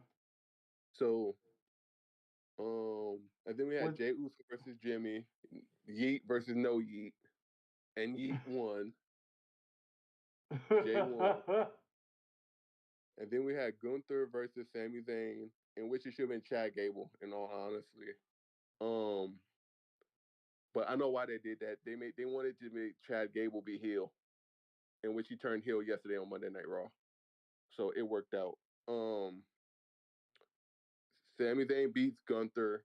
Becky Lynch loses to Rhea, and then The Rock, the final boss, and Roman Reigns versus Cody Rhodes and Seth freaking Rollins. And night one, The Rock and Roman won. With The Rock hitting the rock bottom, Roman hitting the spear, and then The Rock finishing up with a people's elbow. Damn, still motherfuckers getting knocked out through the people's elbow. Yeah. That's crazy. Yeah. And then niggas literally laid there for 5 minutes. And then we had night two, which was Bobby Lashley and the Street Profits, aka the Hurt Business 2.0. And the Final Testament in a six-man tag match, Philadelphia Street Fight, in which Bobby Lashley and them won. And then we had LA Knight versus AJ Styles, which your boy LA Knight won. And then we had Logan Paul, Randy Orton, and Kevin Owens in a triple threat match for the United States Championship, in which we've seen Randy Orton deliver an RKO to I Show Speed on the table. This nigga I Show Speed was wearing a prime outfit when he got RKO'd. Shit was funny. But so did KSI. KSI was fine though. Fucking. Fucking, we should use I Show Speed next. There's a guy neck brace and the fucking arm brace on and shit. They got destroyed. He barked at Randy, And then Michael Cole said the dog is dead when he got RKO'd. Damn, that's crazy. So Actual Speed like caught the RKO, and that's all she wrote.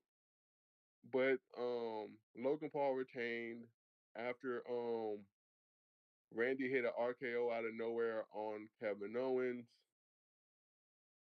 Because Kevin Owens went for a pop-up power bomb. Randy Orton, I don't know how much body control this nigga has to do an RKO from that position, but that shit was legitimatly out of nowhere. The most three deadliest words. And then Logan Paul saw it, threw his ass out, and then hit KO with a splash for the win. So Logan Paul retains. And then Io Sky versus Bailey. Bailey turns face that night when she beat Io Sky. And then Seth freaking Rollins versus Drew McIntyre. Drew McIntyre with Seth freaking Rollins versus Drew McIntyre with CM Punk on commentary. Okay. Drew McIntyre won the belt. He was gloating, showing off, and CM Punk said, "Get out my face, whatever. Congratulations." And then he kept doing it, kept taunting him, and CM Punk got up, whooped, did the beat down or whatever. And guess who came and cashed in? Damian Priest with the Money in the Bank suitcase, cashed in, hit him with a self of heaven in the middle of the ring. 1, 2, 3. And your new World Heavyweight Champion is Damian Priest, even after Drew McIntyre didn't beat Seth for the belt. Jeez. So, hey, what makes it even funny is that I knew this shit was coming. I said, David Priest is gonna fucking Seth Rollins, Drew McIntyre, isn't he? Honestly, I'm gonna just be real with you. Money in the Bank just needs to die out because it's Well, getting way too predictable at this point. but is it though? Because remember, people cashed in and lost at Mania too. I thought there was like only one person who like lost. It's been like 40. It's only like a 40% win rate with that shit. Like legitly, like, and it really hasn't been that many people who actually cashed in and won with it. There have been failed attempts to cash in. You see what I'm saying? Jeez. Yeah. But then we had the match of the night with Roman Reigns versus Cody Rhodes for the undisputed WWE Championship. Because the Universal, that shit's gone. No, that Universal bullshit is out the window. We're gonna call it what it is now. Because it's the WWE World Championship, and now the World Heavyweight Championship is back. So the belts are separated, and how they should be. Oh my fucking god. So don't get me wrong, Roman's reign as champion for 1,365, 66, some shit like that days. Almost 4 years of Roman Reigns being champion. So it's good that it ended. It's good that Cody did it because Cody needed to finish his story. Cody won the match, but not without all the shenanigans happening. Because that night, everybody interfered. We had Solo Sikoa come out, try to hit Cody with the spike. Then John Cena ran out, picked him up, and FU'd him through a table. John Cena got in the ring. The final boss music hit. The Rock come out, hit John Cena with a rock bottom. The lights go out. Undertaker's in the middle of the ring. Choke slam. I saw that part. Choke slams The Rock to hell. And then The Rock is gone. Damn, that's And so crazy. is Undertaker. And then Cody Rhodes, and then Seth freaking Rollins with the best storytelling in the world come out to the Shield theme through the crowd, wearing the tactical vest. He said he would be Cody's shield. It was a chair in the middle of the ring. Roman looked at Cody, looked at Seth, and he chose Seth Rollins, giving back the chair shot that echoed from 10 years ago, clothing that story officially with the shield. Roman then dropped the chair, tried to spear Cody. Cody counters, hit him with 3 crossroads in the ring, and then we had 1, 2, 3. And your new And Samantha Irvin that night, she was breaking up. She was legitly like that night. Even it was a feel good story, right? It was. This is what pro wrestling is. You can say whatever you want. It's quick, but it's at this point everybody acknowledged it. It's a way to get away from all your daily bullshit in life, right? But everybody acknowledged that Cody deserved this win. Every like Samantha was even crying when he won the belt, but she still pulled herself together and announced your new WWE your WWE Universal Undisputed Champion, the American Nightmare, Cody Rhodes. And what makes it even better that Triple H came down, everybody came down, put the belt around him. His wife was there and all that stuff. A feel good story, right? Right. I would have got up and So, suplexed his wife. I'm kidding. I'm kidding. man, Brandon, man, but yeah, so he finished his story that Dusty Rhodes couldn't finish. And he said himself, if he couldn't give his dad the belt, he'll give it to his mom. And he let his mom hold the belt because Dusty technically should have been a champion, but Vince didn't like fat people. Damn. That And is that is true. and Dusty, like a lot of people love Dusty Rhodes. I mean, a Yeah. lot of people loved like, bro, that bionic elbow, bro. Like, come on, a flip flop, and like even Bubba does the flip. You know what I'm saying? He does the bionic elbow. But I'm just saying, True. it's just you see that Dusty Rhodes was a performer, right? Dusty Rhodes did everything as a performer, and he gave back. NXT was a brainchild, but then you get people like who came from NXT, like Seth Rollins, Dean Ambrose, Roman Reigns. So it's a legacy that Cody should be proud of, and he finally gets to hold the belt, give it to his mom. So it was a good feel good story. So So the next night on Monday night, yeah, I was hmm, going to talk about Monday night. Go ahead. so the next night on Monday night Raw, The Rock, Cody came out saying, he was a new champion, whatever. Triple H said it's a new era, and it is a new era, right? Right. So, and he told Cody Rhodes to come out there. But you know what? The thing before Monday night, let's go back to Sunday night real quick.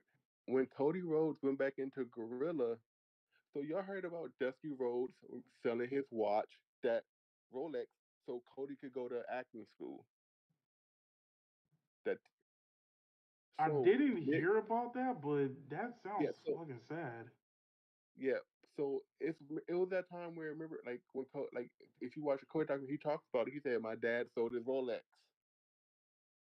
for me to go to acting school, for me and my sister to go to California, go to acting school and stuff. Cause this when they were broke almost, and he was trying to keep up appearances. He said when the lights got cut off, the light bill didn't get paid. You see what I'm saying? But I Yeah. never I never saw the whole story thing. so when you get a chance, go watch the American Nightmare story, and then watch the Bray Wyatt one after. Then you go be like, bro, what the? Both are really good documentaries, really good, especially the Bray Wyatt one. I'm gonna get into that too. So we had that. Um. So then, so after the night when Cody won, he went back to Gorilla. Nick Khan, Triple H got together and they gave him a gift. Y'all know what that gift was? These nuts? No, I'm kidding. What? They found Dusty's watch Wait, what? What? and they gave it back to Cody. Yo. Wait. What happened? Cody was like, I need to know this lore. Why? What happened? so Dusty Rhodes, as I said, he's when Cody and his sister were trying to try to go into acting school and stuff like that, they were broke. And the only thing Dusty Rhodes had left to really sell was his watch, the Rolex. Mm-hmm. and he sold it, and he gave him that money with that 10 grand to go to acting school, and that watch has been gone. So Nick Khan legitly hounded and found that watch, found Dusty Rhodes' watch, bought it, and him and Triple H gave it back to Cody that night after he won the belt when he went back into Gorilla. Yo. That's full circle. Oh my god. So Okay, they so like, gave did his back. father have that watch? It's like a family heirloom.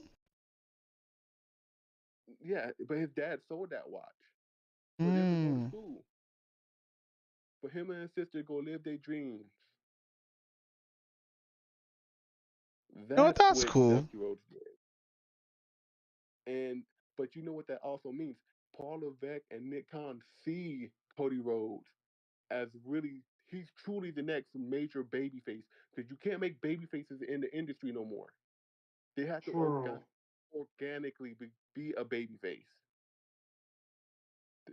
Like think about it. Over the years, they forced Roman Reigns to be a face. Roman couldn't be a face. Now, if Roman comes back as a face, he will be accepted as a face because it will be organically happening.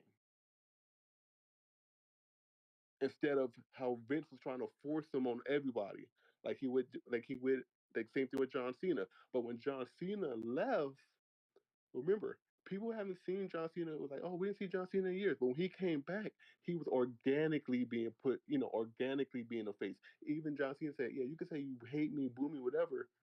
I love it. But you can say, you know what I'm saying? It's you can't make a baby face no more. You just can't.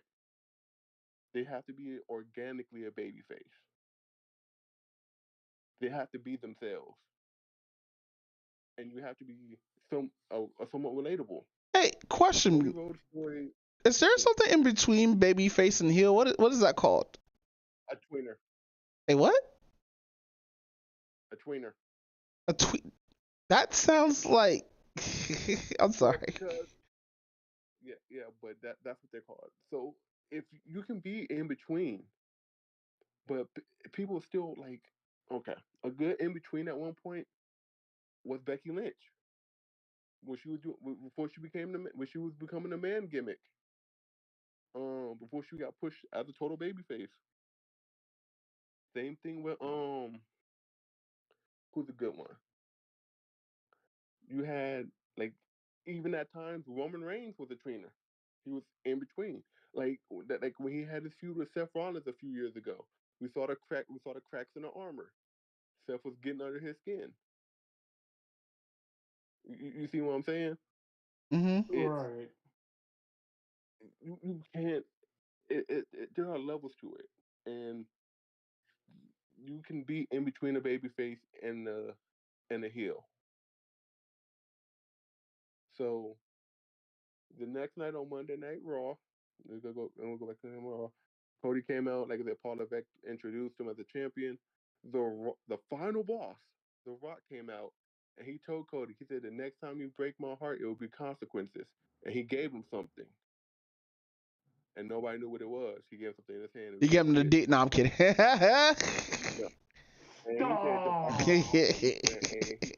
And he said The Rock has Stop. and he said The Rock has to go away for a while, which he's going to do Hollywood obligations or whatever. That's fine. He did what he had to do, but he said, "I'll see you later, Cody," and I'll come in for that championship. And him and The Rock switched the belts. The People's Champion belt that Muhammad Ali wife gave him, The Rock and Cody gave him the WWE Undisputed Championship belt, and and then they swapped belts back. So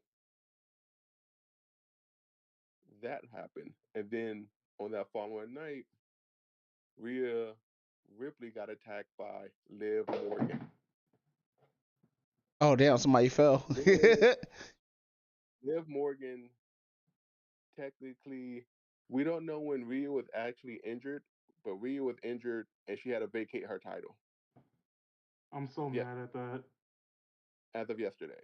So, but they turned it into a storyline, which works because she did take Liv Morgan out, but Liv Morgan did have an injury or whatever, an arm injury. So Liv Morgan said arm for arm, right? So that makes sense. But we also know that that night also, and after WrestleMania, it was a match. It was a fatal four-way for the number one contender for the World Heavyweight Championship. Drew McIntyre was about to beat Jay Uso with the Claymore, but guess who came out and stopped him? Screwed him again. CM Punk. Let's go. So Jay Uso hit the spear on McIntyre, then hit the Uso splash for the 1, 2, 3. So that continues the storyline for that. And then we also have the teasers of Uncle Howdy getting ready to come back to wrestling. Bray Wyatt's brother, Bo Dallas, is picking up the mantle. Which is, What? yes. If you watch the documentary, like the way Bray Wyatt's final Fiend form would have looked, nigga, I was like, like, bruh, like I was for it. I was like, and you know I'm a Bray Wyatt fan. I'm a big Bray Wyatt fan. I was like, oh, he's the new face of fear. He is really the new face of fear. So, but Uncle Howdy, Bo Dallas gonna pick up that mantle. He could come back as Uncle Howdy. Everybody saying Alexa Bliss is gonna come back because remember she was part of the the Wyatt stuff. Um, Big Red Rowan and Strowman coming back. So the Wyatt Six is getting ready to come back. I don't know when, but they've been teasing it. Matt Hardy's contract with Matt Hardy did not renew his contract with AEW either, which means Nice. which means he could be part of the Wyatt Six because him and Bray Wyatt did have a tag team at one point. Remember? Yeah, I remember that. So it's just to honor. It's a way to honor Bray's legacy. You know. Um. So yeah, so that's been going on in wrestling, and then like I said, this week we got Jade Cargill had a match with Chelsea Green on Monday Night Raw, smacked her up real quick, and hit her with a jaded for the 1, 2, 3. My girl Roxanne Perez is finally leaving NXT. Um, so with Ilya Dragunov eventually sometime down the line, and I want that Ilya Dragunov versus Gunther rematch. I don't give a damn. I also want that. I also want what's called in there, Pete Dunne, because that will be one of the hardest hitting matches that you will see, and it'll be worth it.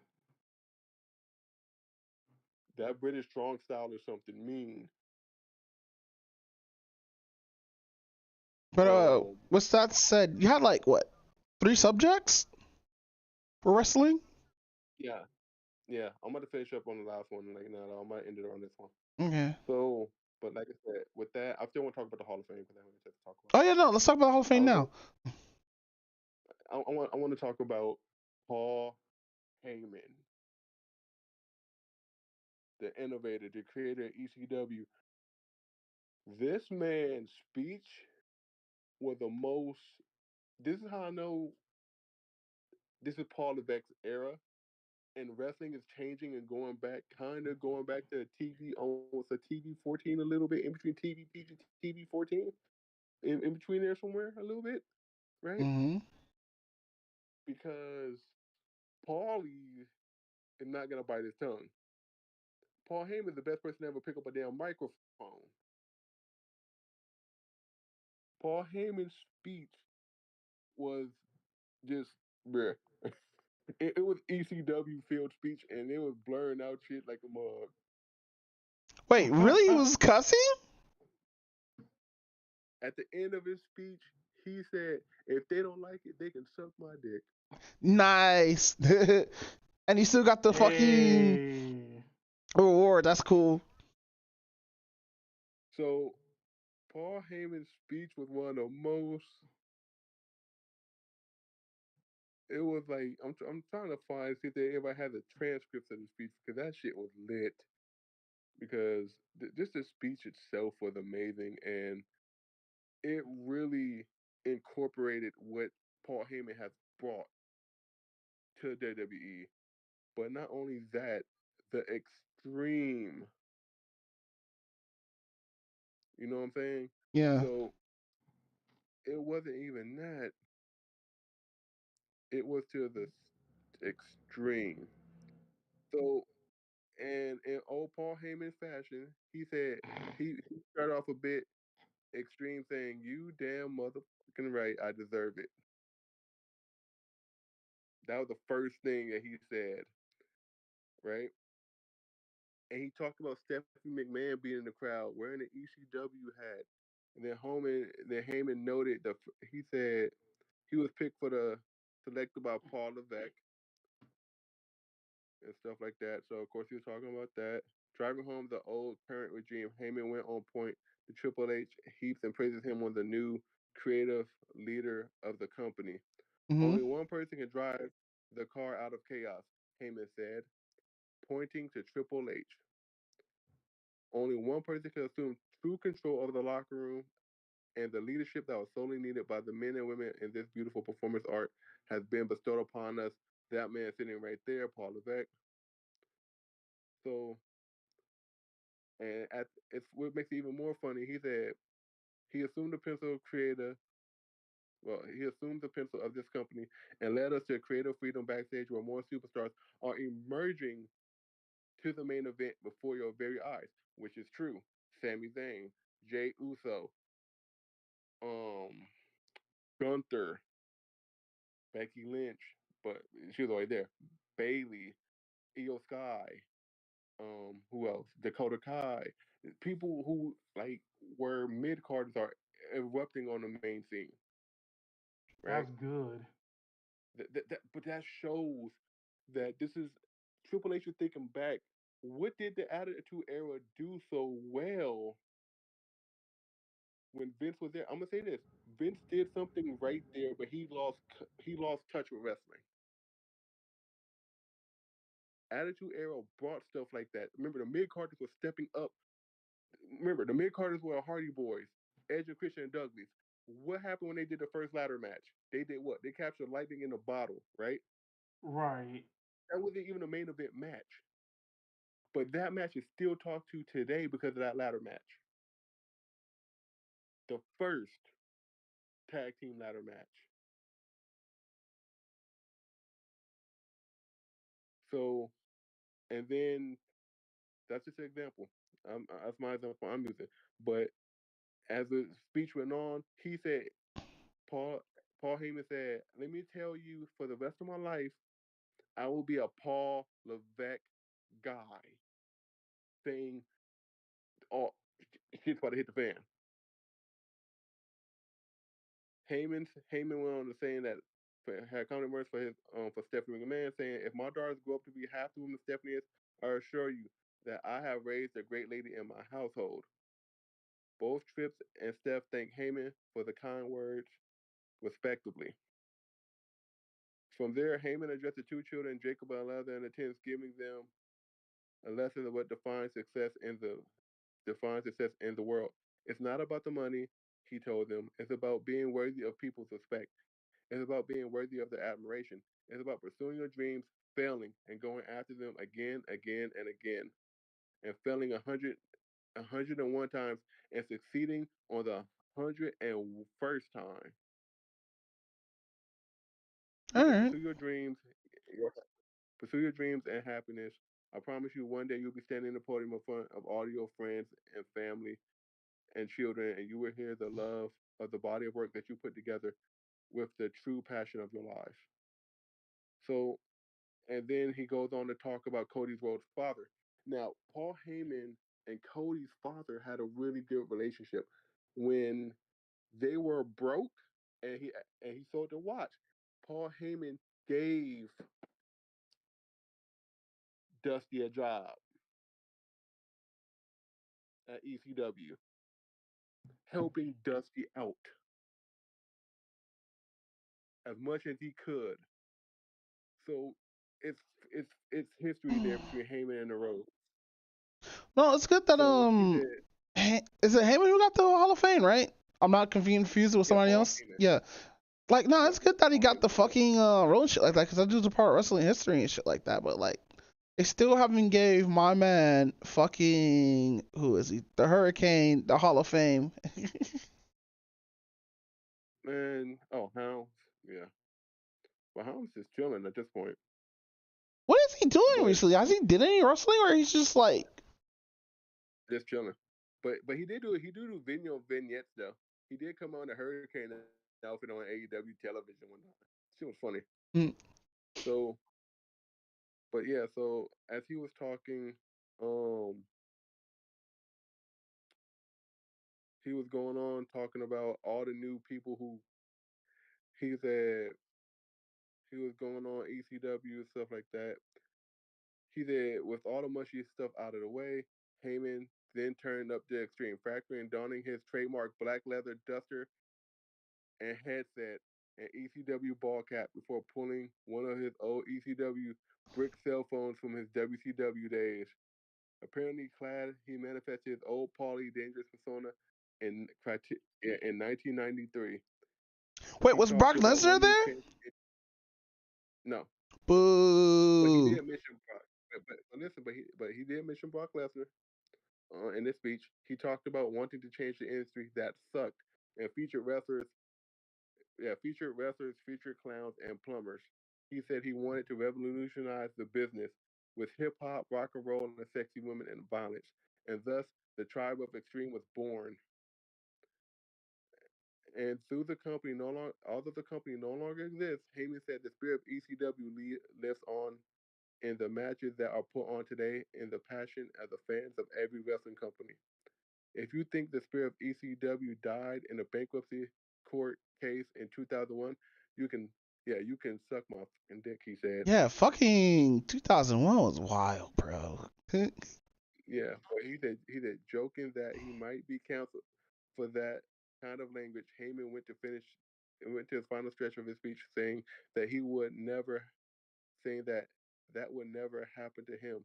They they ain't gonna cancel me, he promised, because they know if they do, I'm coming back bigger, badder, stronger than ever before.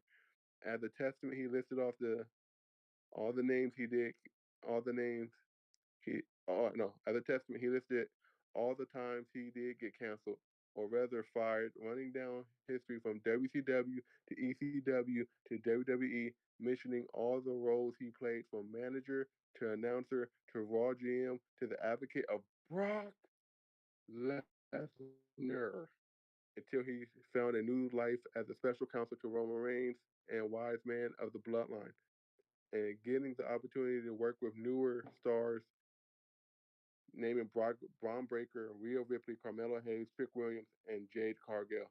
To conclude, Heyman made it clear that he's going to continue doing what he loves, being part of professional wrestling history. This is a Lifetime Achievement Award. He declared, I'm just getting started. The more disruption of the industry pumping through his heart, and I guarantee you we're going to disrupt it all over again. And that's not a prediction, that is a spoiler. So, but with that being said, the class of that night was Paul Heyman, Muhammad Ali, um, what's her name? Old Japanese strong star. Cannot think her name. I know who you're talking about. Um, I just can't think of her what was name her as name? well, but I know you Nanako. talk. No, I don't think it's Nanako. I think it wasn't Nanako. I think because they also introduced. Um, they also introduced. Okay, yeah, Paul Heyman, Muhammad Ali. Yep, Bull Nanako. I was right. Okay. U.S. Express, Mike Rotunda, and Barry Windham, relatives to Bray Wyatt, the father of Bray Wyatt and the uncle to Bray Wyatt. Thunderbolt Patterson got even, and Mavia, The Rock's grandmother. That was a hall. That was a Hall of Fame class of 2024. Um, but yeah, Muhammad Ali's wife gave The Rock the People's Champ belt. Um, and it's funny because they said The Rock told Muhammad Ali that he was gonna use the People's Champ as the title, one of his titles, and The Rock and Muhammad Ali said he can have it. Muhammad Ali passed the torch to The Rock, saying you can have that title, That's That's nice. interesting to know. and that's um, when he told that story, the Muhammad Ali's wife took out the Brahma Bull People's Champ belt and gave it to The Rock. So The Rock That's wore that night at WrestleMania Night One. He came out with it on, and it was like, okay, cool, Rock. I see what you're doing. I see you. So it's it's been really WrestleMania week has really been special in many ways, many sucky ways too. it Um, has. with Rhea Ripley being injured, My baby injured. but Best we don't girl's know. injured. Yeah, we don't know how long she will be out. But we also got a few contract updates. I'm gonna just run through these real quick. The last contract, so Drew McIntyre contract have not been renewed yet. Becky Lynch contract have not been renewed yet. Seth contract have not been renewed yet, supposedly. Um, like I said, Matt Hardy's contract with AEW is up. He is a free agent. Um, but I think Matt Hardy is gonna go back to WWE. I think Jeff still got time on his AEW contract that he needs to finish up before he can go back. Um, and then I think MJF still got time on his contract in AEW. I believe everybody say he signed a new contract. We'll see what happens because, like I said, WWE is on fire right now. Um, and AJ Styles said in a year now or two he may retire. Man, I swear we should have got rid of Vince earlier. I know, right? So, but AJ Styles saying he's gonna retire in 1 or 2 years. Hopefully, he said it has to be the right storyline. There has to be a wait for him to go out. Um, Actually, that sounds very valid. well, he's 40. He said everybody expects him to do the same. You know what I'm saying? He said in my mind, I want to say yes to keep doing this because like every wrestler, they don't protect themselves, right?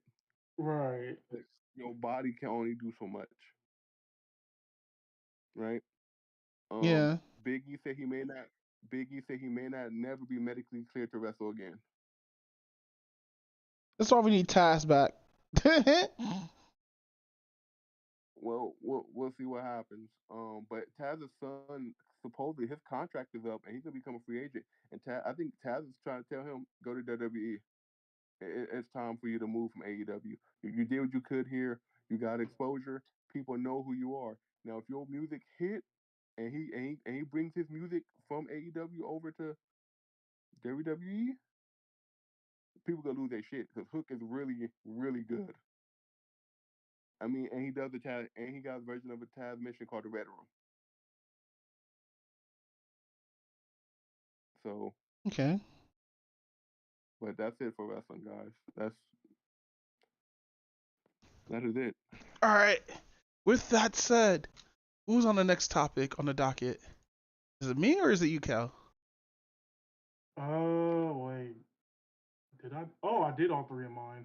All right. So we're gonna talk about fucking. Oh man, this is gonna be a hard topic. So, guys, everyone's in Which here topic? out in the world or whatnot who's lonely or whatnot, who thinks there's nobody there for you or whatnot.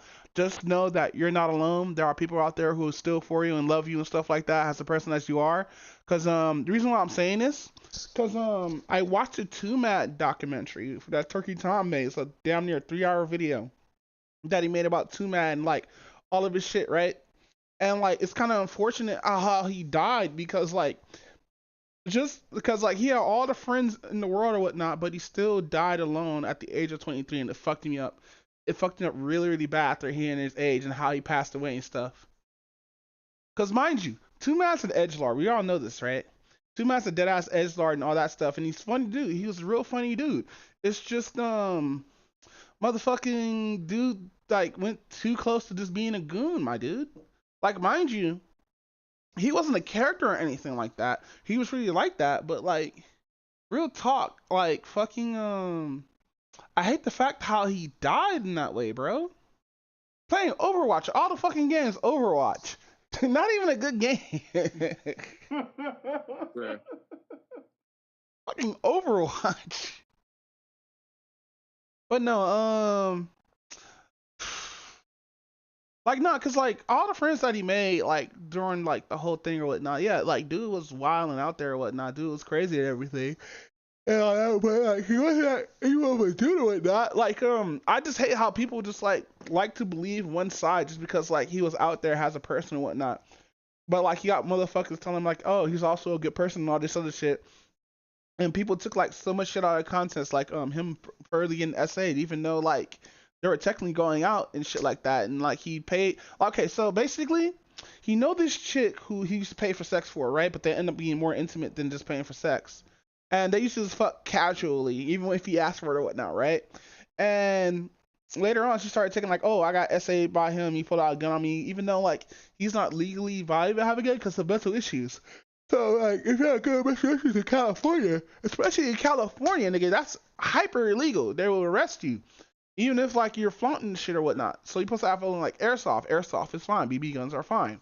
But having an actual gun with mental issues, you're not supposed to have that. You get sent instantly to jail. It's not like fucking there's no weird ass investigation and shit like that. And remember how I talked about a long time ago about the James Key shit? Yeah. So that finally got, talked about in this documentary. And yeah, this nigga was obviously lying. Because like my thing was right when I said like there's no way if you got put on NDA over a restraining order, nigga, like you were scared of this nigga talking about a restraining order. Like if he violates the restraining order and you say something about it, nigga, that means fucking he's gonna go to jail instantly if he comes to your house and shit like that, right? But you were that scared, word, and you couldn't talk about it because you were fearing for your life. Nigga, word? Talking about he had a secret Tesla and shit like that. Like, you know how much a fucking Tesla costs, nigga? Too bad wasn't making that much money, bro. I can tell you that shit right now. Off of streams and shit, he was not doing the Kaisenet shit, bro. But I digress. I just hate when motherfuckers, after a motherfucker die, they only want to take one side, especially if one person doesn't like them or whatnot. They have their whole fan base jump on one dude, not even knowing who the motherfucker is and shit like that. This is why I hate fucking current cancel culture and shit like that, because it's all about internet justice now and not taking shit to the cops or not like, taking shit to authorities and shit like that, saying authorities won't do shit. Like, fucking go to the cops, go to the fucking authorities and shit like that with shit like this. Don't be like, oh man, he kissed me on the cheek, so I have to call SA and I can't really do anything about it in the court of law because the court of law won't do anything about it because he just kissed me and that's it. And yeah, I'm talking about a totally another different person. But fucking mind you, if you feel down and out, if you feel that nobody's there for you, and like talk to one of your family members, talk to a friend, hell, talk to random strangers on the internet and whatnot. As long as you're able to get that communication out there, don't trauma dump or anything like that, because nobody like a trauma dump. But like, if you really feel that you're down in the ropes or whatnot, and you're that depressed, and you're down, and your mind is just like fucked over or whatnot, and you need somebody to talk to, I wouldn't say use BetterHelp because that's somewhat a semi scam. I would say like talk to like a doctor who's able to get you a therapist or whatnot, go through your insurance or whatnot. Because I know people are like, oh, yeah, fucking therapists don't do shit and shit like that, right? But at least it's somebody who you could talk to who's a professional and shit like that. I had that same thought. Everybody else in my community had that same thought until I actually sat there and said, fuck it, I'm just going to actually talk to this person who I'm talking to right now. And it actually helped me out for the better. Like, dead ass, don't try to go into hard drugs to like fix these vices or anything like that. Like, if you want to use drugs, go ahead, use drugs, but don't use that as a replacement for loneliness. That's why I say like you're not alone in this or anything like that. So like for those who are out there who feel that they're by themselves and it's like they're just gonna be just alone or whatnot, trust me, there's help you can get. There's people who you can talk to. And like, don't take everything on the internet like fucking seriously, because that's what Too Mad didn't take the internet. He didn't take the internet fucking seriously. That's why he was the kind of person that he was, because he didn't take any of that shit seriously, bro. It's the fucking internet. He said it is for goddamn self. But no, don't be a goon unless you're not a coon.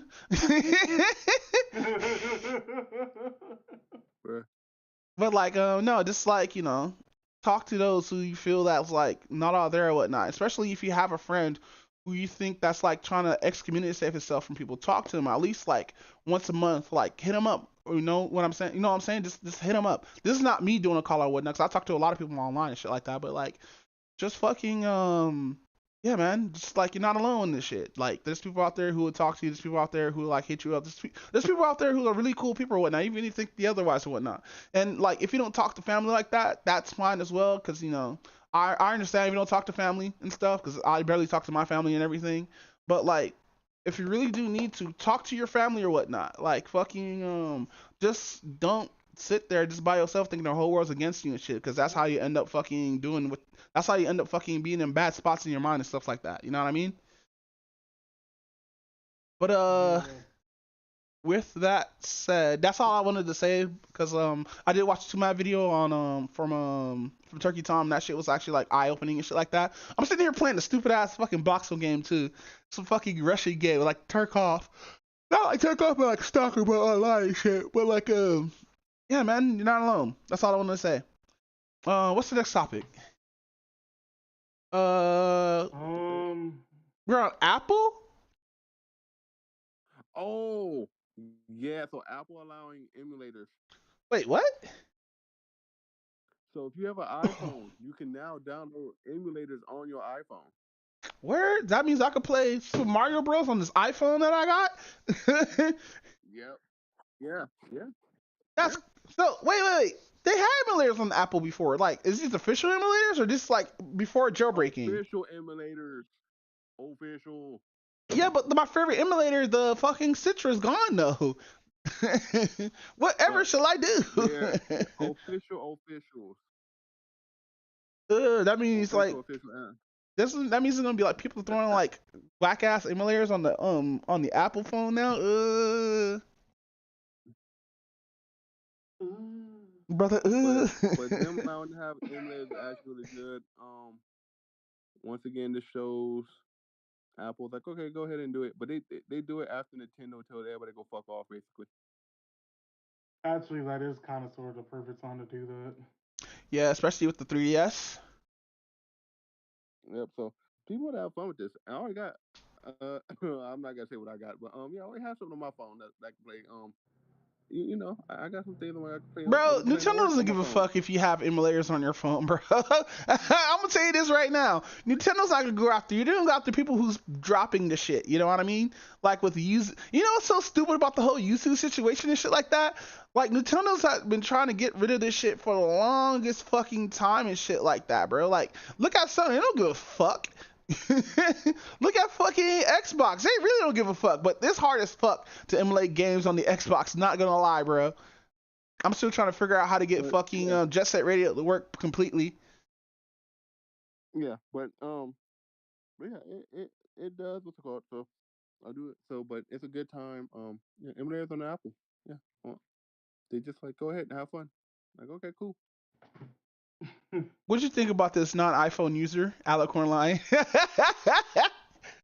I'm sorry. I'm ever still since I not got gonna get an iPhone regardless. Yo, ever since I got this iPhone, I barely use the shit, bro. I'm not gonna lie. I'm still not gonna get an iPhone. It's so confusing. Like I had iPhone for the last 2 years. It's so fucking confusing using this shit, bro. Why is it confusing? It's not that fucking hard. No, it is hard. Pause. Y'all killing me. Y'all killing me. It's like I can't play certain games because I don't have a certain brand and or phone update that's on like better phones. So I'm sitting here like, damn, man, I can't play nothing. What do you mean? You should be able to play anything on your Nah, iPhone. you're lying, bro. I tried to fucking play Genshin Impact on my iPhone. You're lying. Nah, bro. That shit does not work for every iPhone, bro. Hold on. Let me open up the App Store real quick. I'm going to type in. Oh, look. I have to fucking update. Wait. Now I got to update. Now I got to put in the stupid ass password. All right, listen. Genshin. This nigga gonna let me share my screen in a minute. Now don't share your screen. This just says not available for your version of phone. See, I'm not able to play Genshin Impact. God damn it. Hold on. Impact. Hold on. Honkai Impact. Oh, I actually can play Honkai Impact. That's weird. I can play Honkai Star Rail, but I can't play Genshin Impact. That's so weird. I can play both of them. How about Honkai Impact Third? That's also a gacha game? Yes.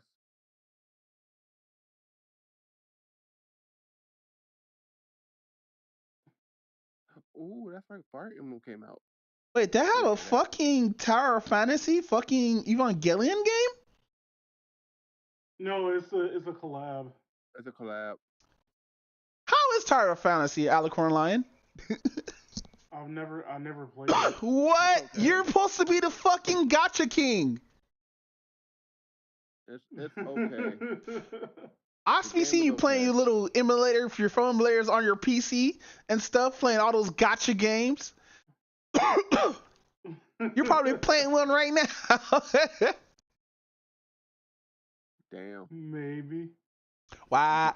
That means he is. So with that said, y'all guys want to take a break for anime?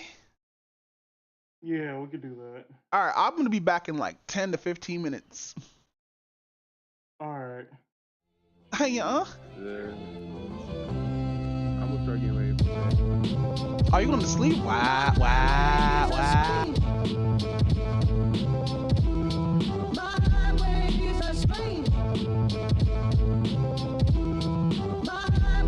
Nah, I'm just teasing you, fam.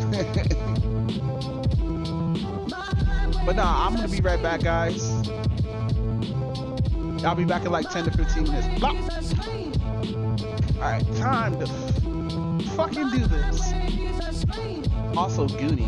Yeah, Goonie, guys. Oh, fuck. Yeah, I'm about to Goon.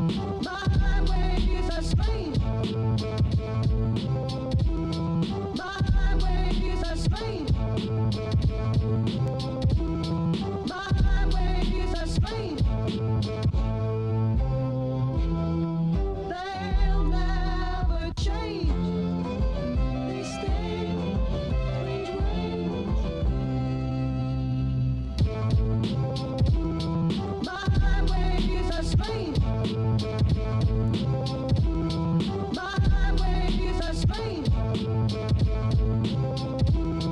My ways are strange.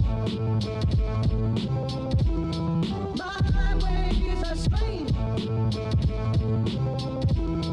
My ways are strange. They'll never change. They stay strange ways.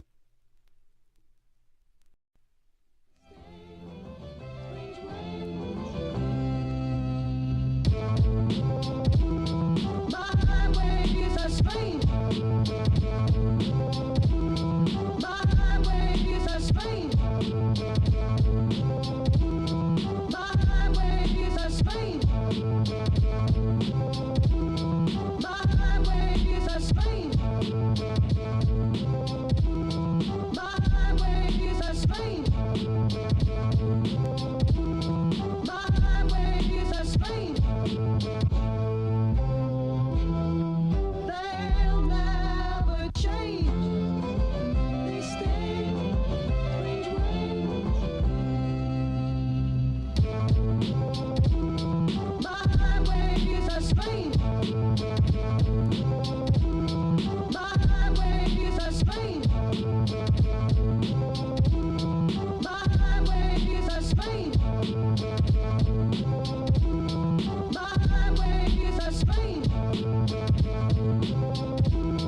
My ways are strange.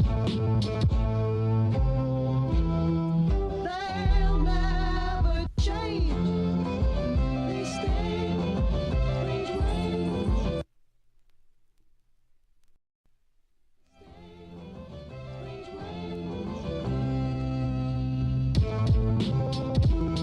My ways are strange. My ways are strange. My ways are strange. My ways are strange. My ways are strange.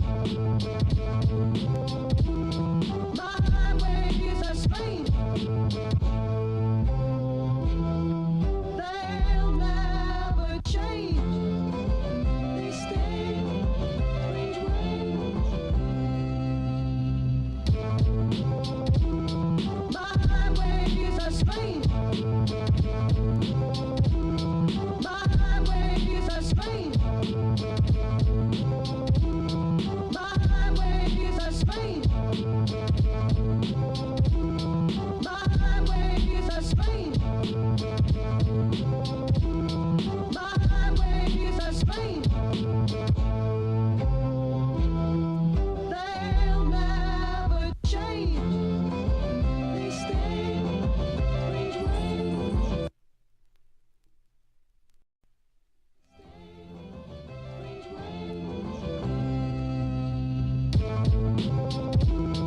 My ways are strange.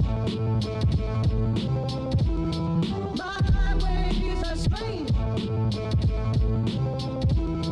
My ways are strange. My ways are strange. My ways are strange. My ways are strange. They'll never change. They stay strange ways. My ways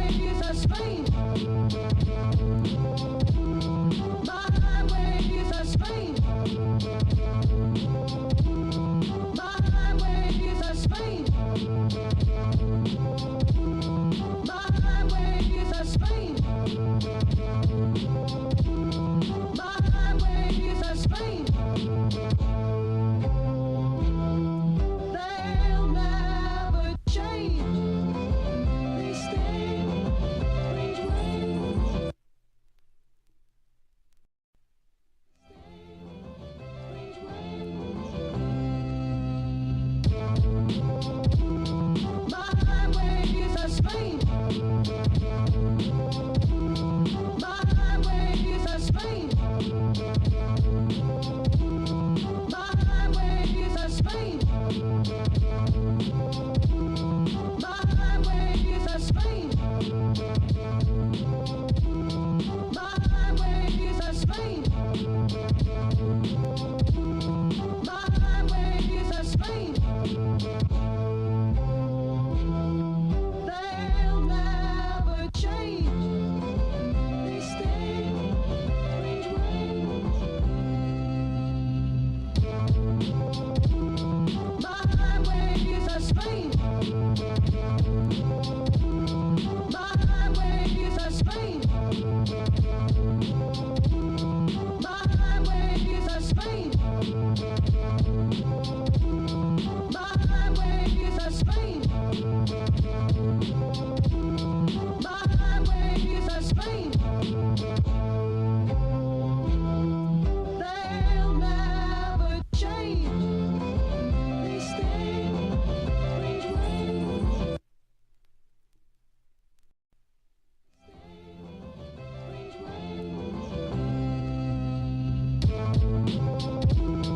My highways are strange. My highways are strange. My highways are strange. My highways are strange.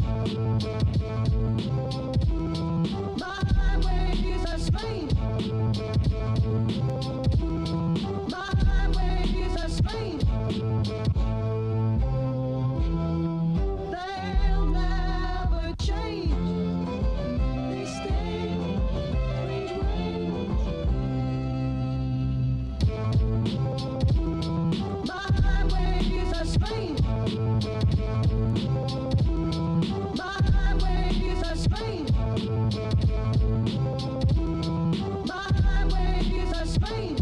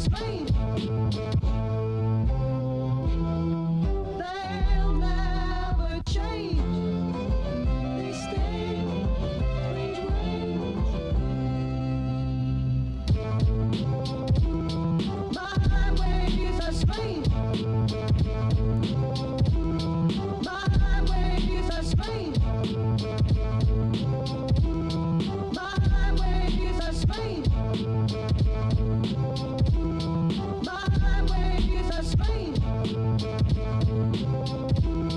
My ways are strange. They'll never change.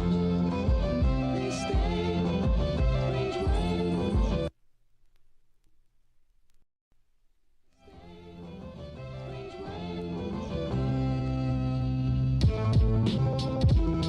My ways are strange. My ways are strange. My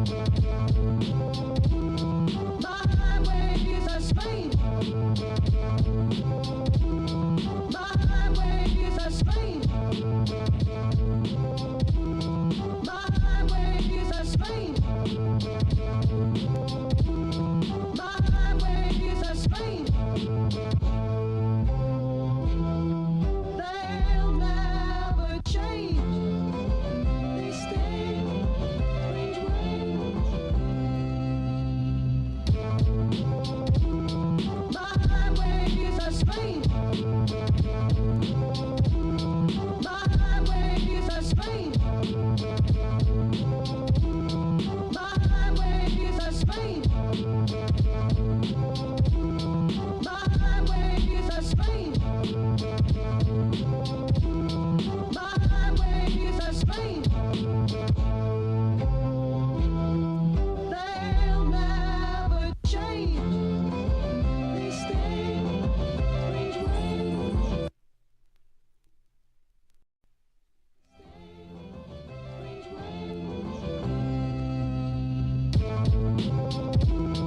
My ways are strange. My ways are strange. My ways are strange. My ways are strange. My ways are strange. Come get it done. Yeah.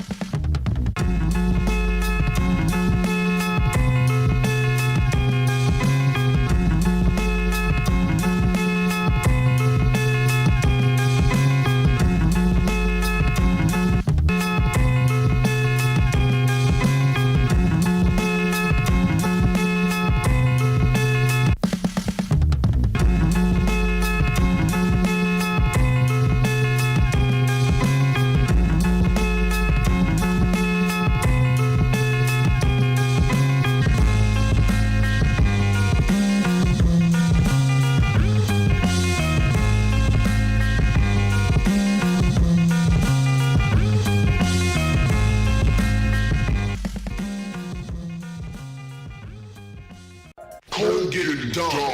Yeah.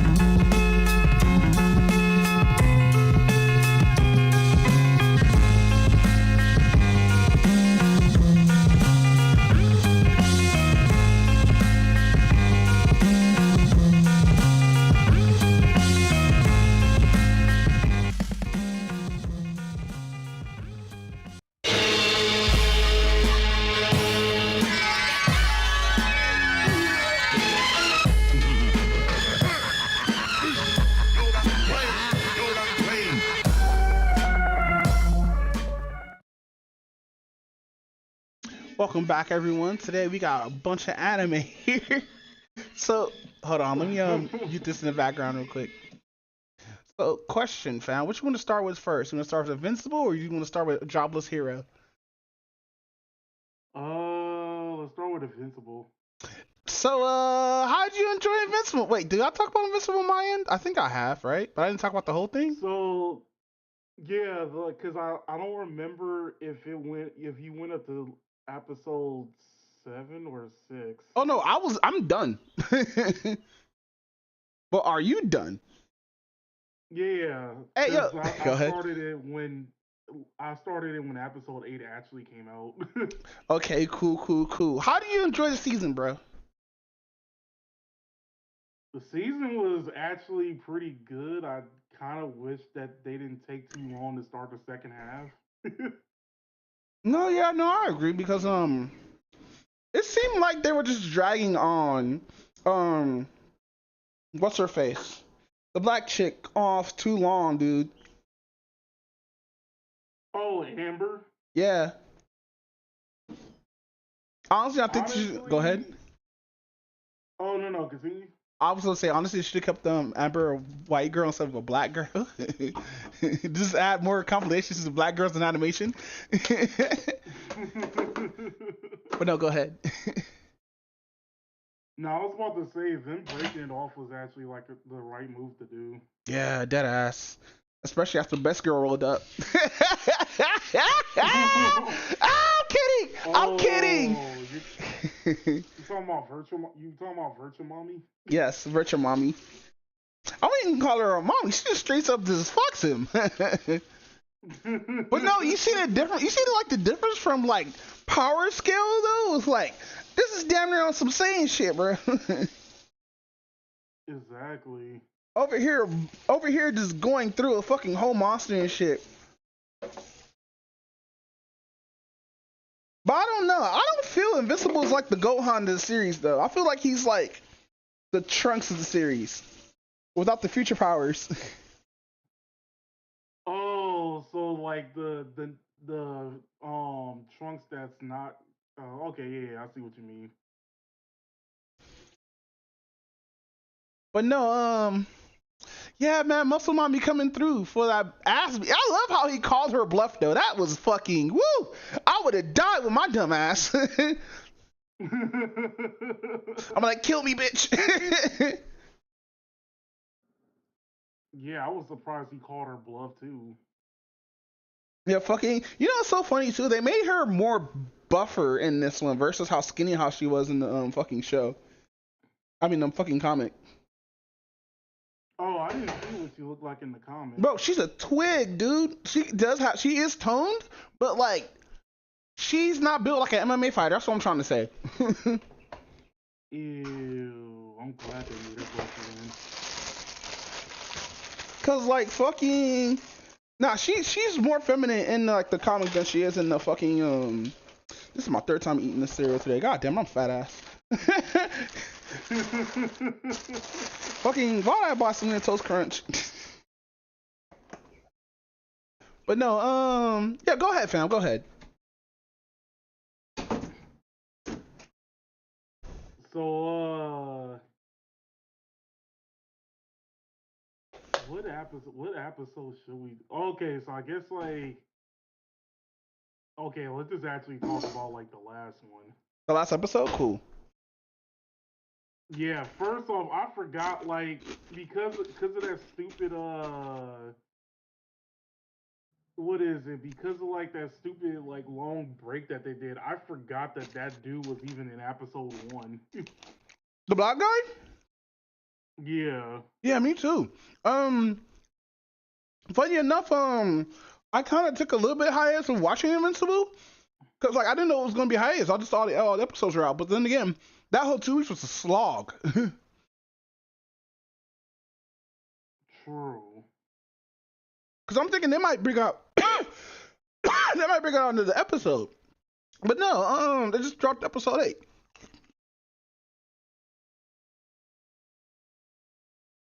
But nah, that baby gonna have some mental issues, bro. That baby not gonna like black people.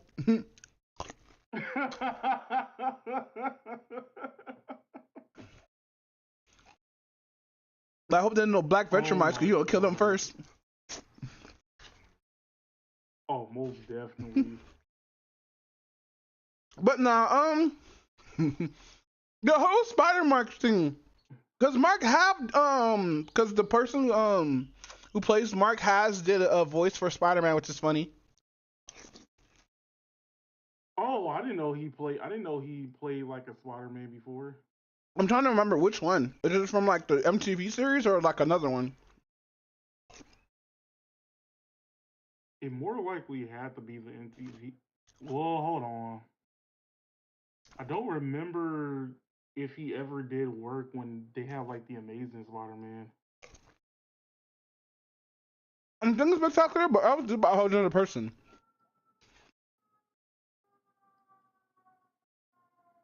Cause like if I remember correctly, like the dude who's playing Invincible is like the Asian dude from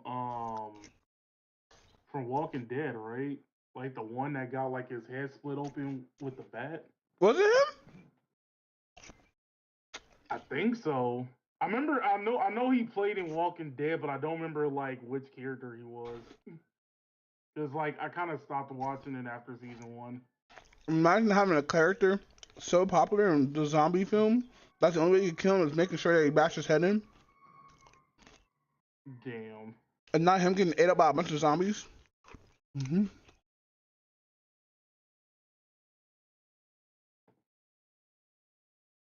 Cause everybody and mama like, how the fuck did he survive that? He got swarmed. Nah, I had a body on top of me, nigga.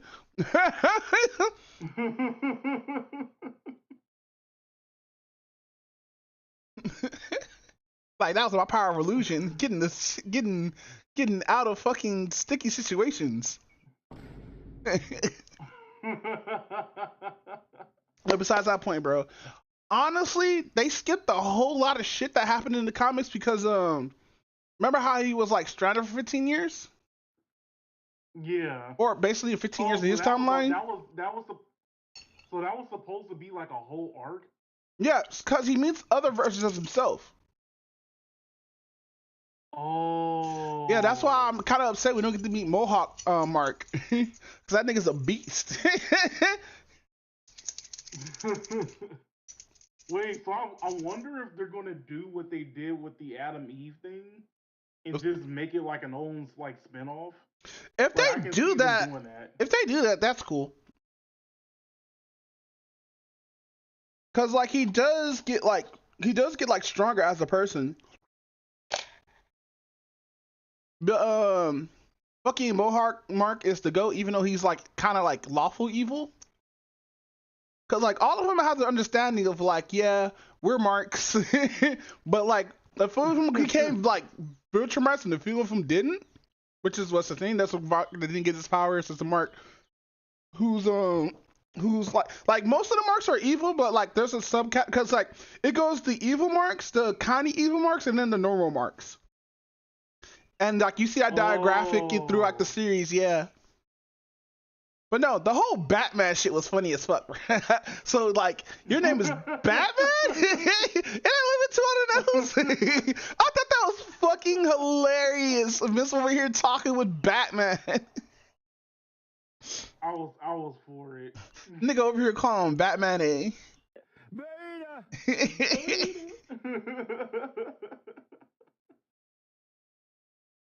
But nah, go ahead.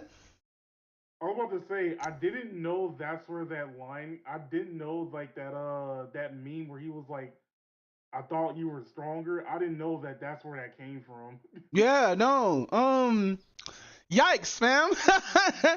Beats the living shit out of him, bro. It just kills him. And in the whole like comic version, actually the dude's still alive and Mohawk Marks takes him and used his powers as like a conduit or shit like that to go conquer other planets. And Mark finds out this, murders him, bro. And then he's gone for 15 years almost. But that Deus Machina was weird, bro. Oh, where the future version of like the Hero Force thing came up. Yeah, it kind of puts it like in this own little pocket now because like if that didn't happen, how the fuck Mark gets home? Like that, you just written yourself into a corner, and I see why they did that shit. Cause yeah, like I was trying to figure out how he was gonna get home. yeah, you saw how he was just contemplating that whole time, but the king was like, "Fuck, man," cause like he did this almost the same shit as his dad did, though. Yeah, that's what that's what it reminded me of, and I was like, yo, I like really feel like I was like legit about to almost cry.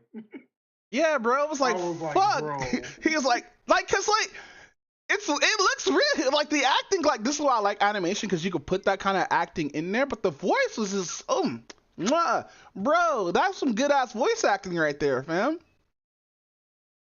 That was. He was like, I thought he was stronger. I thought he said he was upgraded. I thought, fuck, man, how the fuck am I gonna get out, man? He's like just constantly, he's going through like the 7 stages of grief right then and there, bro. Mark's gonna need a therapist after all this shit, bro. I don't care. Oh yeah, he definitely needed a therapist after this, like, bro. Nah, but somebody grab my girl like that, I'm fighting her, bro. Dead ass. I don't give a fuck. I don't give a fuck if you're stronger than me. I'm like, that's my wife. Punch the shit out. Turn Super Saiyan. This is the fight of God. This that's my wife. They start whooping her ass, bro. Dude, damn, that's when Beerus actually got put the fear set in him to him, right? When Vegeta actually like kicked his ass, like, nigga, don't you ever disrespect my wife, nigga. Nigga turned instant Super Saiyan and said, "Fuck the God of Destruction," started body whopping his ass.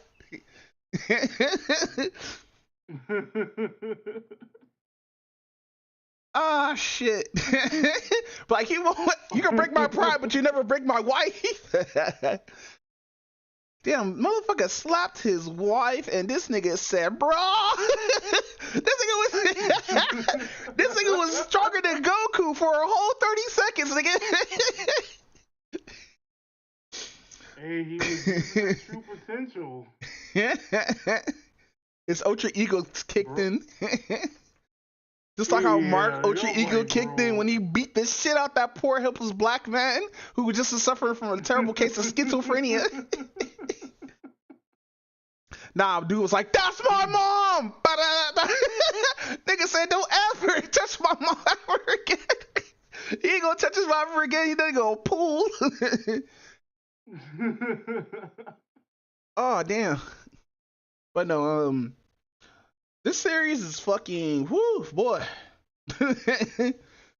And having Seth Rogen just being Goku is just hilarious, though.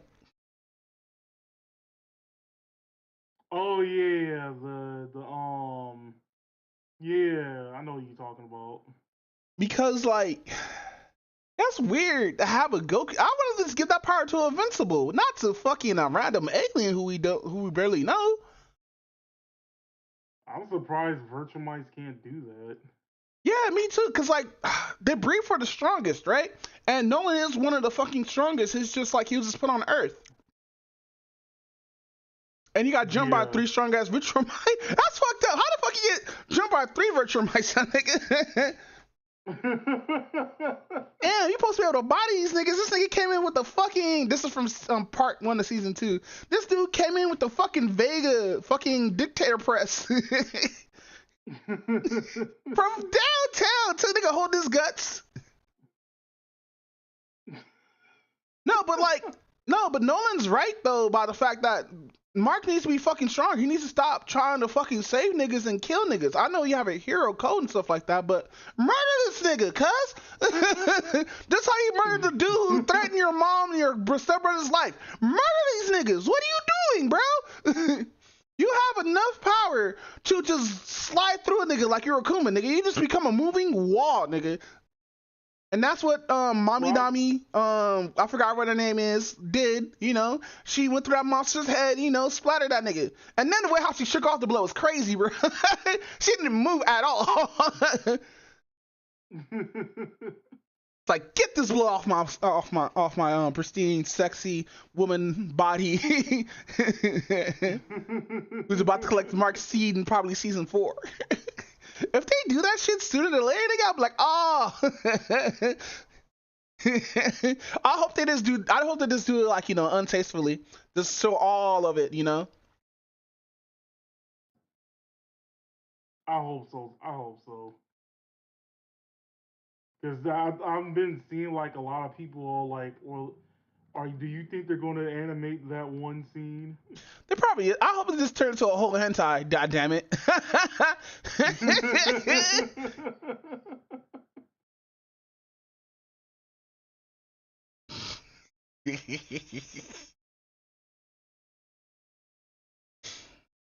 But no, fucking nah, good season or whatnot. Fucking I hope we get more writing like this, just like how we got with Fallout, because like Fallout's on that top tier shit along with this, bro. Like,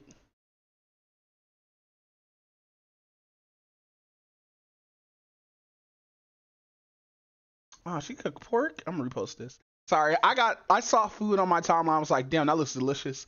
I was wondering why you just like stopped saying something out of nowhere. Let me get off of X. I mean Twitter.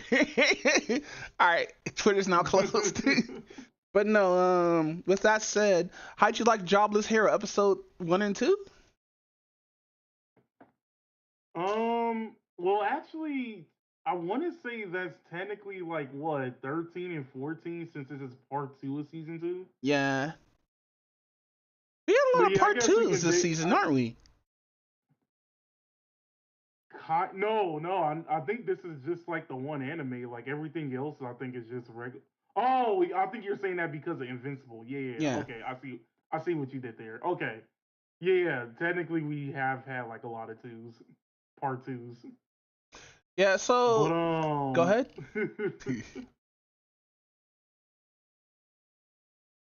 I'm gonna be real with you. That they're such a cute couple. I know. I fucking know, bro. I hope she gets fully pregnant, my dude. But with that healthy libido that like Rudis has, like You mean that inherited? won't be too long from now.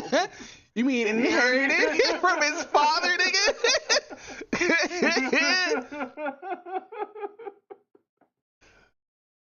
Like, bruh, chill, nigga. You're actually correct on this. Over here being Paul 2.0 and shit.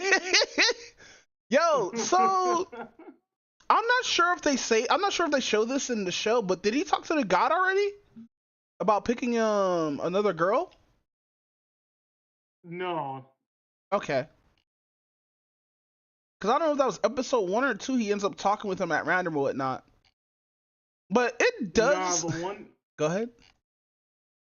Oh no! Wait, what were you gonna say? Cause this does feel a little bit rushed. You think? A little bit, just a little bit. Well, actually, I can't necessarily tell because I forgot. I've not read the manga, so Yeah. I honestly don't know. Well, it's not really skipped. It's just some. It's still like going through each chapter. It's just there's some stuff that's missing. Oh, okay. I think I'll have to like ask somebody who like. Yeah. Actually, yeah, I forgot you did read the manga. Yeah, fucking I don't know what they're gonna do with the doll though. That's because like I got into the part where I don't want to spoil it here, but I think his sister becomes like a shut-in. I think that's as far as I got, and I didn't read the rest. Oh damn. Yeah, I'm not gonna say when this happens. I just know it's like far in the future or whatnot. But like I see like this marriage shit is kind of going a little bit fast, ain't it? Like it's been like 5 years and ain't seen this nigga. Nigga done fucking other girls and shit, and then it's gonna suck too. Fucking, you got one girl out there just thinking like she not liked by this nigga, even though he really wanted to fuck her. Like, actually, really wanted to fuck her. He wanted to get inside her fucking guts, my guy. But nah, Edie stopped this nigga. I mean, the plot stopped this nigga.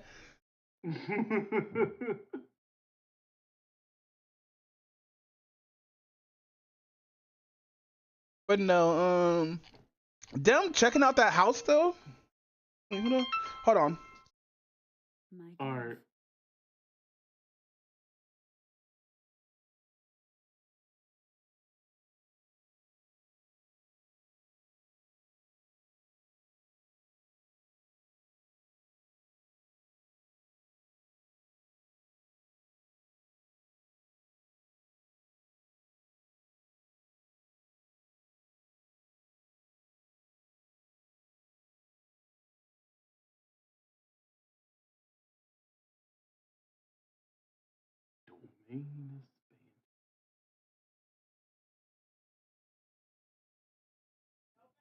Huh?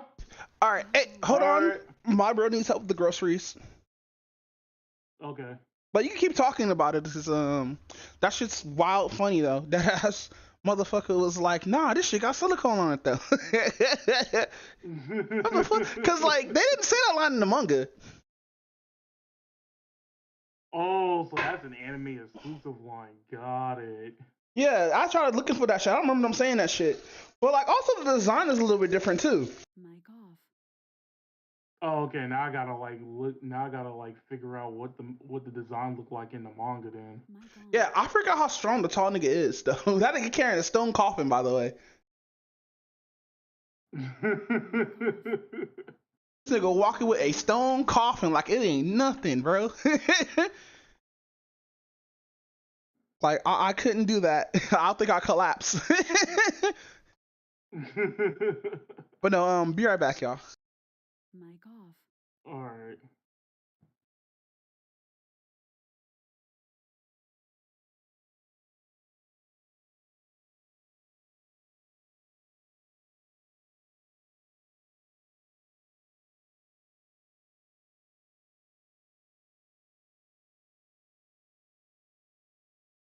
Domain expansion.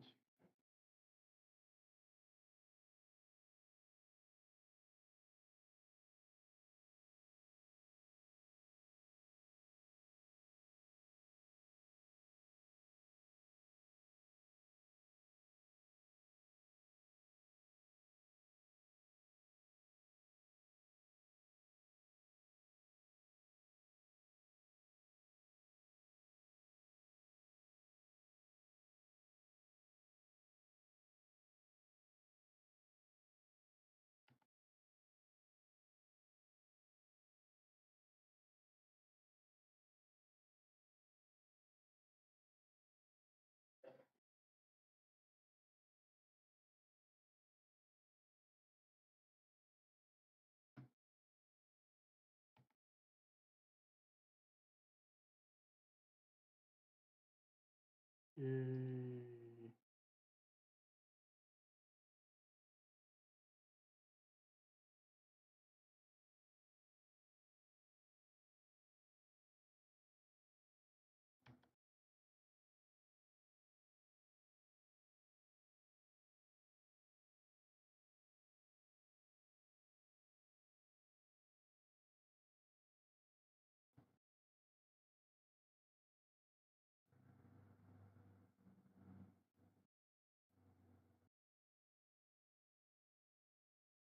All right.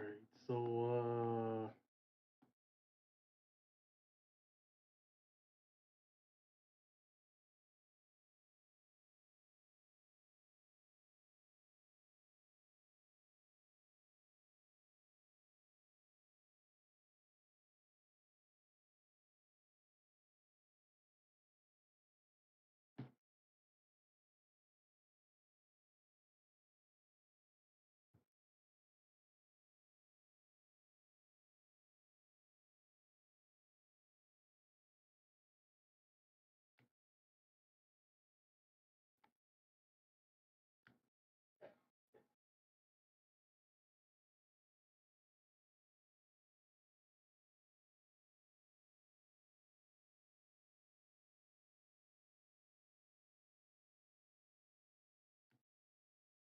nope.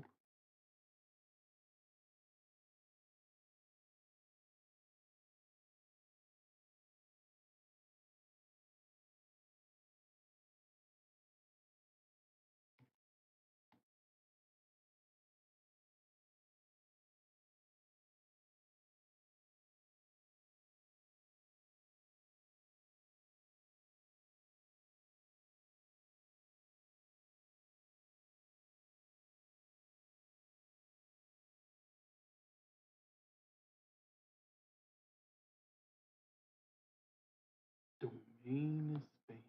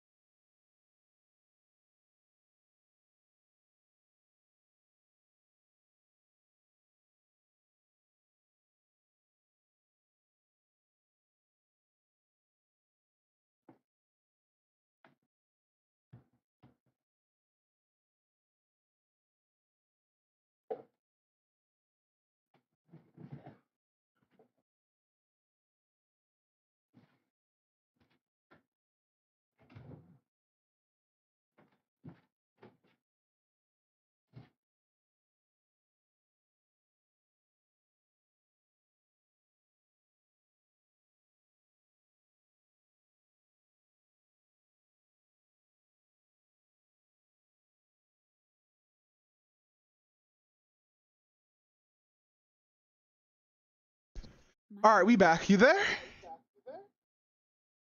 Oh no, I just got back. I can hear him feedbacking. This is hilarious. Echo! Oh, let's do this.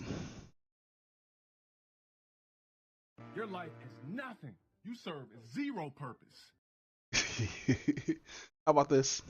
Hey, I'm gonna keep it real with y'all. I get no bitches, absolutely zero play. Wait.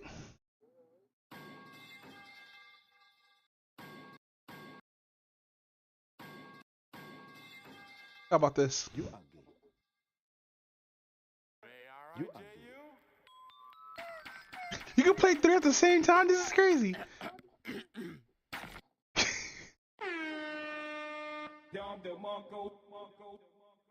Hey, I'm gonna keep it real with y'all. I get no bitches, absolutely zero play. I have to use other ones too. Like this one. Hey, yo. Or this one.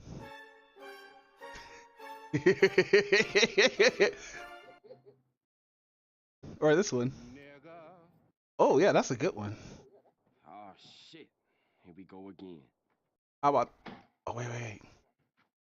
No. So we got that one and that one and that one. How about this one? Leave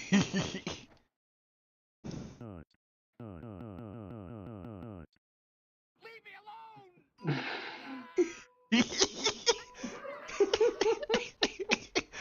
You back? Likey. Yeah, I'm back.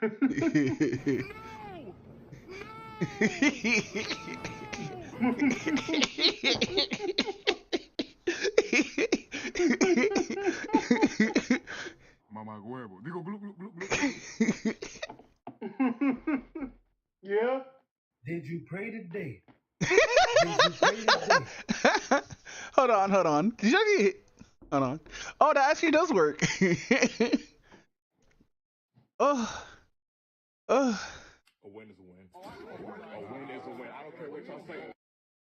Ah, shit. Hell no, man. What the fuck?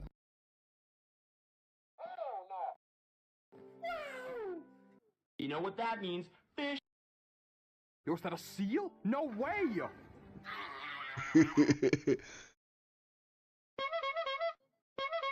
Hold on. I know they got the best ones here. What did you say, nigga? You ain't too fat and ugly to get raped, motherfucker. I apologize for my outburst. Hey, you there, Calicorn? Oh, I think he bounced. Damn. Now we can do this the easy way, or we can do it the hard way. The choice is yours. You faggot. Hold on, what is this one? It might seem ill. Bruh. Oh, shit. Oh, fuck. Oh, goddamn. A lot of these are just funny as fuck. You faggot. Knee deep in guts. Your life is nothing. You serve zero purpose. I showed him my dick, called him a fag. Oh my god.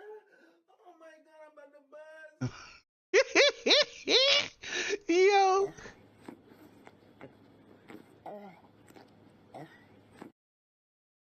Stop crying, man. That's not real nigga shit. I'm not a real nigga. Alright, dude. What the fuck you playing on me? This battle is about to explode. Sayonara, nigga. Don't do it. No, don't do it. Stop fucking dying. Okay, I know I'll put that one in. Pigeonhole. Not me, walk different like I'm pigeon-toed. You think I give a fuck about your syringa, man? Fuck you.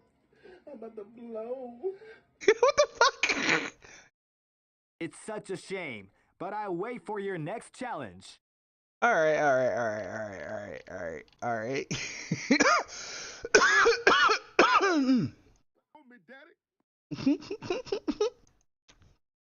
Me, daddy. Nope. I love you. I got the basic ones.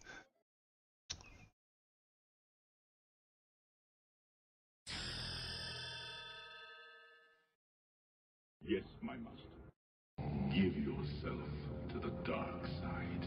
I need an adult. I need an adult. Aw, boo. All right, let's see what they have here. I'm at the car.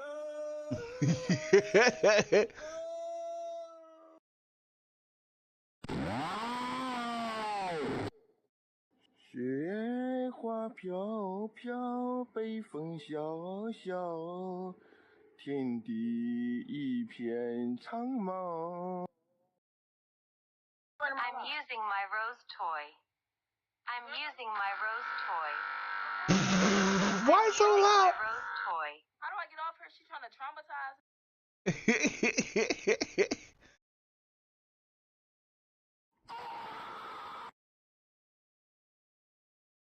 The lie detector determined that was a lie.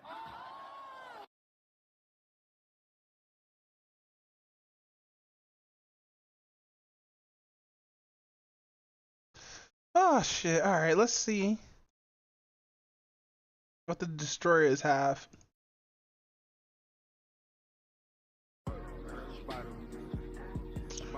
Boo! They're all songs.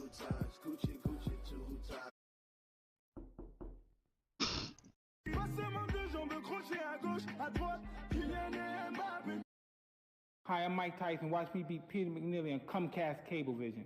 Comcast Cable.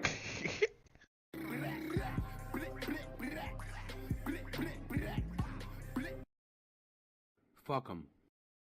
No.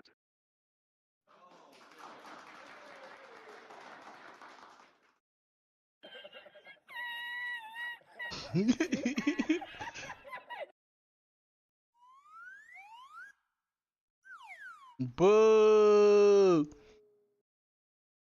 Wait. Oh god, no, it's voice mod.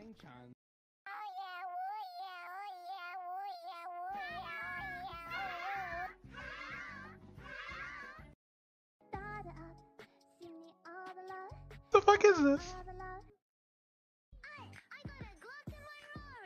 What the fuck is this?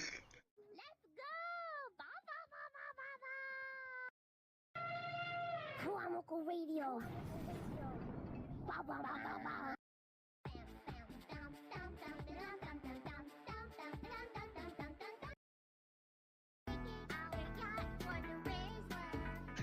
What is this? Sorry, we have turned this stream into a fucking figuring out what sound board is this. Ugh. Ugh. Got it turned off. What the fuck? So we got the best ones now. We got the top tier ones. Like now we have this. Or no, hold on. We got the best one in here. Which one's this one? Just gonna spam. Oh shit. Here we go again. Don't do it. I'm a virgin. So there's history behind this sound bit. So it started up as a meme, but now it's like I watched the porn of that shit. I know I talk about this a lot. I watched the porn of that shit and it's fucking crazy. So basically supposed to be it's like a step cousin or a step niece or whatnot. And like she's obviously horny for this dude. She walking in looking at the dude with those eyes, biting her bottom lip and stuff like that. And this nigga is acting totally oblivious. This is good acting on his part.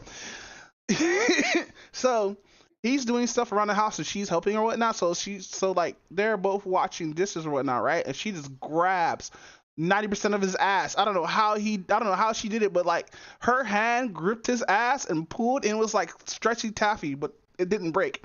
So he's like, "What are you doing?" And she's like, "Oh, don't worry, I'm gonna make you feel good." And he's like, "No, don't do it. Don't do it." And then like after it cuts off through all that or whatnot, and then it just cut to him just digging her throat down, bro. Got her like by the hair, just stop, yeah, just giving it to her. And I'm sitting here like, wow, ain't she supposed to be the dominant one in this? Nah, bro, just like totally switch roles. Shit was funny, bro. Sayonara, nigga.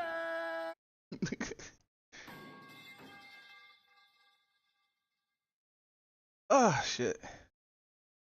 Leave me alone.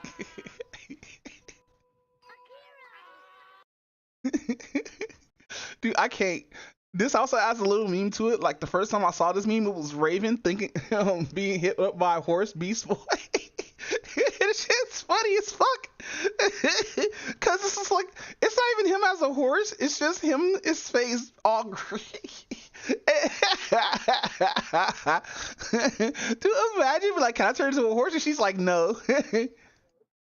Turn to a gorilla instead. So does that mean that Raven's into bestiality if she's fucking with Beast Boy? Because, you know, he is a beast.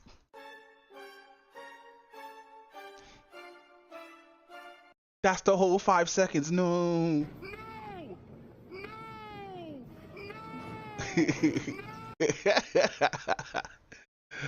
Ah, shit. So what were we on? We're on Jobless Hero because we finished Invincible. But nah, fam, fucking shit was just fucking hilarious, bro. Like this week's episode. I mean, no, this week's episode was kind of cool because like fucking hold on, I gotta find the pictures that I downloaded. Cause fucking it was just fucking just Rudis is gooning and shit. Oh shit, I got these two. Okay, hold on, is this a GIF? Yes, it is. Favorite GIF.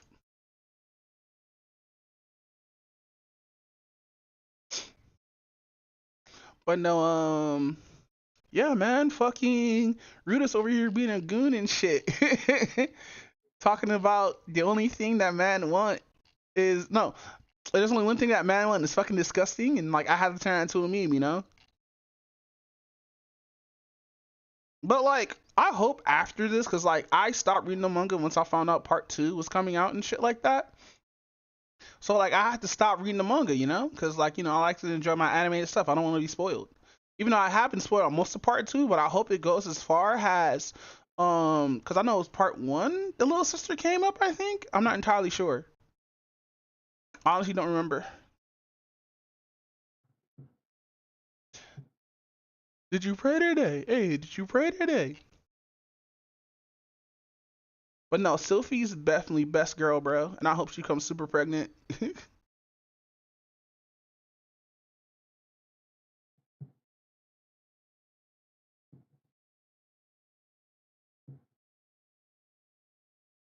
Straight from the bathhouse to straight from the bathhouse into the bed. Riz got excited from one kiss.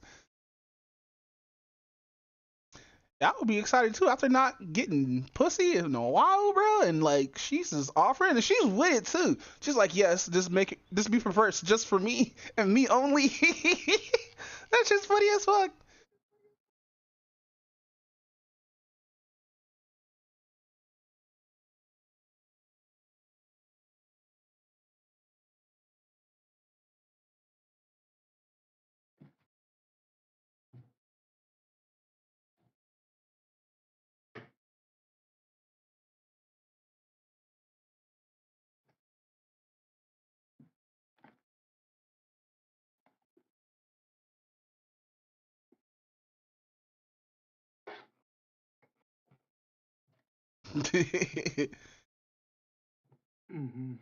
You're back?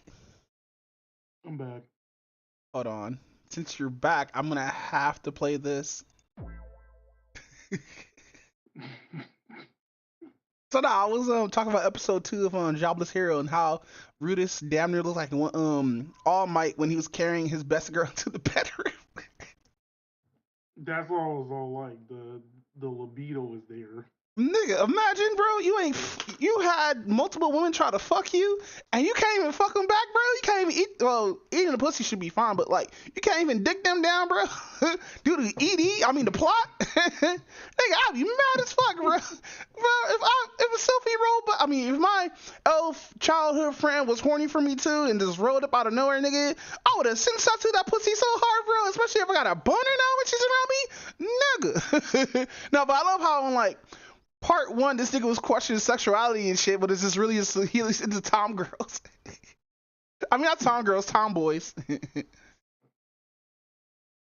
so weird. That sounds about right. That's so weird about the term tomboy and tom girl. Like, if you refer to a tom girl, that's a dude that's feminine, but you refer to a tomboy, that's a woman who's masculine.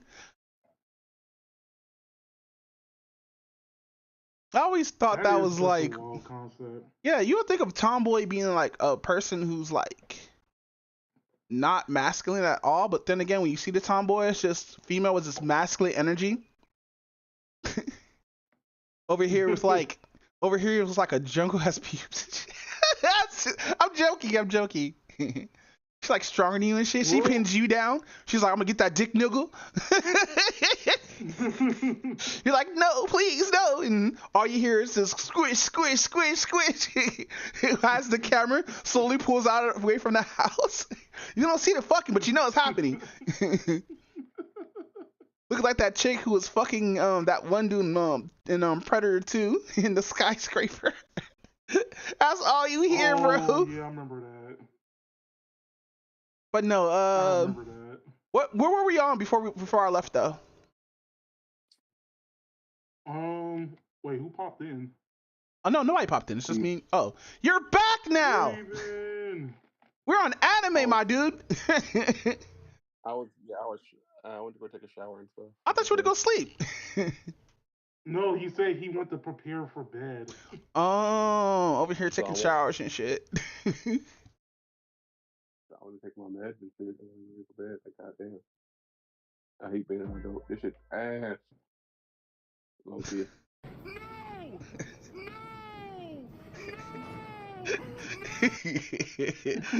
Where is that from? But no, this is why I take showers at night before I go to sleep. It is night. Shut up.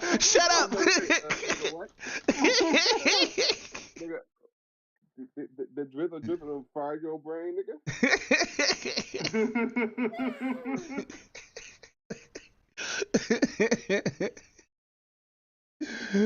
Oh shit.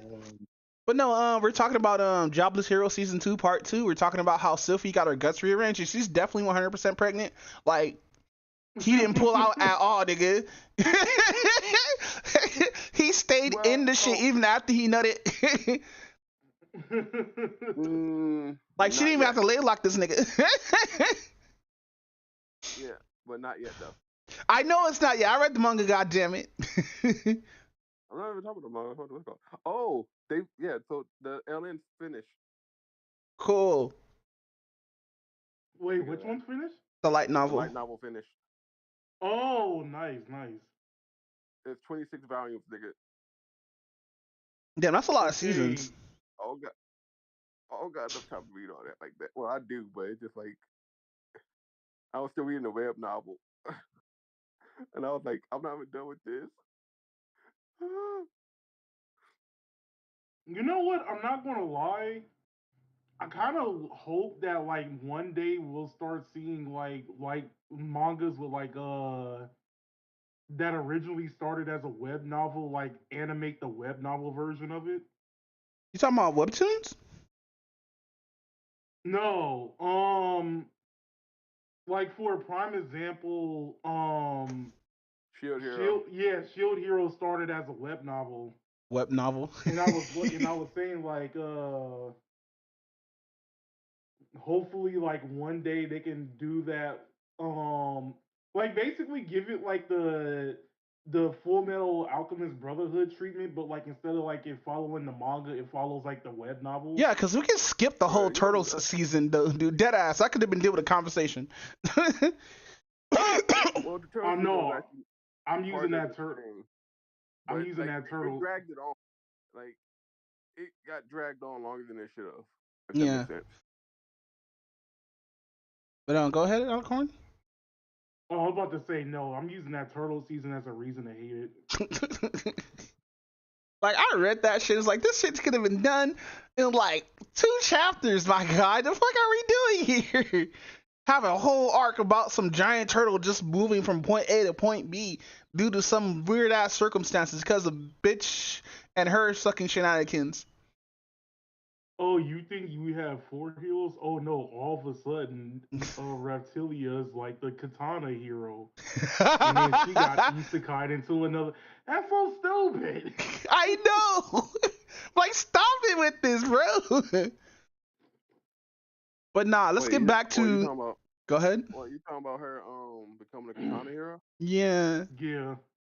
Because they got teleported to the other world. Yeah. Yeah, but she did become a katana hero though. Boo. Keep her as a But slave. it comes out of nowhere though. Well, This looks like what happens if DEI was put in the Shield Hero.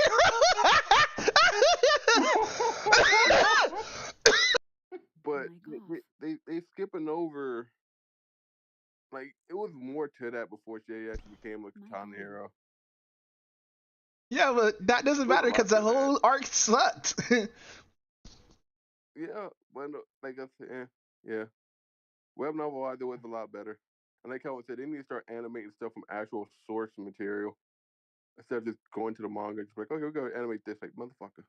Nah, fuck that. Well, I guess it's easier. Go ahead. It's easier to do that too because I guess they get like what the characters actually look like. Even though they do got pictures of sometimes in the web novel. But you put them on the front of the cover, right? Oh, like yeah, but there's certain chapters where they have pictures. Yeah. That's sort of like a certain thing or whatever. It's That's like like an alien. yeah, that's what like separates the light novel from like a manga. But nah, with that said, fam, Oh wait, we skipping over like the best plot twist out of like the 2 episodes. What plot twist is that? I forgot. That home that like the Bonquisha was basically Sylphie's grandmother. Oh yeah. Fuck, I didn't want to talk about that, but I forgot how old she is as a person. She looks like she's fucking in her 20s, but no, nigga, she's like 100 and something, bro. Over here getting her guts rearranged by niggas around the world. She was like going on a world tour, world tour, world tour. That's Daishiki. Until she ran into Cliff. Tatiana was over here talking about I'm at the top everywhere. Yeah. I want to know. Do you see? We need a prequel to this shit. Where I want to find out how she got that curse. There's no way she's just thoughting like this on purpose. I think that's why she hates Paul. I think she hates Paul because he didn't want to fuck. No, it's reasons behind that, but I don't want to spoil it for you guys. But Yeah, don't spoil it for me because I haven't got that far in the manga. I'm not. Yeah, I just been reading the LN like a motherfucker. I like legitly, I was reading a web novel, and like the web novel goes into a darker and weirder path, and that's why you had to rewrite the stuff for the light novel. Actually, that's pretty much every single light web novel in general. Because like, honestly, I will admit I like the web novel version of Naofumi better because the way he dealt with the accusations is a lot more realistic than how he did in the anime. Yeah.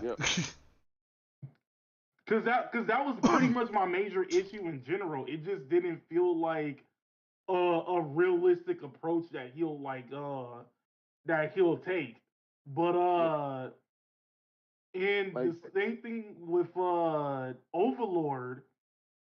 Yeah. But same thing with Rudy in the web novels too. Rudy in the web novels is fucking savage. I mean, he is a savage in the parts coming up though. I was like, oh shit. I'm sorry. I just like that. But I'll continue fast. No, I'm just saying though, their web novel parts are just different. They built different.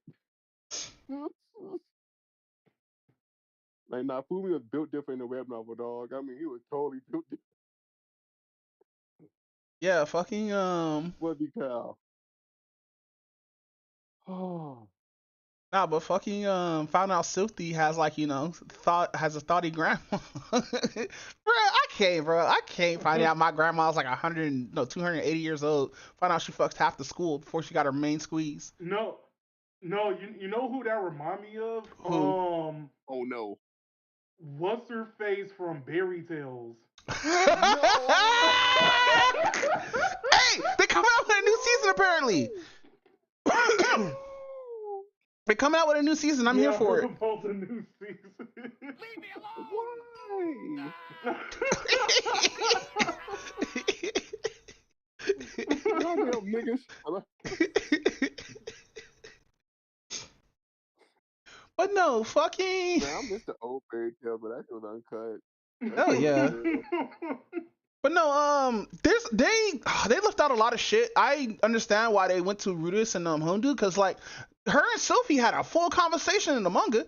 It's like they just like cut that shit out. They had a full conversation. Like I wish we got that, but like we got like the fucking shit where like Hondu talking about I might be a simp, but I'm gonna love her and make her feel loved. I don't give a fuck how many niggas she fucked. I don't give a fuck she's not ideal or anything, bro. I'm gonna make her guts mine. He's definitely Ashtray. Bruh. But you know what they gotta do though? What? They do that like episode point and a half or whatever, and they give us Sylvie's conversation with her grandma. If they do that, I'll be okay if they do that. Yeah, that's what's gonna happen. That's what. I'm a virgin. That's exactly what's gonna happen. So that's exactly what's going to happen. It's like, okay, cool. Bro, that I feel bad for that boy because like she's a professional, bro. She's gonna make this nigga feel good. Shouldn't start swaying. Shouldn't start twisting her hips every time she dips down and shit. Niggas gonna be like, oh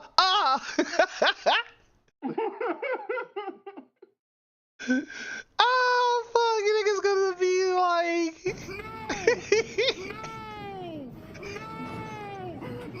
But no, she about to give it to him. But okay, I'm gonna tell you the same thing I told my friends when after the shit happened in Demon Slayer. Like, now shit's about to get real. All I'm gonna say. Nah, but with that said, you want to talk about Blue Archive, another gacha game that turned into anime? Yes.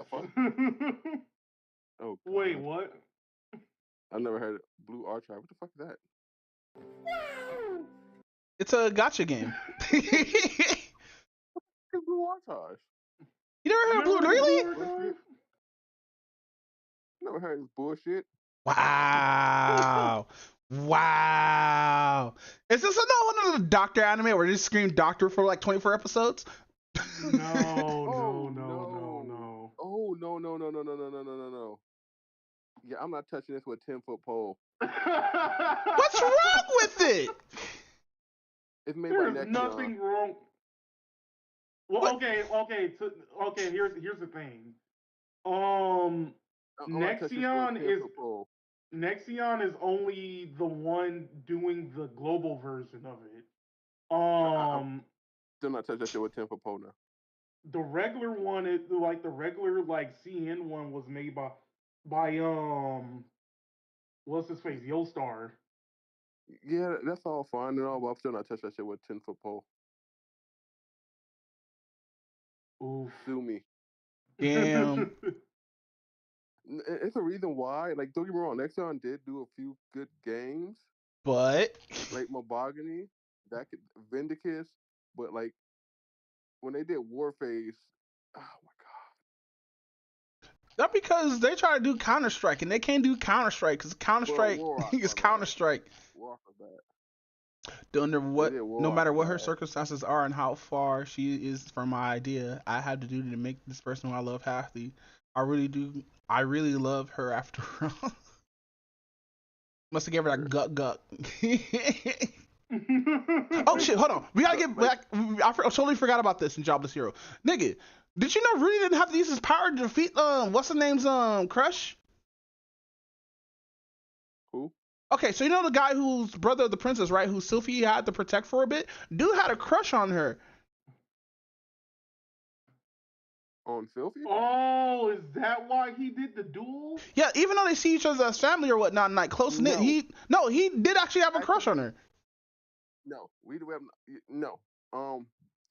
So he didn't have a crush on Sylvie, but if I say something, it's gonna spoil it. Then you're gonna be like, "Fuck you." I can't say it because okay. So I'm gonna say this. It's not like they fucked, did they? No. Okay. You know the human god, right? Yeah. That's all I'm gonna tell you. He's something that him and the human god, but it's something that I cannot tell you because in the web novel something happens. You know what? Leave it at that. And I can't go any further detail. Yep, I'm gonna leave it at that. Just say this: the human god, the douche canoe, a total asshole. I'm just gonna leave it at that. Damn, that's crazy. Damn. Yeah, human god, the dick. But no, let's get back to Blue Archive. So, what is Blue Archive? What should we read it or should we play the game or not? I'm not touch. You say touch that shit. I'm going across the goddamn room. Okay, so Blue Archive is basically a world basically actually it follows a a world. Yeah. So it basically follows like a country called Kivatos and whatnot. And it's basically a place that is governed by like the school count, like is governed by like the school and school councils and everything else like that. Mm-hmm.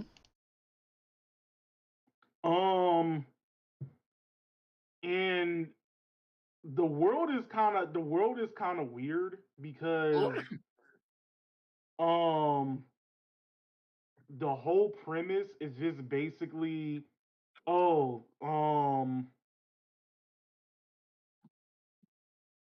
it's basically girls um go to school 9 times out of 10 self-taught, but at the same time they carry guns around and basically like gun violence happens all the time. Why am I getting another anime in my head?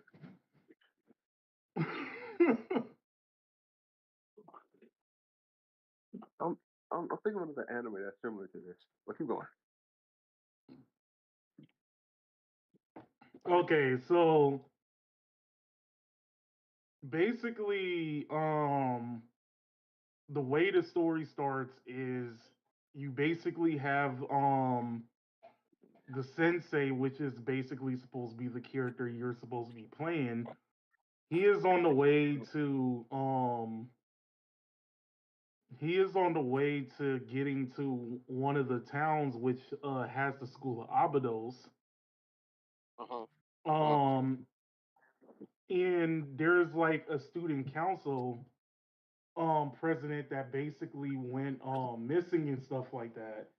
Whereas she's basically trying to fix this like timeline that he's currently in, because it turns out that another timeline, one of the students that's all grown up basically like kills the sensei and everything is like all in an apocalyptic setting at that point. So anyway, um you basically are introduced to like the main focus at this particular time will basically be three schools. You'll have Abydos, you'll have Gehenna, and you have Trinity. Trinity and Gehenna is one of the oldest schools within the particular district. Um, and they kind of sort of like hate each other, so they're trying to make like this peace treaty and stuff like that. Meanwhile, Abydos is dealing with their own problems because around that particular area where Abydos is at, the area got hit with a sandstorm, and um, it keeps getting hit with sandstorms, and it got up to a point where everybody except for 5 students basically transferred from the school and whatnot.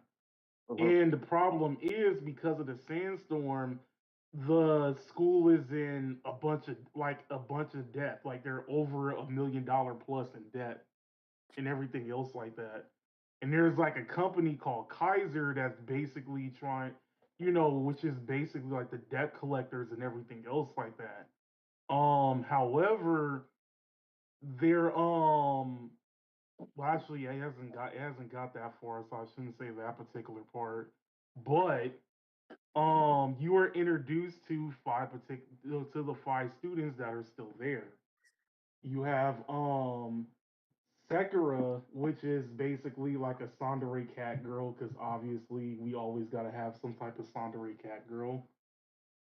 You have Ayane, which is an elf girl, which is basically supposed to be like which is basically supposed to be like she's more the support, but it's kind of hard to basically talk about what type of support.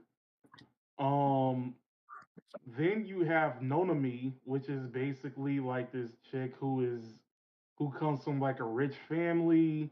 She basically carries like an LMG and stuff like that. She's basically the heavy from Team Fortress in a way, without the Russian accent. Aw. Damn it. No Russian. Dude, if they made an English version of this, yes, Russian outside, I'll definitely watch the dub. Wait. They do have like a whole school that is basically Russia. And the person in the leader of the student council is basically Stalin.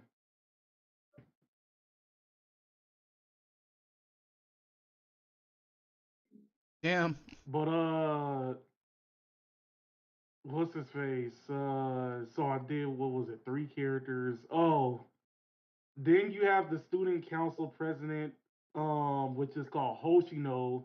She basically does nothing but sleep all day. And then you have the character that's basically like on the front face, which is Shiroko, which is a wolf girl who is like super athletic. Like, um, she basically likes cycling a lot. And she will be the type of person who will be like, oh yeah, before I came to school, I did like some practice laps. And the practice laps will be like going from the SoFi Stadium to Disneyland 2 times on a bike. Wait, how big is the fucking the area she went? Well, basically each school, like each town has like its own school and whatnot. So this is basically like a whole town and whatnot. Um, well, where the school is at and everything. But anyway, um, basically, at one particular point, Shiroko finds the sensei, but like it turns out that like he kind of passed out because they're like in a desert technically, so he got like heat stroke almost. So after he introduces himself, it turns out that he comes from a student council called Scale, which is basically supposed to he goes around to all the other schools and basically helps them out with their problem and basically helps them out with their problems and stuff like that. And basically that's what he's doing at Abydos in general. During this time there's like a whole gang trying to actually take over the school and everything else like that. So they're basically shooting up the place and everything else like that.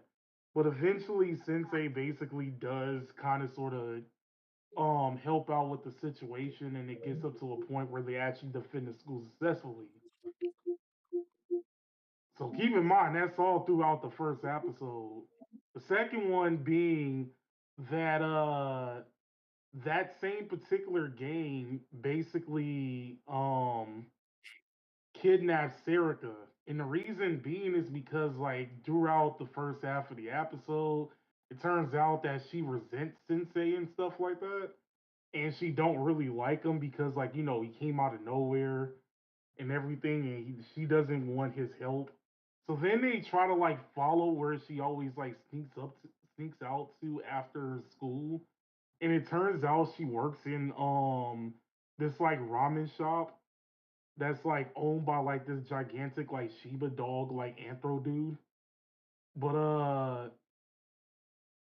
after figuring out that like she basically like works there where she's like very embarrassed to work there in general, um she basically gets kidnapped at the end of her shift and everything where she's like walking her way home. It actually turns out it was the game from the first episode. So basically they go out and try to rescue Serica. And it's funny because like you have like this whole like Hummer that the elf chick is over there driving, which like keep in mind she's like 14 and Sensei isn't the one driving it. So that's pretty funny, I'm not gonna lie.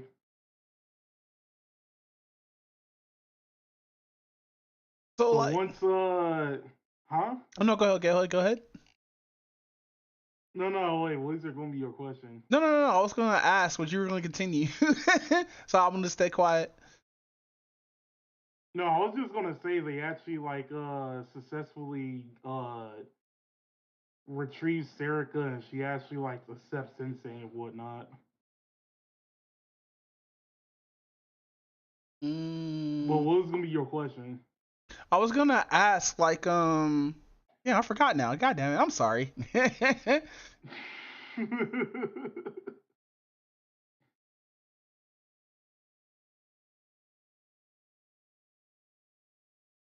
But no, so like, how many episodes are out?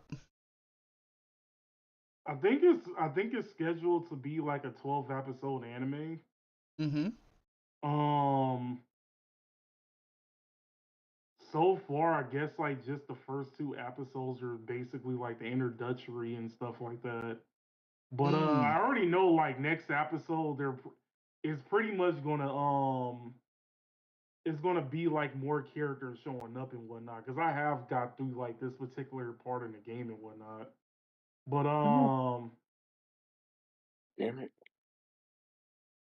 my is wait, what happened? But I was about to say, like, my issue, I will admit, is trying to actually like go through like loopholes just to watch this anime. Cause like the issue is that the anime is on their YouTube channel, but like the YouTube channel was region locked. Bro, I sent you a link to kaas.am that will send you to a anime site. You watch it for free. This is not a That's sponsored where I podcast, by the way. watched That's where I watched it. The first episode, like watching the first episode on it wasn't a big deal. Watching on the second episode was an issue because I kept getting hit with nothing but pop-ups. Ugh. God damn it.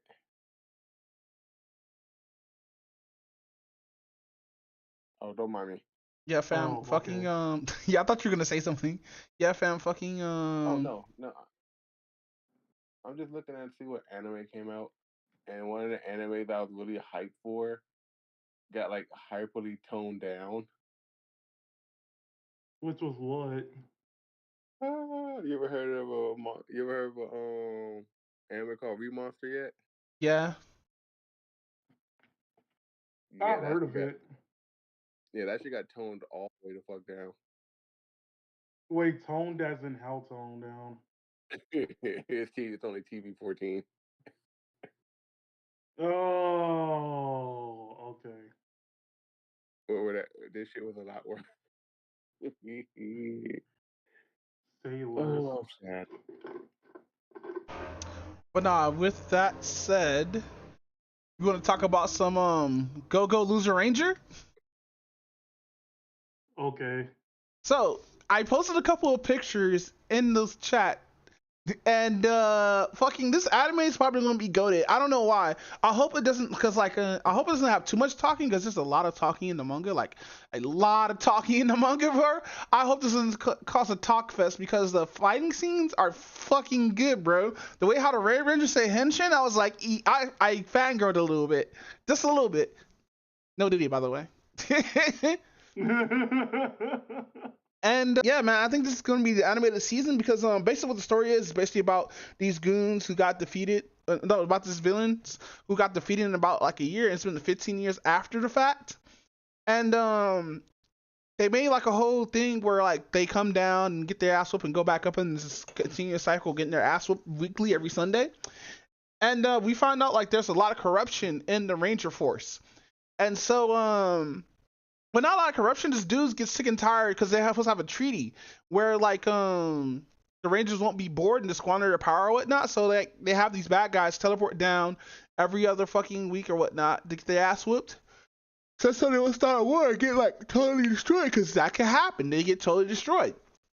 Yes, they can die. They can't die to regular attacks, but they can die to like hyper attacks or from like weapons that or certain weapons that they have.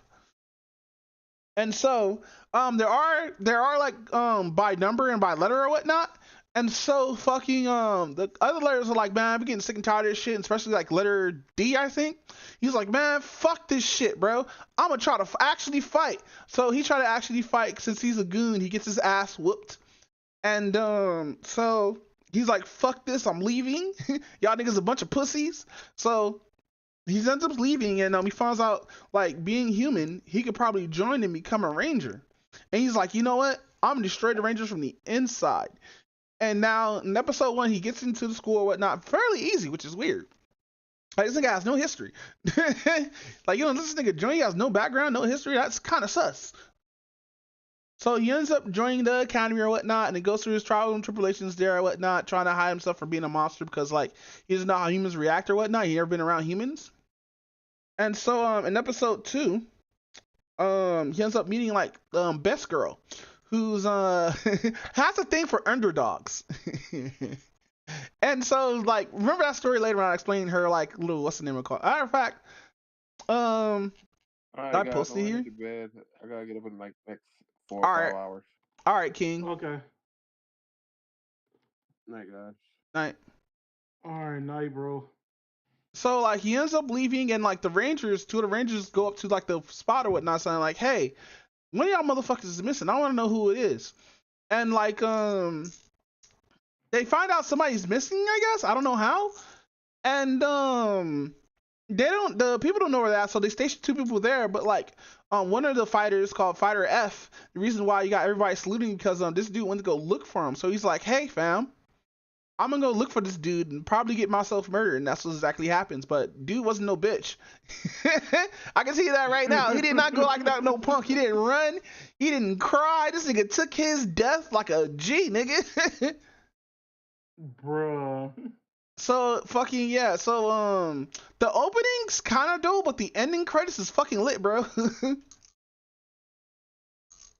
Like it's a good ending credits. And you got fucking plushies for every episode and shit. I'm like, oh man, I want those plushies so bad. But like, I hope in the series. Oh, so anyway, the yellow haired chick who is, hold on. Where is she?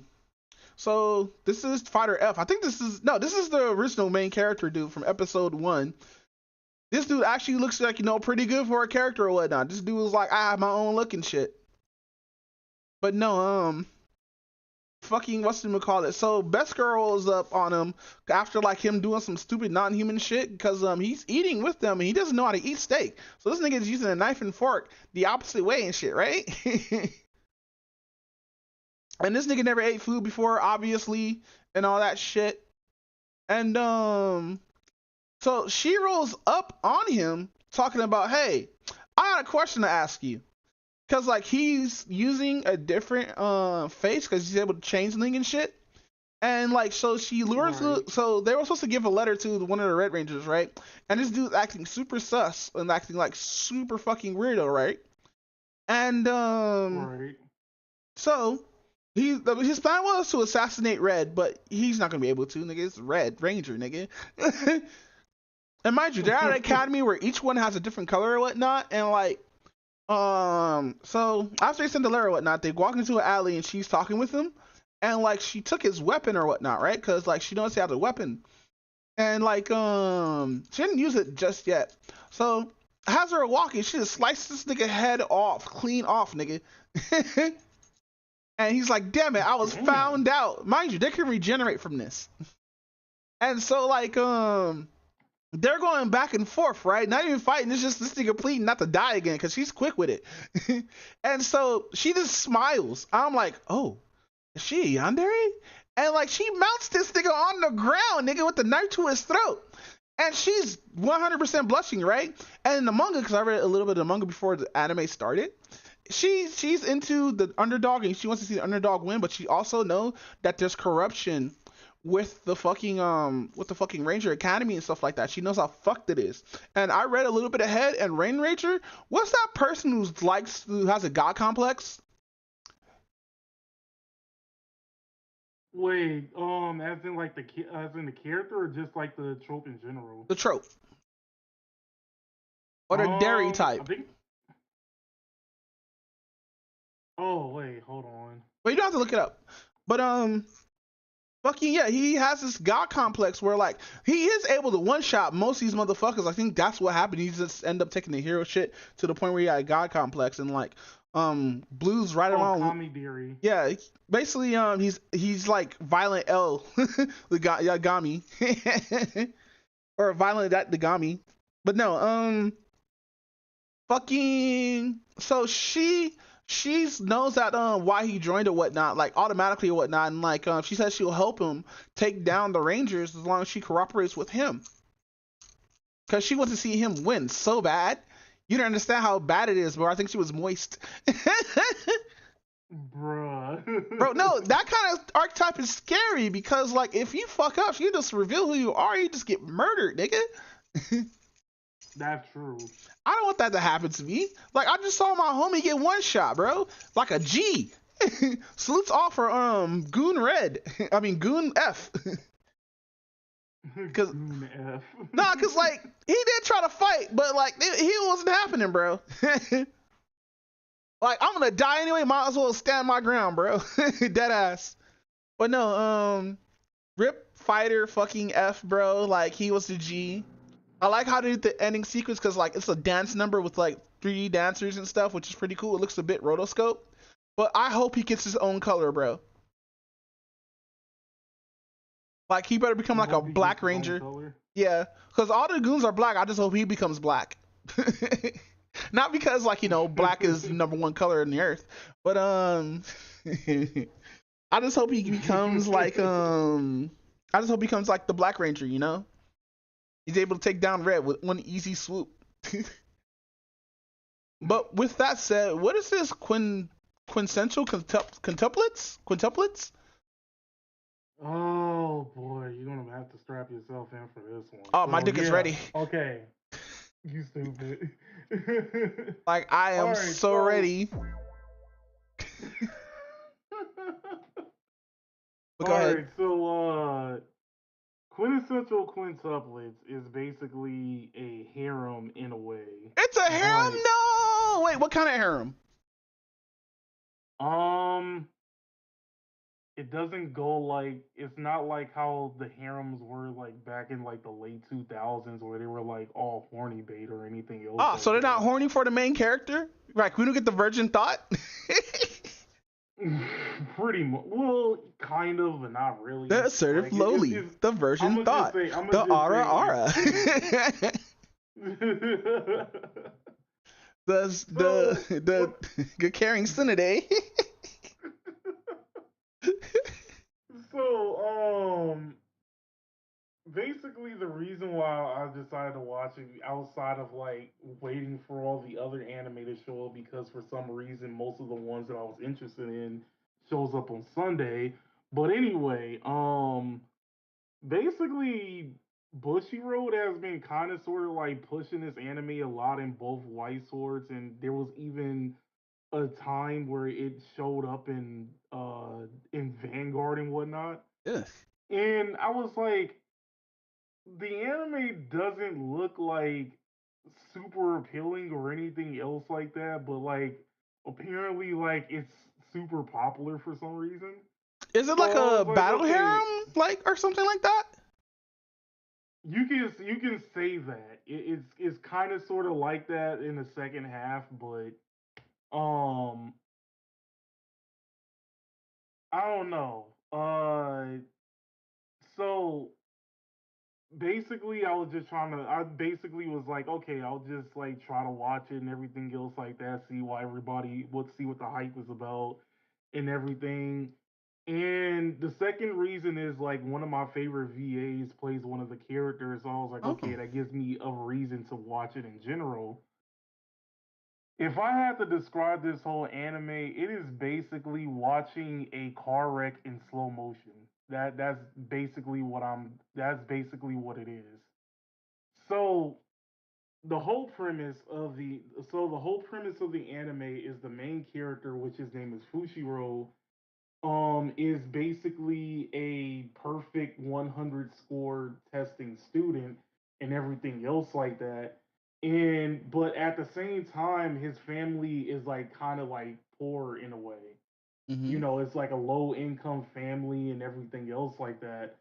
So he found a job opportunity where he's able to tutor um five sisters, and basically he'll be able to get paid like a ton of money like per sister, and his goal is to basically have them like pass exams and everything.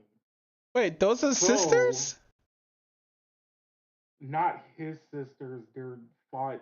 Okay, basically they're quintuplets.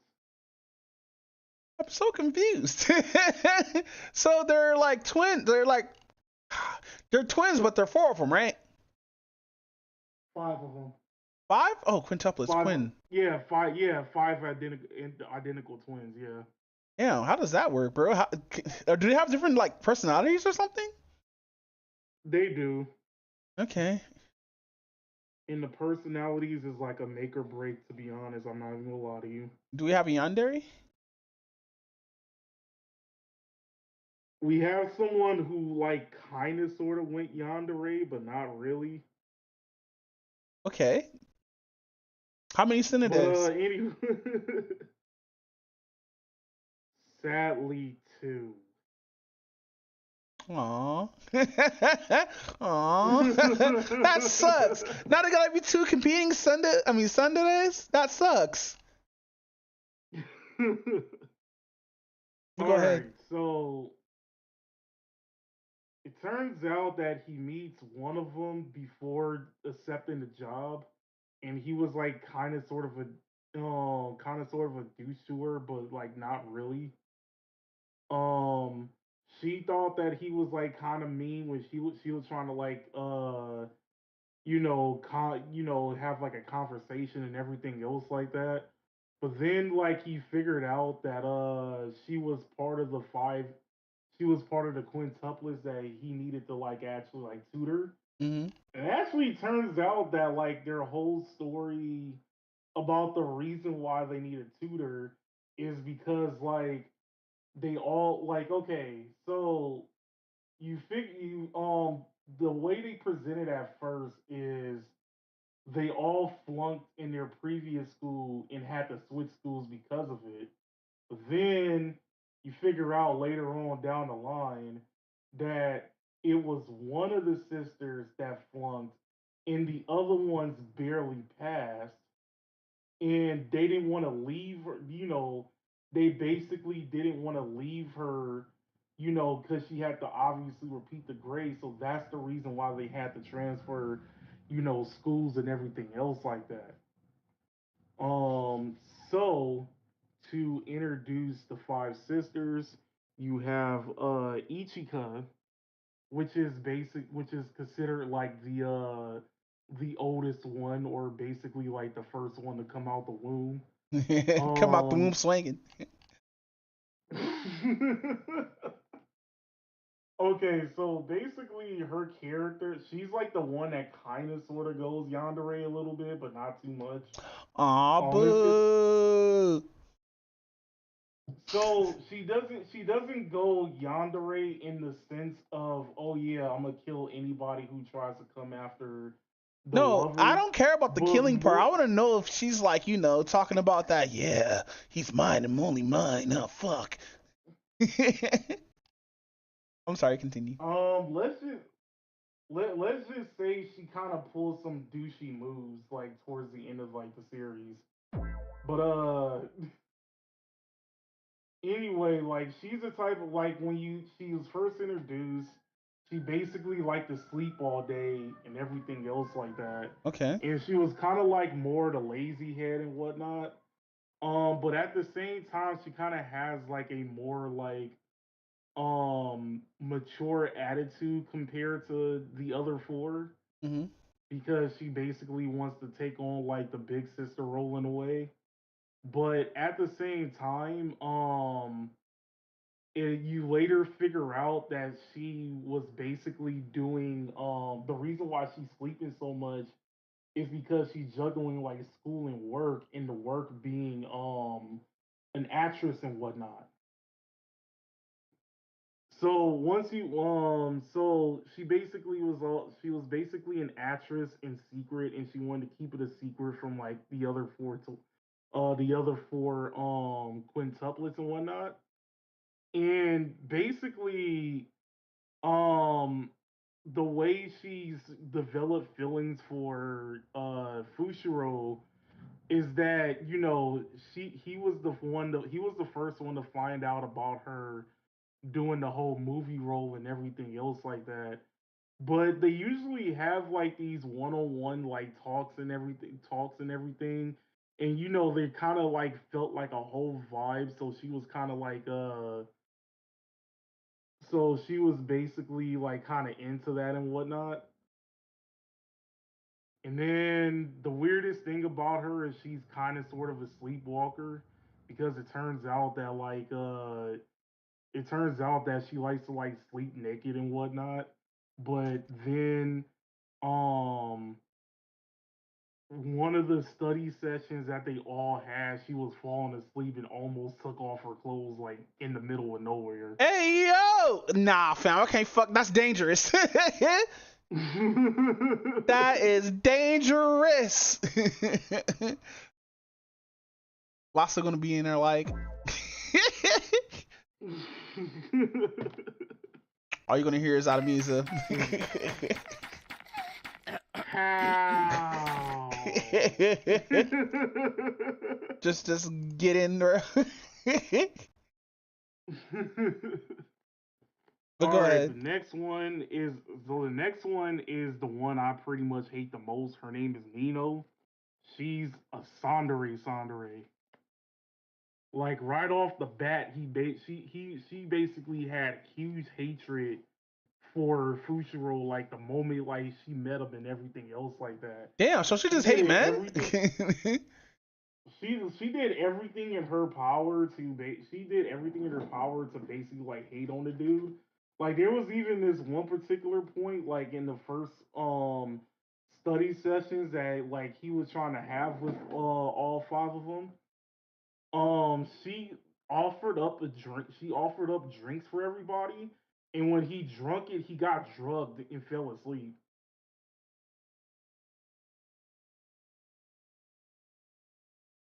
Damn. It's all like so. Then she just basically had like this huge hatred and tried to derail everything that this dude tried to, tried to help her and everything else like that. So then you actually figure out that she doesn't want anything. Oh, she basically is. I'm not going to say like family orientated per se, but she wants the sisters to stick around all together and not have anybody interfere, with anything that they have to do. And at the same time, she's like very stubborn on everything, and she obviously like hold grudges and stuff like that. Um, And the fact that like he came out of nowhere and tried to like tutor them and everything else like that, that's the reason why like she hates his like guts. But the stupid thing is that she was the first one to fall in love with him. Actually, I mean, no, she was the first one to confess his love, her love to him and everything else like that.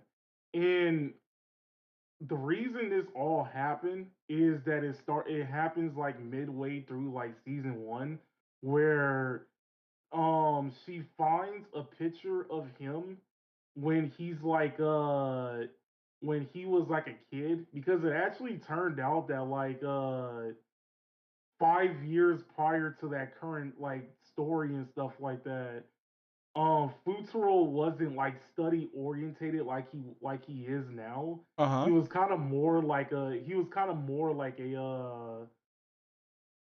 had like blonde hair and everything else like that, so he was just basically like pulling pranks on everybody.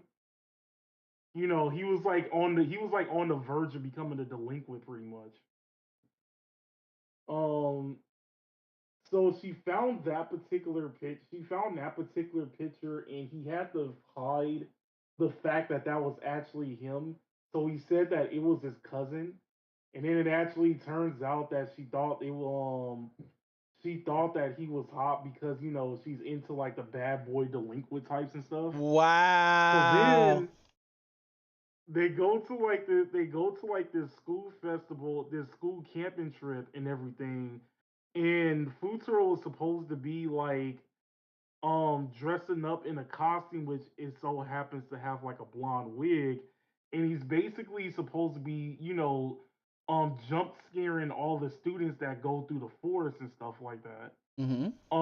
And it turns out that there was like two directions, and Nino went into the wrong direction, which was basically falling off a cliff. So he had to go chase her, but he forgot the mask, but still had the blonde wig on and stuff like that. So when she sees him, she thinks that that's his cousin that he like fibbed about and whatnot. So she actually acts completely different, and she acts like more submissive and stuff like that. Mm-hmm. And um she basically, well, so like in that particular whole festival, there's supposed to be a thing that, not festival but camping trip. It's supposed to be a thing that happens at the end of it where everybody joins around like a campfire on like the last night and basically dance. And if like a couple basically dances around that campfire, there was like a rumor that said that they were going to stay together forever, like as a couple and everything else like that. So she wants to dance with him at that particular place. I mean, around the campfire, so that can actually happen for him. Apparently, it doesn't, because he does get sick towards the end of the thing. So, uh, she never got a chance to do so. Later on in season two, she has a whole fight with one of her other sisters Wait, this and is decides season to one, two? move out and go to a hotel. There's two seasons. Okay. So there's two seasons in a movie, A but movie. we'll get to all that. Yeah. Well, we'll get to that. We'll get to that. Okay. So during season two, she basically rents out like an apartment and everything else like that. Because she had like a very petty fight with her sisters and stuff. And then that's when he uses like the wig to act like his like cousin and everything else like that. But then he basically wanted to confess that that was like actually him and not his cousin. But she like low key figured it out and then drugged them again. So then Yo, I can't. But go so ahead. then she eventually starts competing with one of the sisters to work in the same job as he does. And then like once they're in the same job, she actually confesses to him and whatnot. Aw. But he doesn't necessarily know how to respond. So there's like this long thing of her trying to like win his love over, win her love over and stuff like that. But yeah, she's like an overall douchebag. I hate her with a passion. But apparently, she's the most pop. Okay, she's the most popular character in Yeah, because America, she but not drugged in the Japan. main character and tried to steal his seed, of course. Like, that's every So, man's dream and want the woman to steal their seed for once. so the third one is Miku, which is the shy, timid one. Hmm. Um, and she's supposed to be the one that everybody thought he was going to get with. So, it turns out that she's like the one of the reasons why she's like super shy and timid, outside of not really having confidence and having like low self esteem. Her favorite thing she's into is feudal Japan warlords. She Okay, basically like the plays figurine like stuff, a right? yeah. No, like the actual history of like warlords in Japan, Okay, of like samurai warlords in Japan. okay. So I'm guessing she played a game that's either supposed to be a rip off of like Sengoku Bazara, or um what was the one with the sword boys? Oh, Token Rambu. And because of that particular game, she got into like the concept of like Japanese warlords and stuff like that.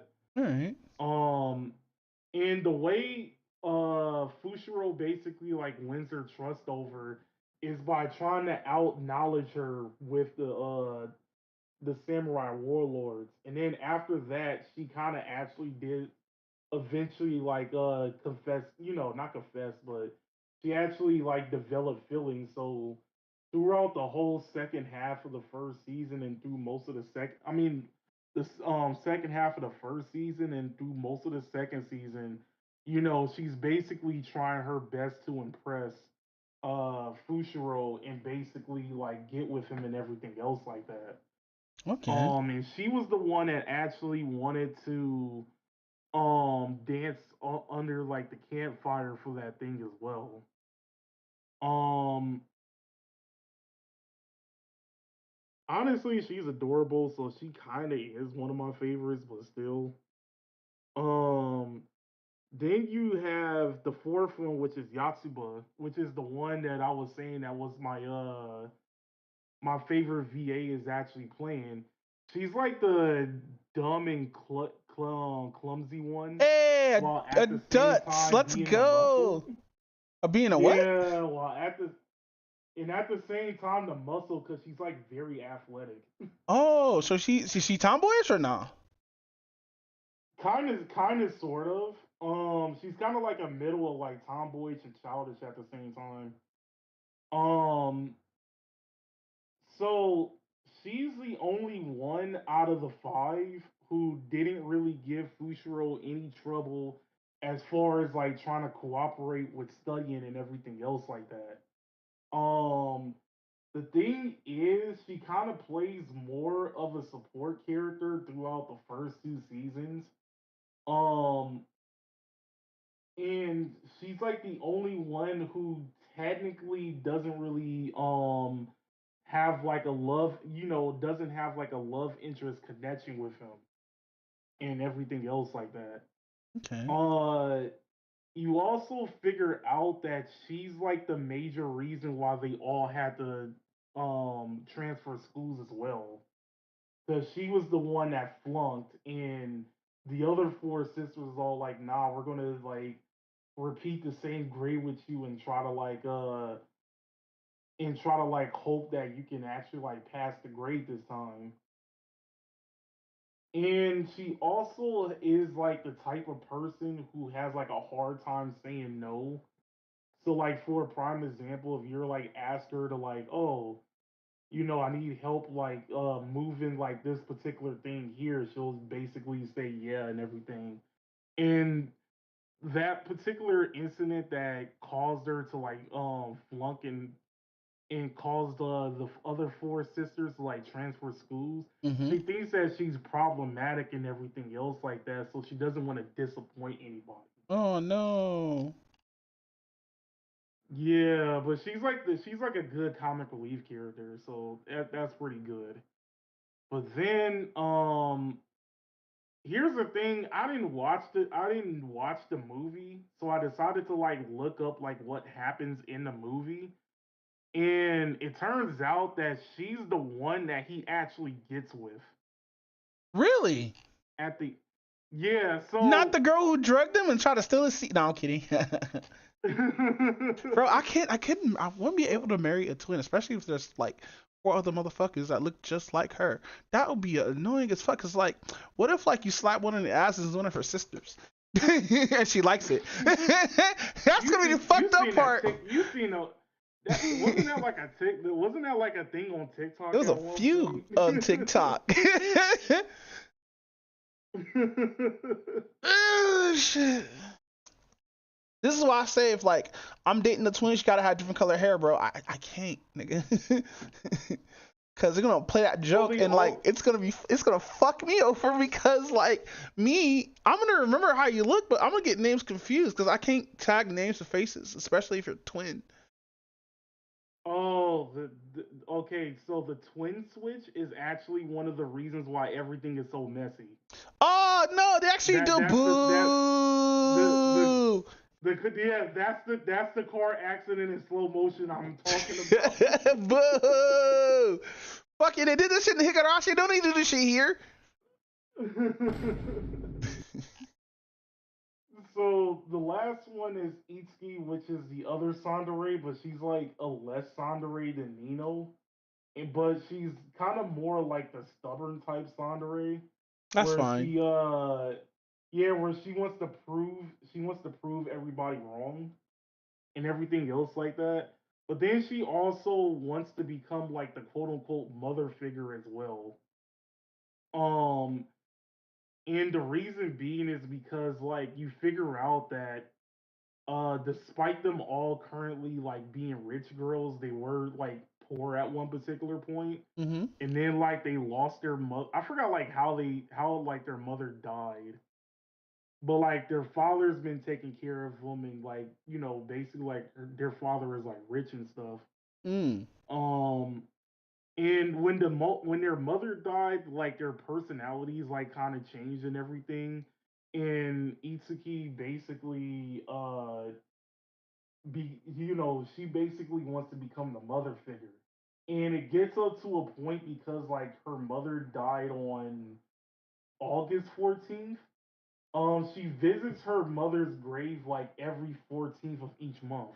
Oh no. So yeah. Um so basically outside of all of that, you basically figure out that at the beginning they all excel in one particular subject but basically fail at the rest. So you basically are now like, okay, they all can pass in one particular subject but like fail in the other. So why don't they just try to like have each other, help each other study and work on the points where like they're not that knowledgeable on. So that would be like the easier case. But nah, instead you have the first half of the first season where they're basically like rejecting him and basically trying to be uncooperative. And then when they figure out and then eventually they start to like soften up after certain events happen. Um when he starts to learn more about like their personality and basically what they want out of a friendship and everything else like that and what's important to them the most, that's when they start that's when they start being more cooperative and everything else like that. It turns out that their father is like pretty neglective because he's the type of person who stays at work nearly 24/7. They got that whole apartment to themselves, but outside of that, like the father rarely comes home and stuff. No. Is that why one of the other chicks who hate Home dude hate him in particular because it reminded her of her dad or something? Yeah, I wouldn't be. Yeah, kind of, sort of. Hmm. But with that said, how's the Well, series as a whole? Because you watched this, like you binge watched this, right? yeah, I binge watched the 2 seasons, and I'm gonna just Jesus be real with Christ. you. Okay, like it's one of those animes that I'm all like, this isn't really a masterpiece, and I don't necessarily see what the hype about everything is. But I will admit, when things started getting messy, it actually started getting a little bit more interesting. And I'm just like, it's one of those things where it's all like, okay, this isn't like the most interesting thing, but I still want to see like what happens like next and everything else like that. Um, One of the things that basically happens towards like the end of like the second season is now this is at a particular point where all five of them, well, outside of Yatsuba, basically has a reason, to fall in love with Fushiro. So now they legit called this arc the Sister Wars arc. Um, Basically, one of the things that the sisters normally do is kind of sort of like they have the wigs and accessories of their other sisters, and sometimes they'll pose as their other sisters. Mm-hmm. One of the ways that this kind of works is Ichika usually is the one that gets hit on.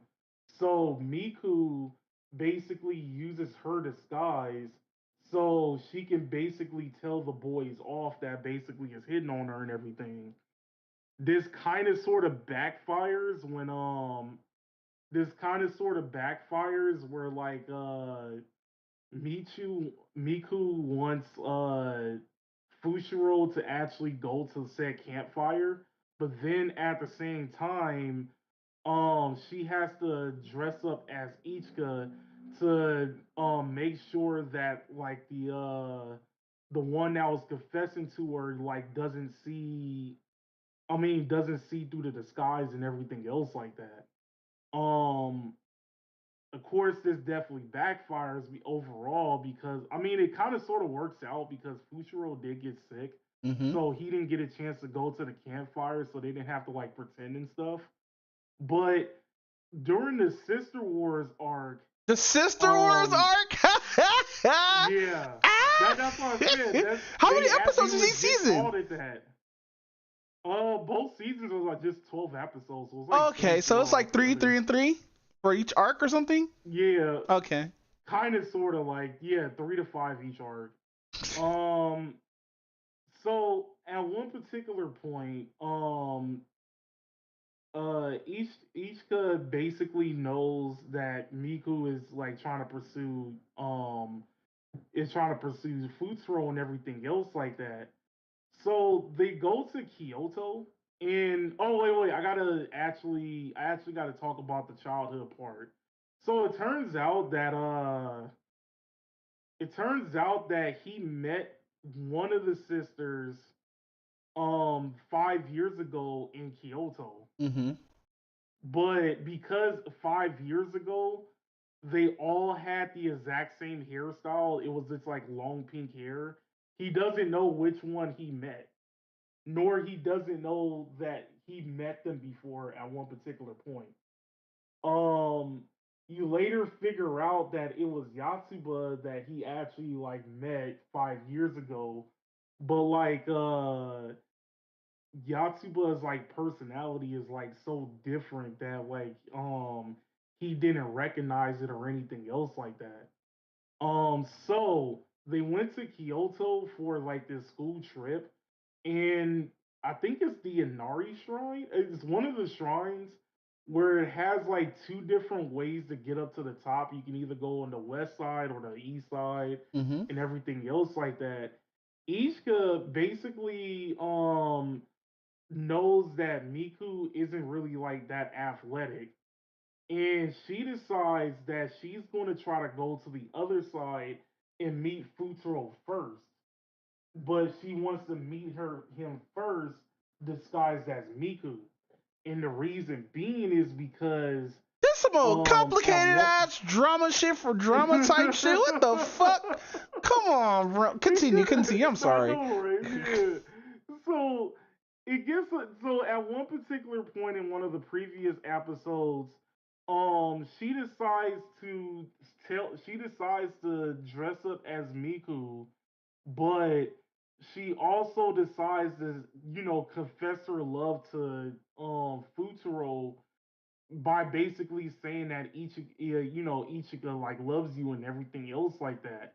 She did that dressed up as Miku, so she was going to try to do the exact same thing when they went to the shrine, but Miku found out that she was trying to impersonate her at the last minute. So because of this, um he developed like trust issues against Ichigo because he doesn't know what's a lie and what's the truth anymore. And it also turns out that like he did meet her too at one particular point, but it was like for a short amount of time. Mm. But what was like another thing that basically oh yeah, Nino obviously double crossing Miku by basically trying to cook better food than she is, than she can. Um, and then what was like another one? Oh yeah, they actually Futuro and Mika. I mean, yeah, Futuro and Miku actually spend time together at during this trip. But then at one particular point where Mika was near the water, Nino basically like pushed her down and like left like right before like Futuro could see like who pushed her and stuff. Okay.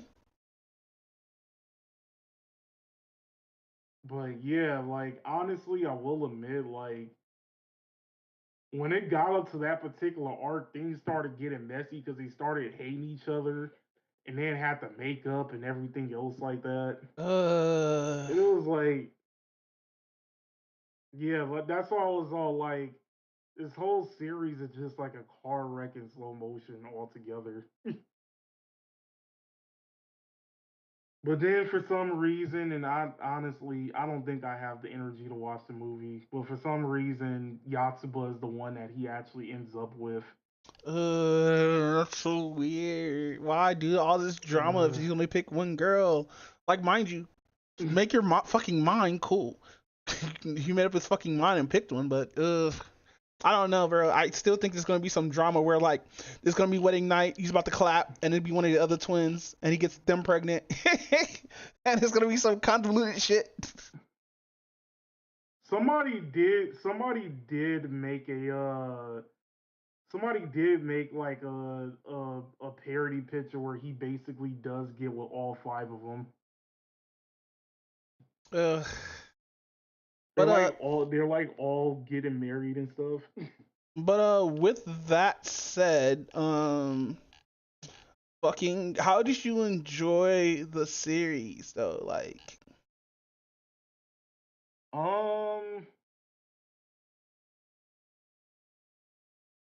I'm just, to be honest, I'm just kind of glad it's done. To be honest, it was a good one. It was a good like one and done. I don't think I'll be like the type of person to be all like, oh yeah, like to recommend anybody the anime. But for what it was somewhat enjoyable. like fucking, would you watch it if season 3 would have dropped? Probably, but I don't think they'll make a season 3. I think it's like completely done in general. Ugh. Like, mind you, I like the concept of multiple women who look the same want to fuck you, yes you. But like, I don't know, I could deal with that, bro. That'd be so much drama. Like, especially when one of them drugged me and like, put their seed in their body, put my seed in their body. So like, I don't think I could do that, bro. I don't think I could hear random Japanese woman with pink hair yelling Yuki in my ear.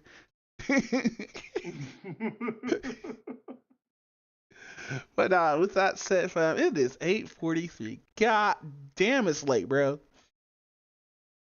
I know, right? But nah, Wait, what do you have? What's left? I'm completely done. Oh yeah, that was the final one of mine too. But fucking now I do want to talk about like Rick Ross talking about Drake, telling him he got like a nose job or whatnot. But that's for another time and for more fucking stuff I need to learn about and everything. You know what I mean? True. But no, with that said, want me to let you go, King, so you can finally fall asleep and wait for another 2 weeks till we hop onto here? Pretty much. Oh shit. Here we go again. Anyway, Alec Caroline, where can you find you at, fam? Yuki Konato on YouTube and Oh wait, Online we on gotta stop. We forgot to talk about OJ. Oh, right. No, let's get our endings and we talk about OJ in the recording. All right. But no, where can we find you at, King? Yuki Konato on YouTube and Alicorn Lion on Twitch. You can find me Doombot, Shin Doombot on Twitch and UB Doombot or just Doombot on YouTube. This might be hard to find. It should look like me with an MF Doom mask on the front. If you can't find that, then you can't find me because I'm way deep in the algorithm. I don't know why. I should be up there since I'm posting shorts daily, but that's besides the point. Fucking with that said, fam, this is episode 160 of season 16. I'm gonna call this shit Drizzle, by the way. Drizzle. And we are out of here. Alec, thank you for coming to the podcast.